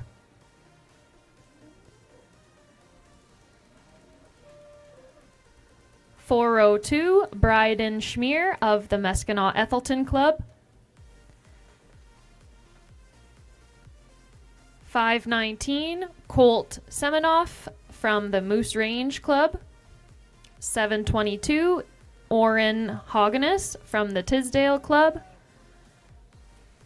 734 is Stetson Thompson from the Tisdale Club. 415, Alec Cronelligan from the Meskinau Ethelton Club. 226, Gunnar Reed Carlson from the Beatty Club. 732, Carly McDonald from the Tisdale Club. 615 is Gavin Aarons from the Three Lakes Club.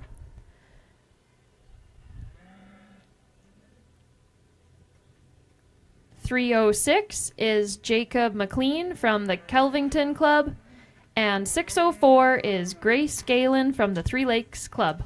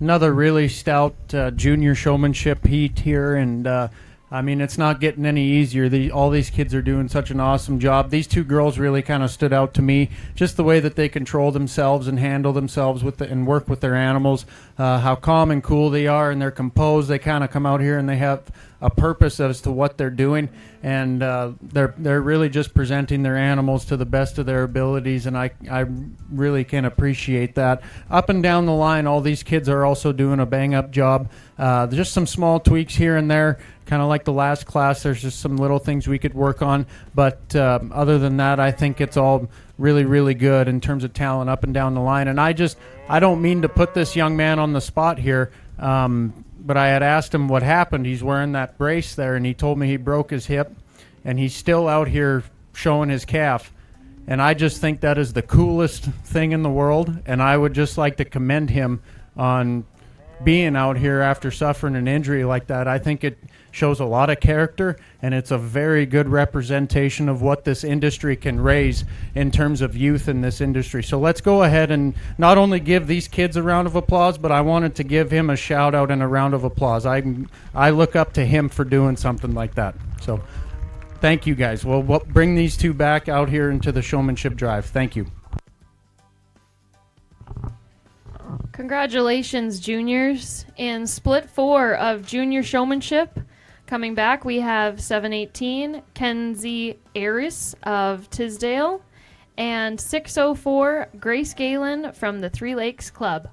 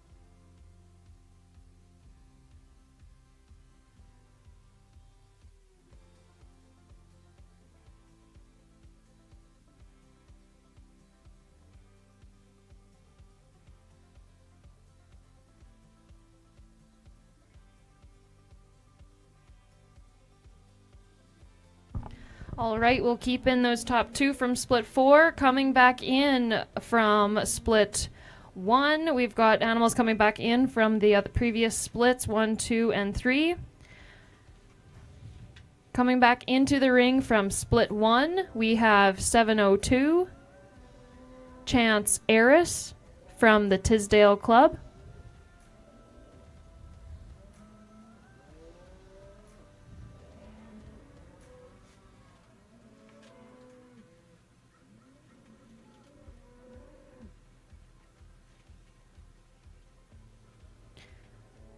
.407 Cannon Kiner from split 2. Coming back, we have Wyatt Thompson and Lincoln Semenoff. From split 3, coming back in is Dawson McLean, Garrison Burrill, and Rebecca Spray. And from split 4, Kenza Aris and Grace Galen.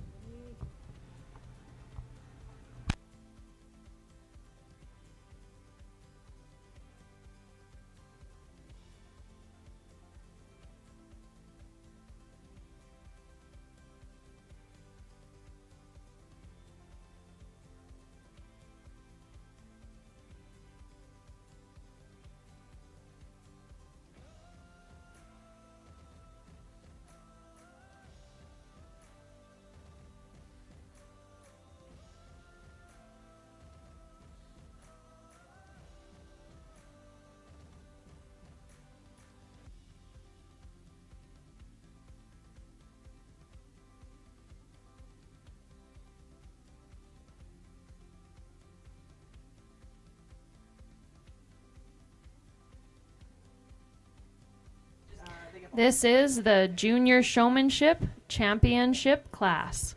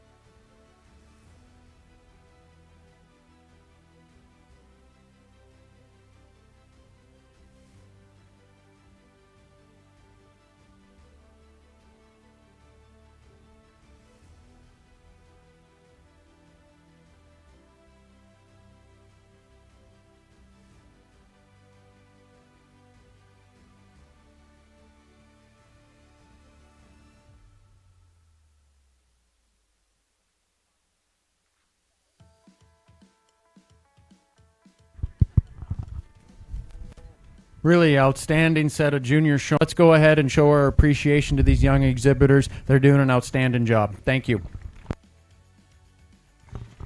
Congratulations, juniors, in our Junior Showmanship Championship class. First place goes to 715 Garrison Burrill. Second place, 718 Kenzie Eris. Third place, 604 Grace Galen. Fourth place, 407 Cannon Kiner. And fifth place, 307 Dawson McLean.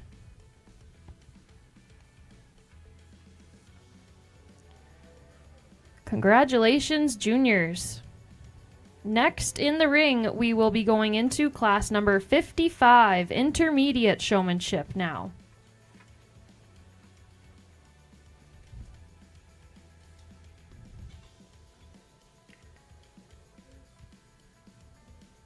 Rolling right into it is entry number 406.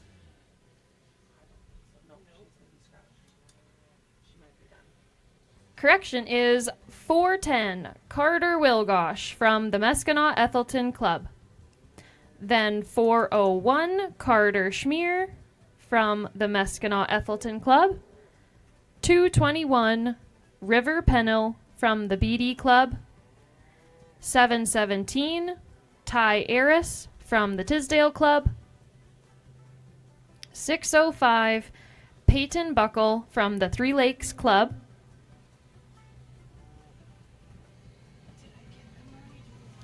208 Kyle Spratt from the BD Club. 303 is Kaylin Suter from the Kelvington Club. 724 Haley Spray from the Tisdale Club.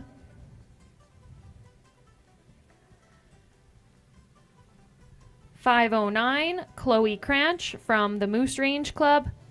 And 205 Fisher J. LeClaire from the BD Club.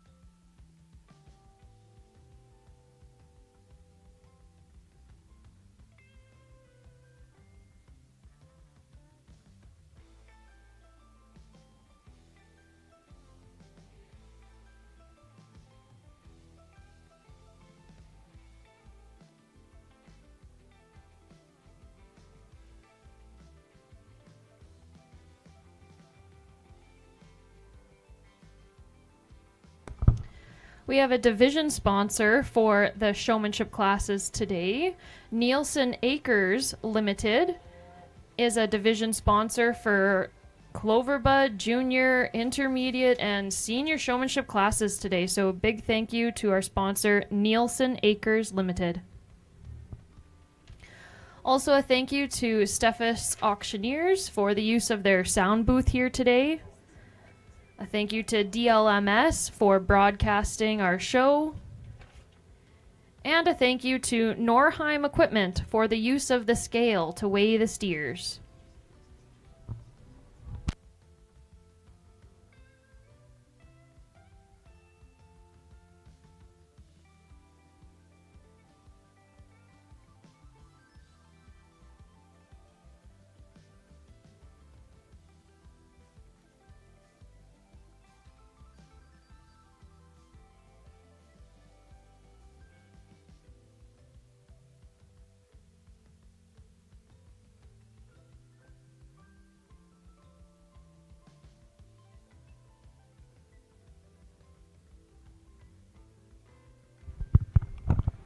Let's go ahead and give this first split intermediate showman a round of applause, and we're going to invite these two young exhibitors back in for the championship drive. Thank you.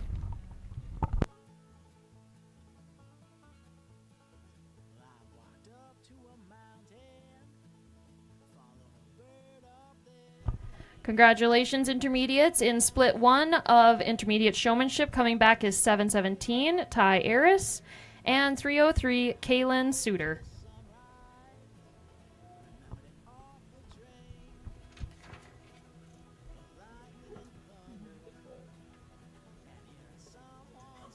Next in the ring will be split 2 of intermediate showmanship.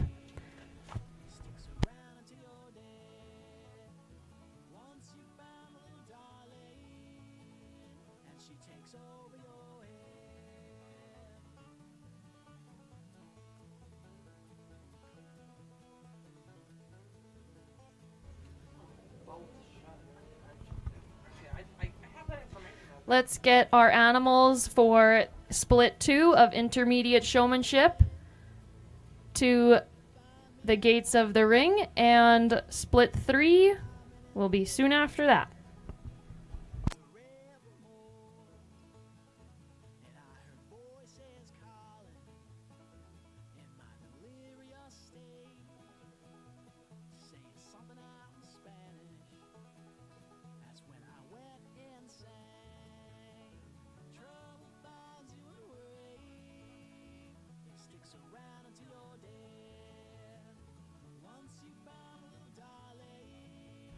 Split 2, intermediate showmanship. First in the ring is 713, Jackson Qualley of the Tisdale Club.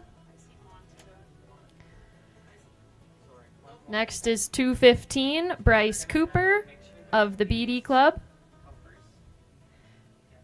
614, Brooklyn Aarons of the Three Lakes Club. 413, Kaylee Shermetschke of the Meskinau Ethelton Club.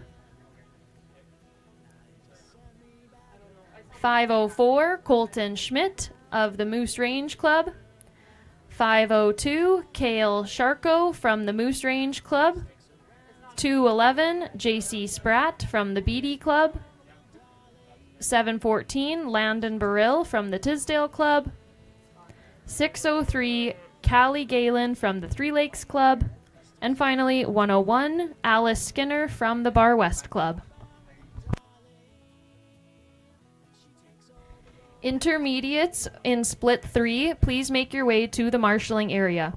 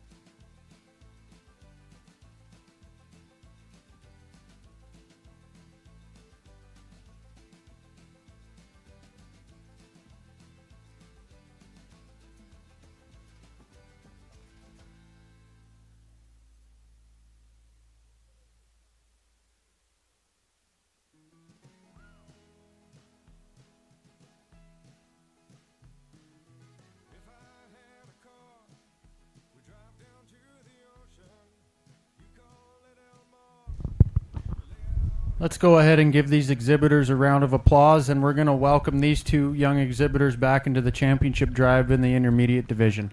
All these kids are doing a fantastic job. Thank you. Congratulations, intermediates. In split 2, coming back, we have 714 Landon Burrill from the Tisdale Club and 603 Callie Galen from the Three Lakes Club.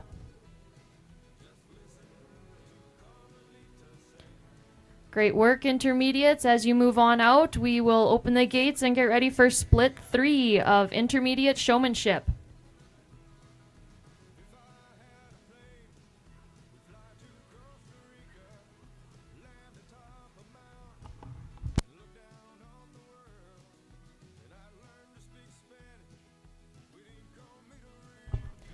Coming in the ring, first we have 203 Kyla Cronelligan from the BD Club.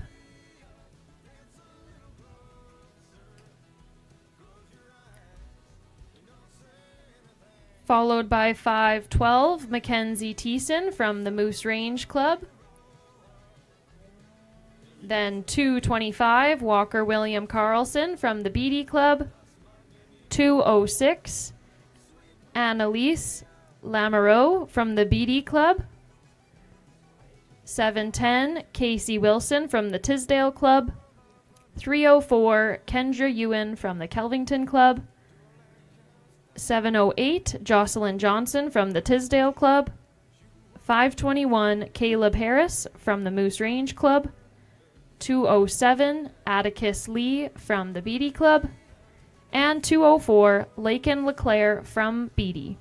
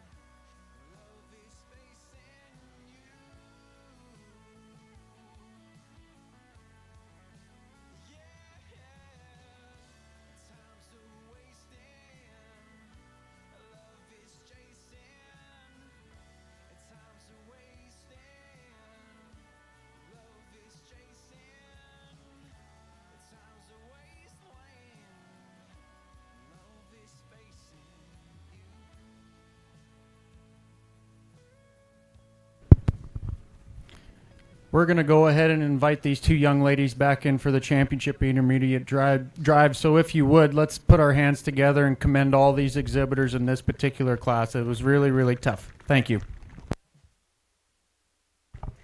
Congratulations, intermediates. From Split 3, we've got 710, Casey Wilson from the Tisdale Club, and 304, Kendra Ewan from the Kelvington Club. Great job to the rest of you in this ring. We'll have you two stay in, and once the rest of the animals have exited, we'll bring back in our top members from Split 1 and Split 2. Tonight I'm looking far past a bottle in my hand. Sometimes it's all the truth I can stand. I just follow the way the wind blows my plans. And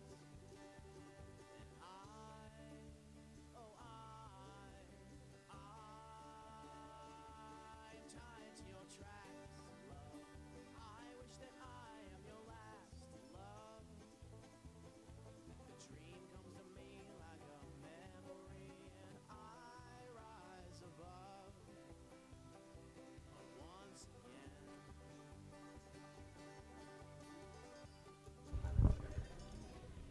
All right, if we have our champions ready to come back in, we'll bring back our members for the Intermediate Showmanship Championship class. From Split 1, coming back is 717, Ty Aris. 303, Kaylin Suter. From Split 2, coming back is 714, Landon Burrill. And 603, Callie Galen. And of course, from this Split 3 is 710, Casey Wilson, and 304, Kendra Ewan.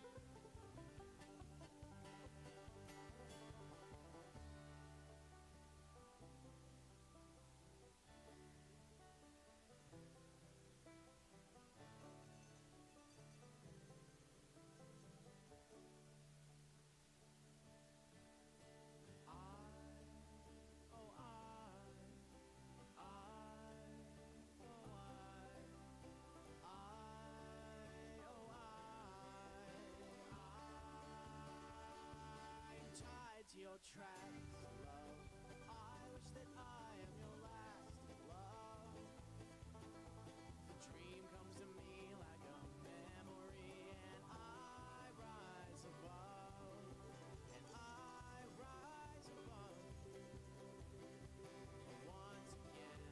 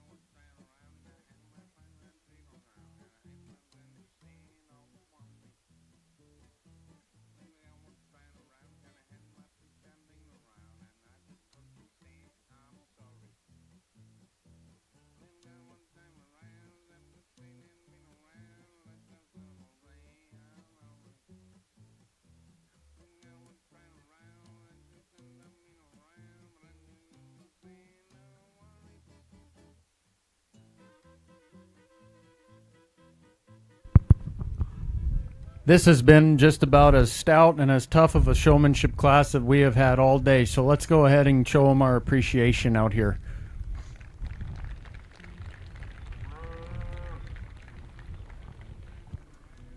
Like I mentioned earlier in the showmanship contest, it is such a subjective thing and an opinionated thing, and depending on the judge in any given day, any one of these kids could wind up on top. And like I said, at the end of the day, it's the kids that I feel the most comfortable allowing to show my cattle for me. And today it's going to be that young lady up front. I think everything she does is everything she needs to do. There are obvious do's and don'ts that you need to worry about when you're out here showing your cattle, and then there is also, at that same token, there's no right or wrong. It is a comfort thing. It is whatever you think you need to do to present your animal to the best that you can, knowing your animal the best that you can, and it's just not coming out here and just simply scratching an animal. There are things that you need to keep in mind, and I feel like with these older kids, you don't have to say that kind of stuff, and I'm not the type of judge that's going to go and ask you what day your heifer got bred or when she's going to calve. Those are just need-to-knows. If you're tending to livestock, those are simple questions that you should already, that's expected of you. And I came out here and I selected the two that I feel the most confident in their abilities, and that's these two young ladies here.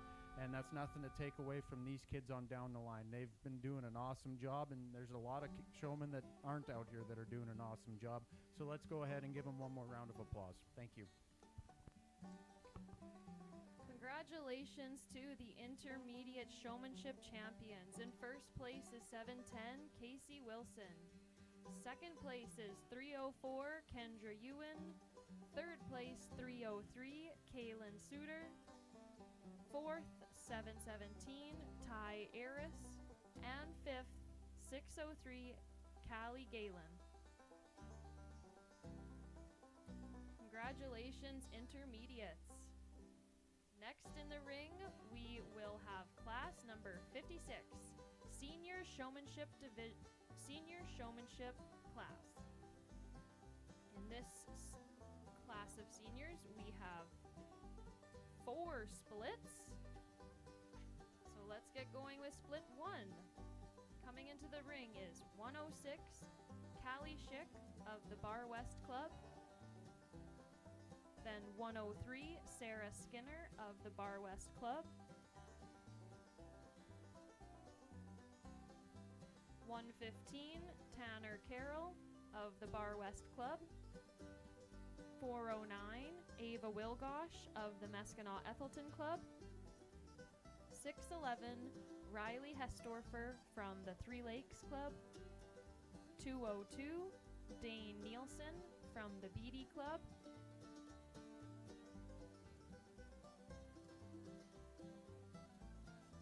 524, Cole Friesen from the Moose Range Club. 302, Taryn Suter from the Kelvington Club. 308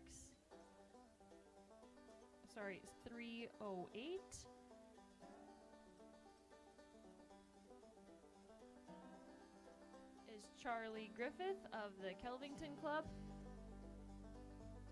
And 405, Kyle Wilton from the Meskinau Ethelton Club.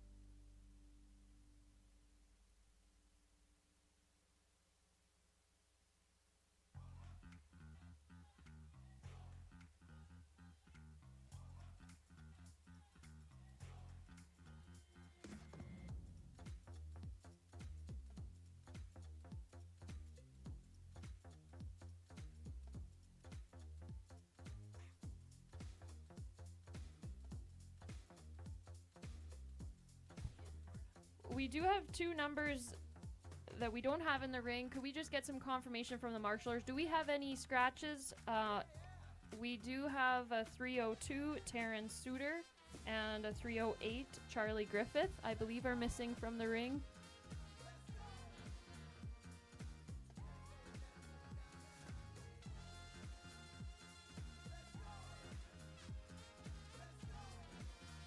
If they're coming on in, let's just make them some space so they can join the group.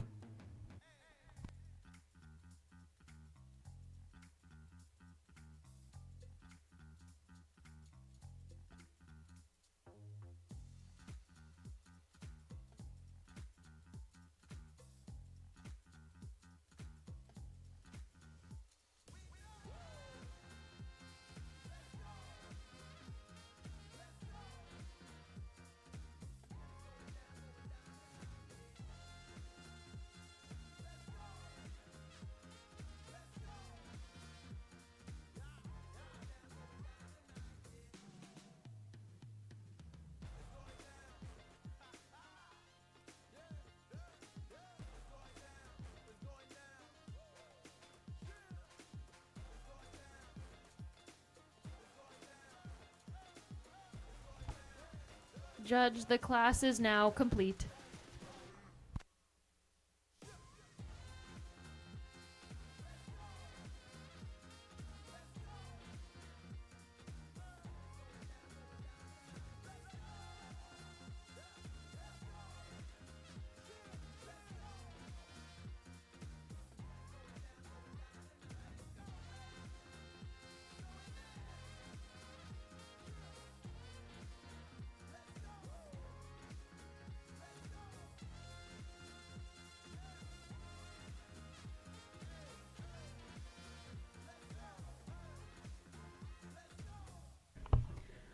While the judge sorts through this first split, we can have all of the seniors in split 2 make your way to the marshalling area.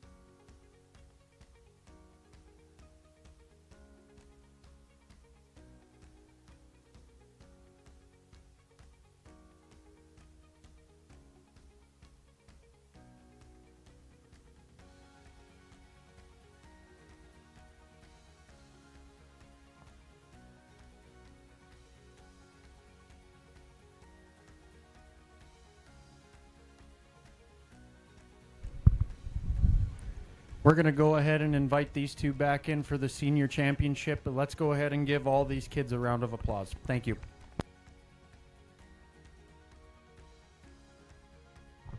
Congratulations, seniors, in split 1 of senior showmanship. Coming back, we have 302 Taryn Suter and 405 Kyle Wilton. Seniors, you can exit the ring. And we will move right along with Split 2 of Senior Showmanship.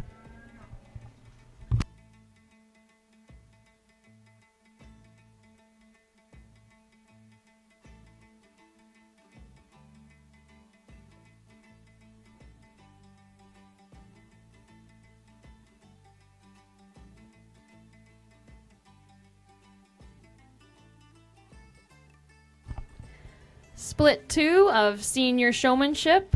Coming in the ring first, we have 712 Hayden Qualley of the Tisdale Club. 730 Keely Halverson of the Tisdale Club.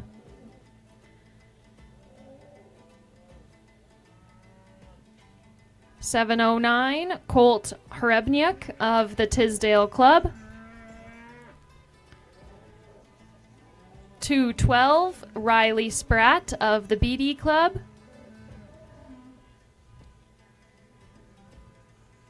408 Anna Wilgosh from the Meskenaw Ethelton Club. 513 Aubrey Rosvold from the Moose Range Club. 105 Renette Posberg from the Bar West Club. 723 Amber Spray from the Tisdale Club. And 412 Ashia Shermacheski from the Meskenaw Ethelton Club.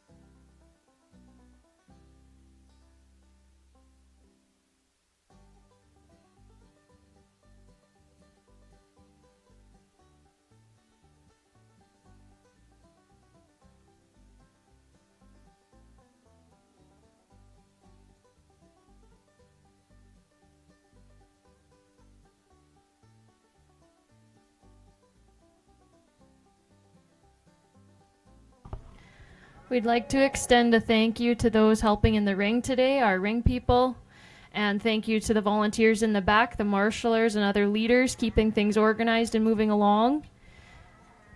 And of course, thank you to our judge, John Hoegberg, whose last name I will get by the end of the day. It's a long and sunny day for everyone, so we really appreciate everyone's effort.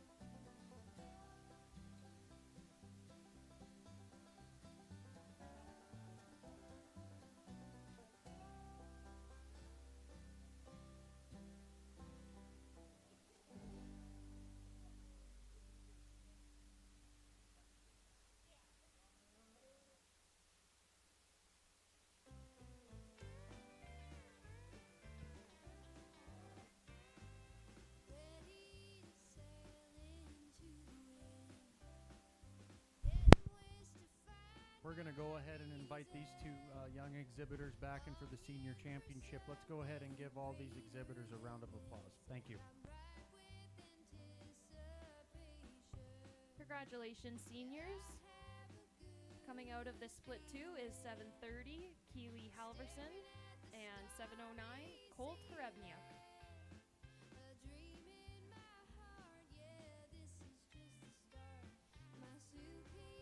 Next into the ring will be split 3 of senior showmanship.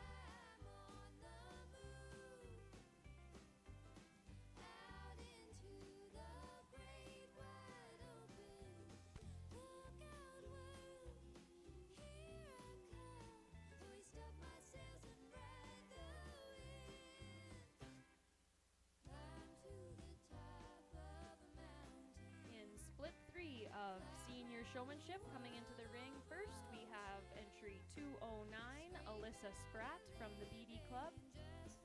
716, Desiree Dufault of the Tisdale Club. 511, Brady Thiessen of the Moose Range Club.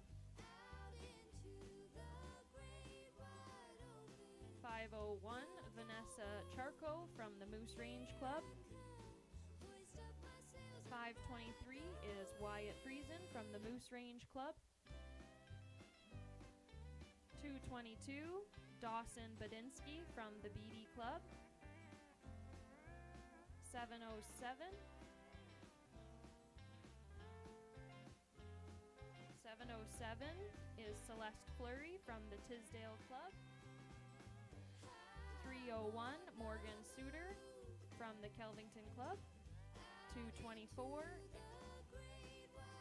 Annika Panil from the BD Club. And 404, Robin Wilton from the Meskinat Ethelton Club.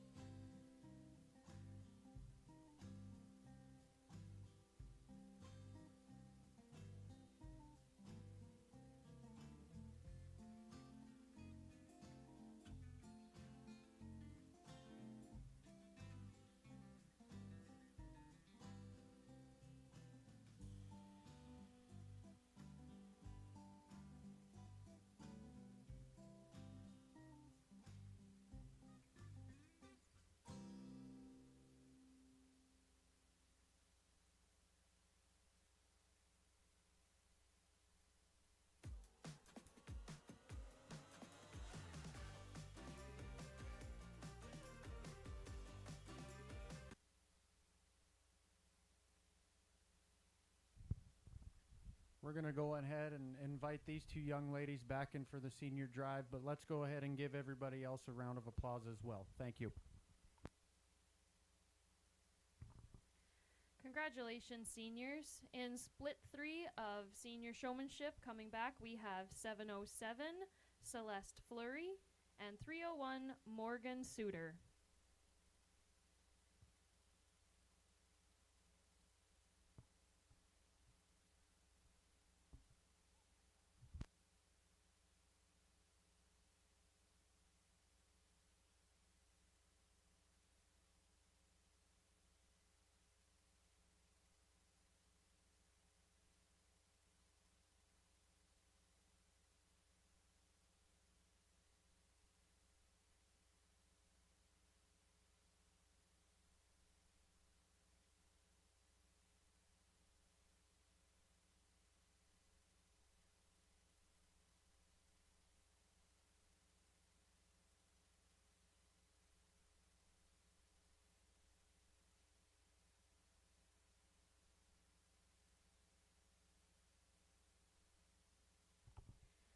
Split 4 of senior showmanship.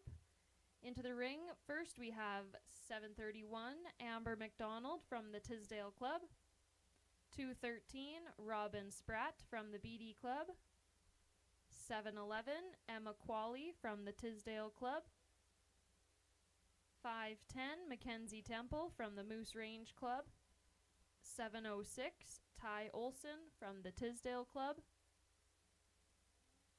609 Carson Pitzel from the Three Lakes Club, 705 Austin Olson from the Tisdale Club,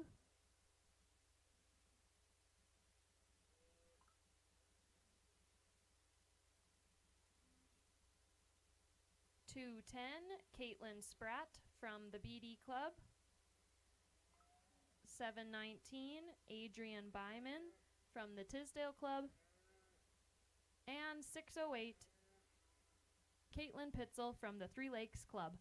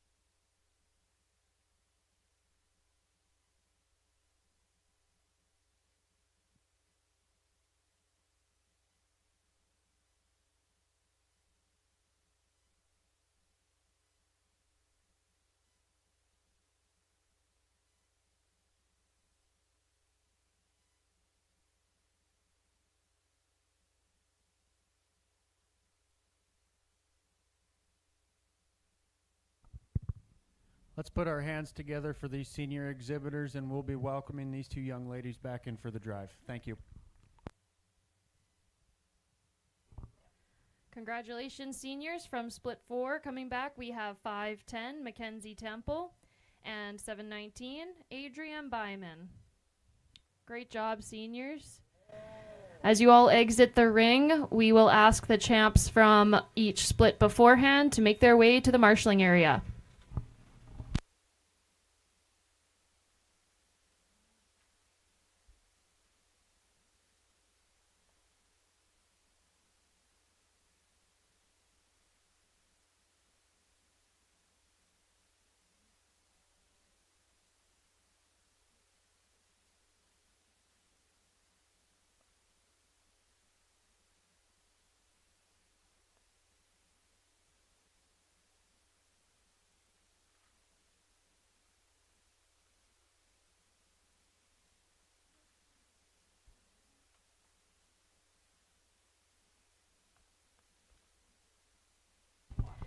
Getting into the Senior Showmanship Championship Drive. Coming back in from Split 1 is 302 Taryn Suter and 405 Kyle Wilton.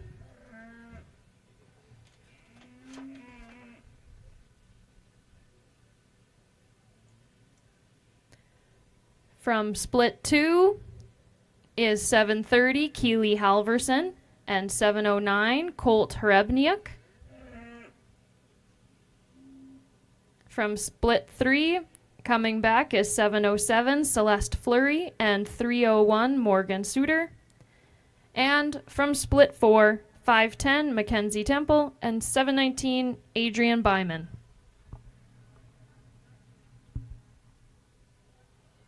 This is your Senior Showmanship Championship Drive.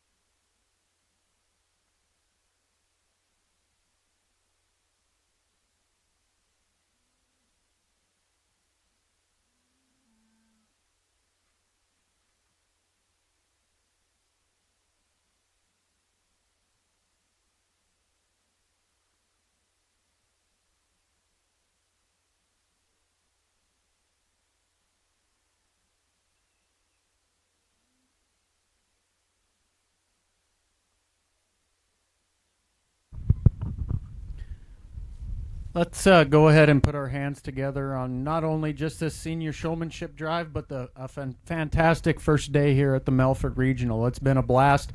The quality and the talent, the kids and the cattle have been second to none, and I think this is a perfect example of and a perfect sum up of day one. I mean, it's just been awesome. These kids are doing a bang up job out here. They're doing what every single one of them from top to bottom are doing what they need to be doing. They're savvy showmen. They kind of know where they need to be. They know where they need to go. And it doesn't make my job any easier having to place these kids from top to bottom. But let's go ahead. One more big round of applause to congratulate all these senior showmen and everybody else that's been in the ring here today. Thank you.